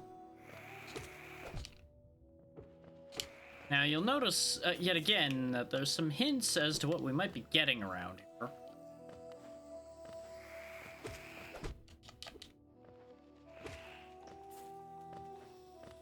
And there's something funny about what we get here that I'm going to mention once we have it. Taken the Mantis Claw. Press A when sliding against a wall to jump again. Jump from wall to wall to reach new areas. That's right, we have wall jumping now. Now, funny thing about the wall jumping, in the randomizer, you can actually have it set so the Mantis Claw is split into 2 items, and you can only jump on one wall or the other, from what I recall people telling me about the randomized version of this game. And I just found that to be really funny. But yeah, for anybody that guessed wall jumping being what we get, because of all of the walls that clearly led higher, good news, you were correct.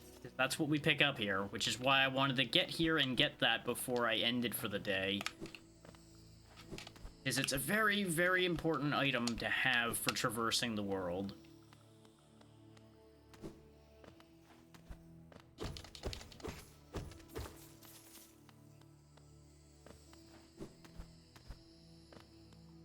Will make getting basically most everywhere else I'm gonna want to go possible.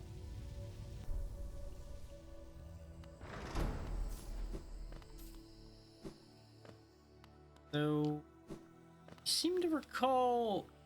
Could have swore there was a fight I had to do to get the Mantis Claw, not I just get it by getting in here. But hey, I ain't gonna complain.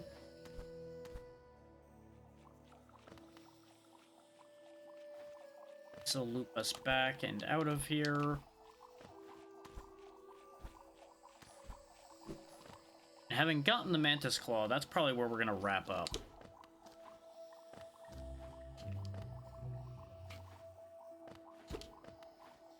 It looks like I'm not getting up there just yet.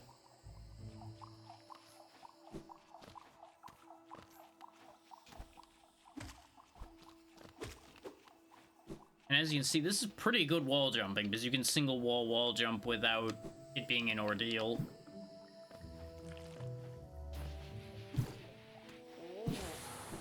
One could argue that it's wall jumping that's a little too easy to do, but that's not necessarily a bad thing. A little bit of ease of use never hurt anybody. The one thing I will say about it is it's a little bit abrupt as far as wall jumping goes.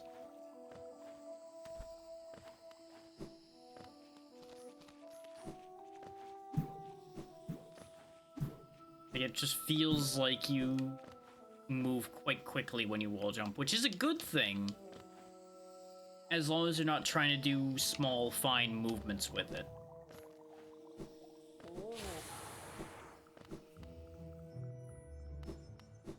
And obviously, having the ability to dash is going to allow us to traverse the world quite quickly. If I decide to do exactly what I'm doing right now, which is just dashing everywhere. Getting to the Mantis Claw in 4 hours, that's pretty good, I would say. I'm pretty happy with having gotten that much done. Got the Mantis Claw from the Mantis Village, we got the Mothwing Cloak from Hornet, or Hornet's victim, more accurately. Got a handful of charms, 3 of which we've got on us already. We didn't get any health extensions, but we do have 1 Hollow Nest Seal. We got the City Crest. We're doing decently. Doing decently. We got a long row to hoe still. Before anybody's like, wow, he's just flying through. It's like, no. We got a lot of game left to go. But at least I've not had any reason to be upset with the game so far. Outside of a bit of a scuffed beginning running into the optional fight early. But that was my fault. I was too curious for my own good.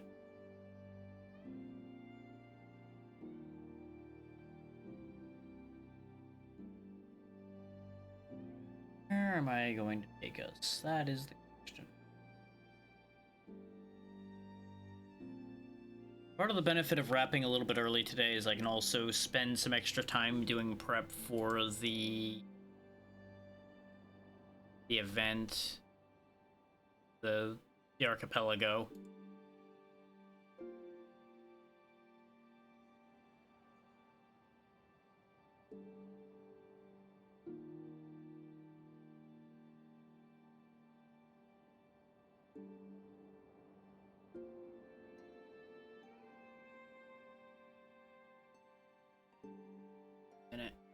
As soon as I pick a raid target, we will clean that up.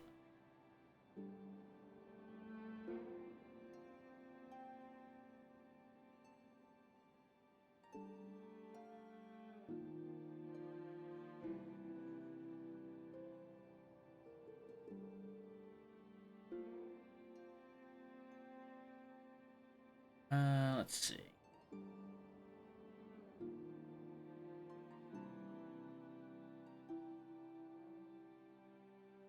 Curious what that means, but that's a figure it out later.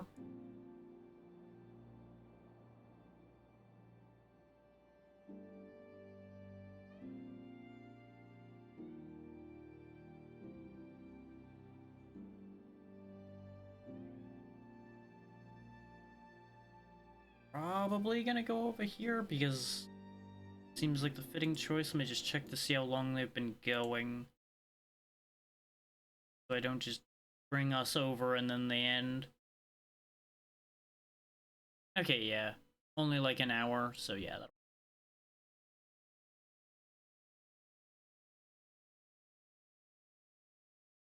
This works out well. We will go visit Mel, because, you know, we played Bug Game, so let's go visit our favorite bug. Seems like the perfect opportunity, and Dredge is an interesting game as well. That's what Mel's playing, so that'll work out. Let's see. This Thursday, like I said, we don't have anything too special happening. I'll probably just, like, go through some of the Lurkit stuff or something like that to get that cleaned up. I do have a bunch of those I should get to. Friday, I don't entirely know what I'll do. It might very well be more of the Lurkit stuff just to clear all of my backlog of that out, because I do have a fair few backlogged. Might be something else I pull out of my back pocket, we'll see. Saturday may very well be the chat chosen crowd control that I had promised you guys after you unlocked it during the donathon.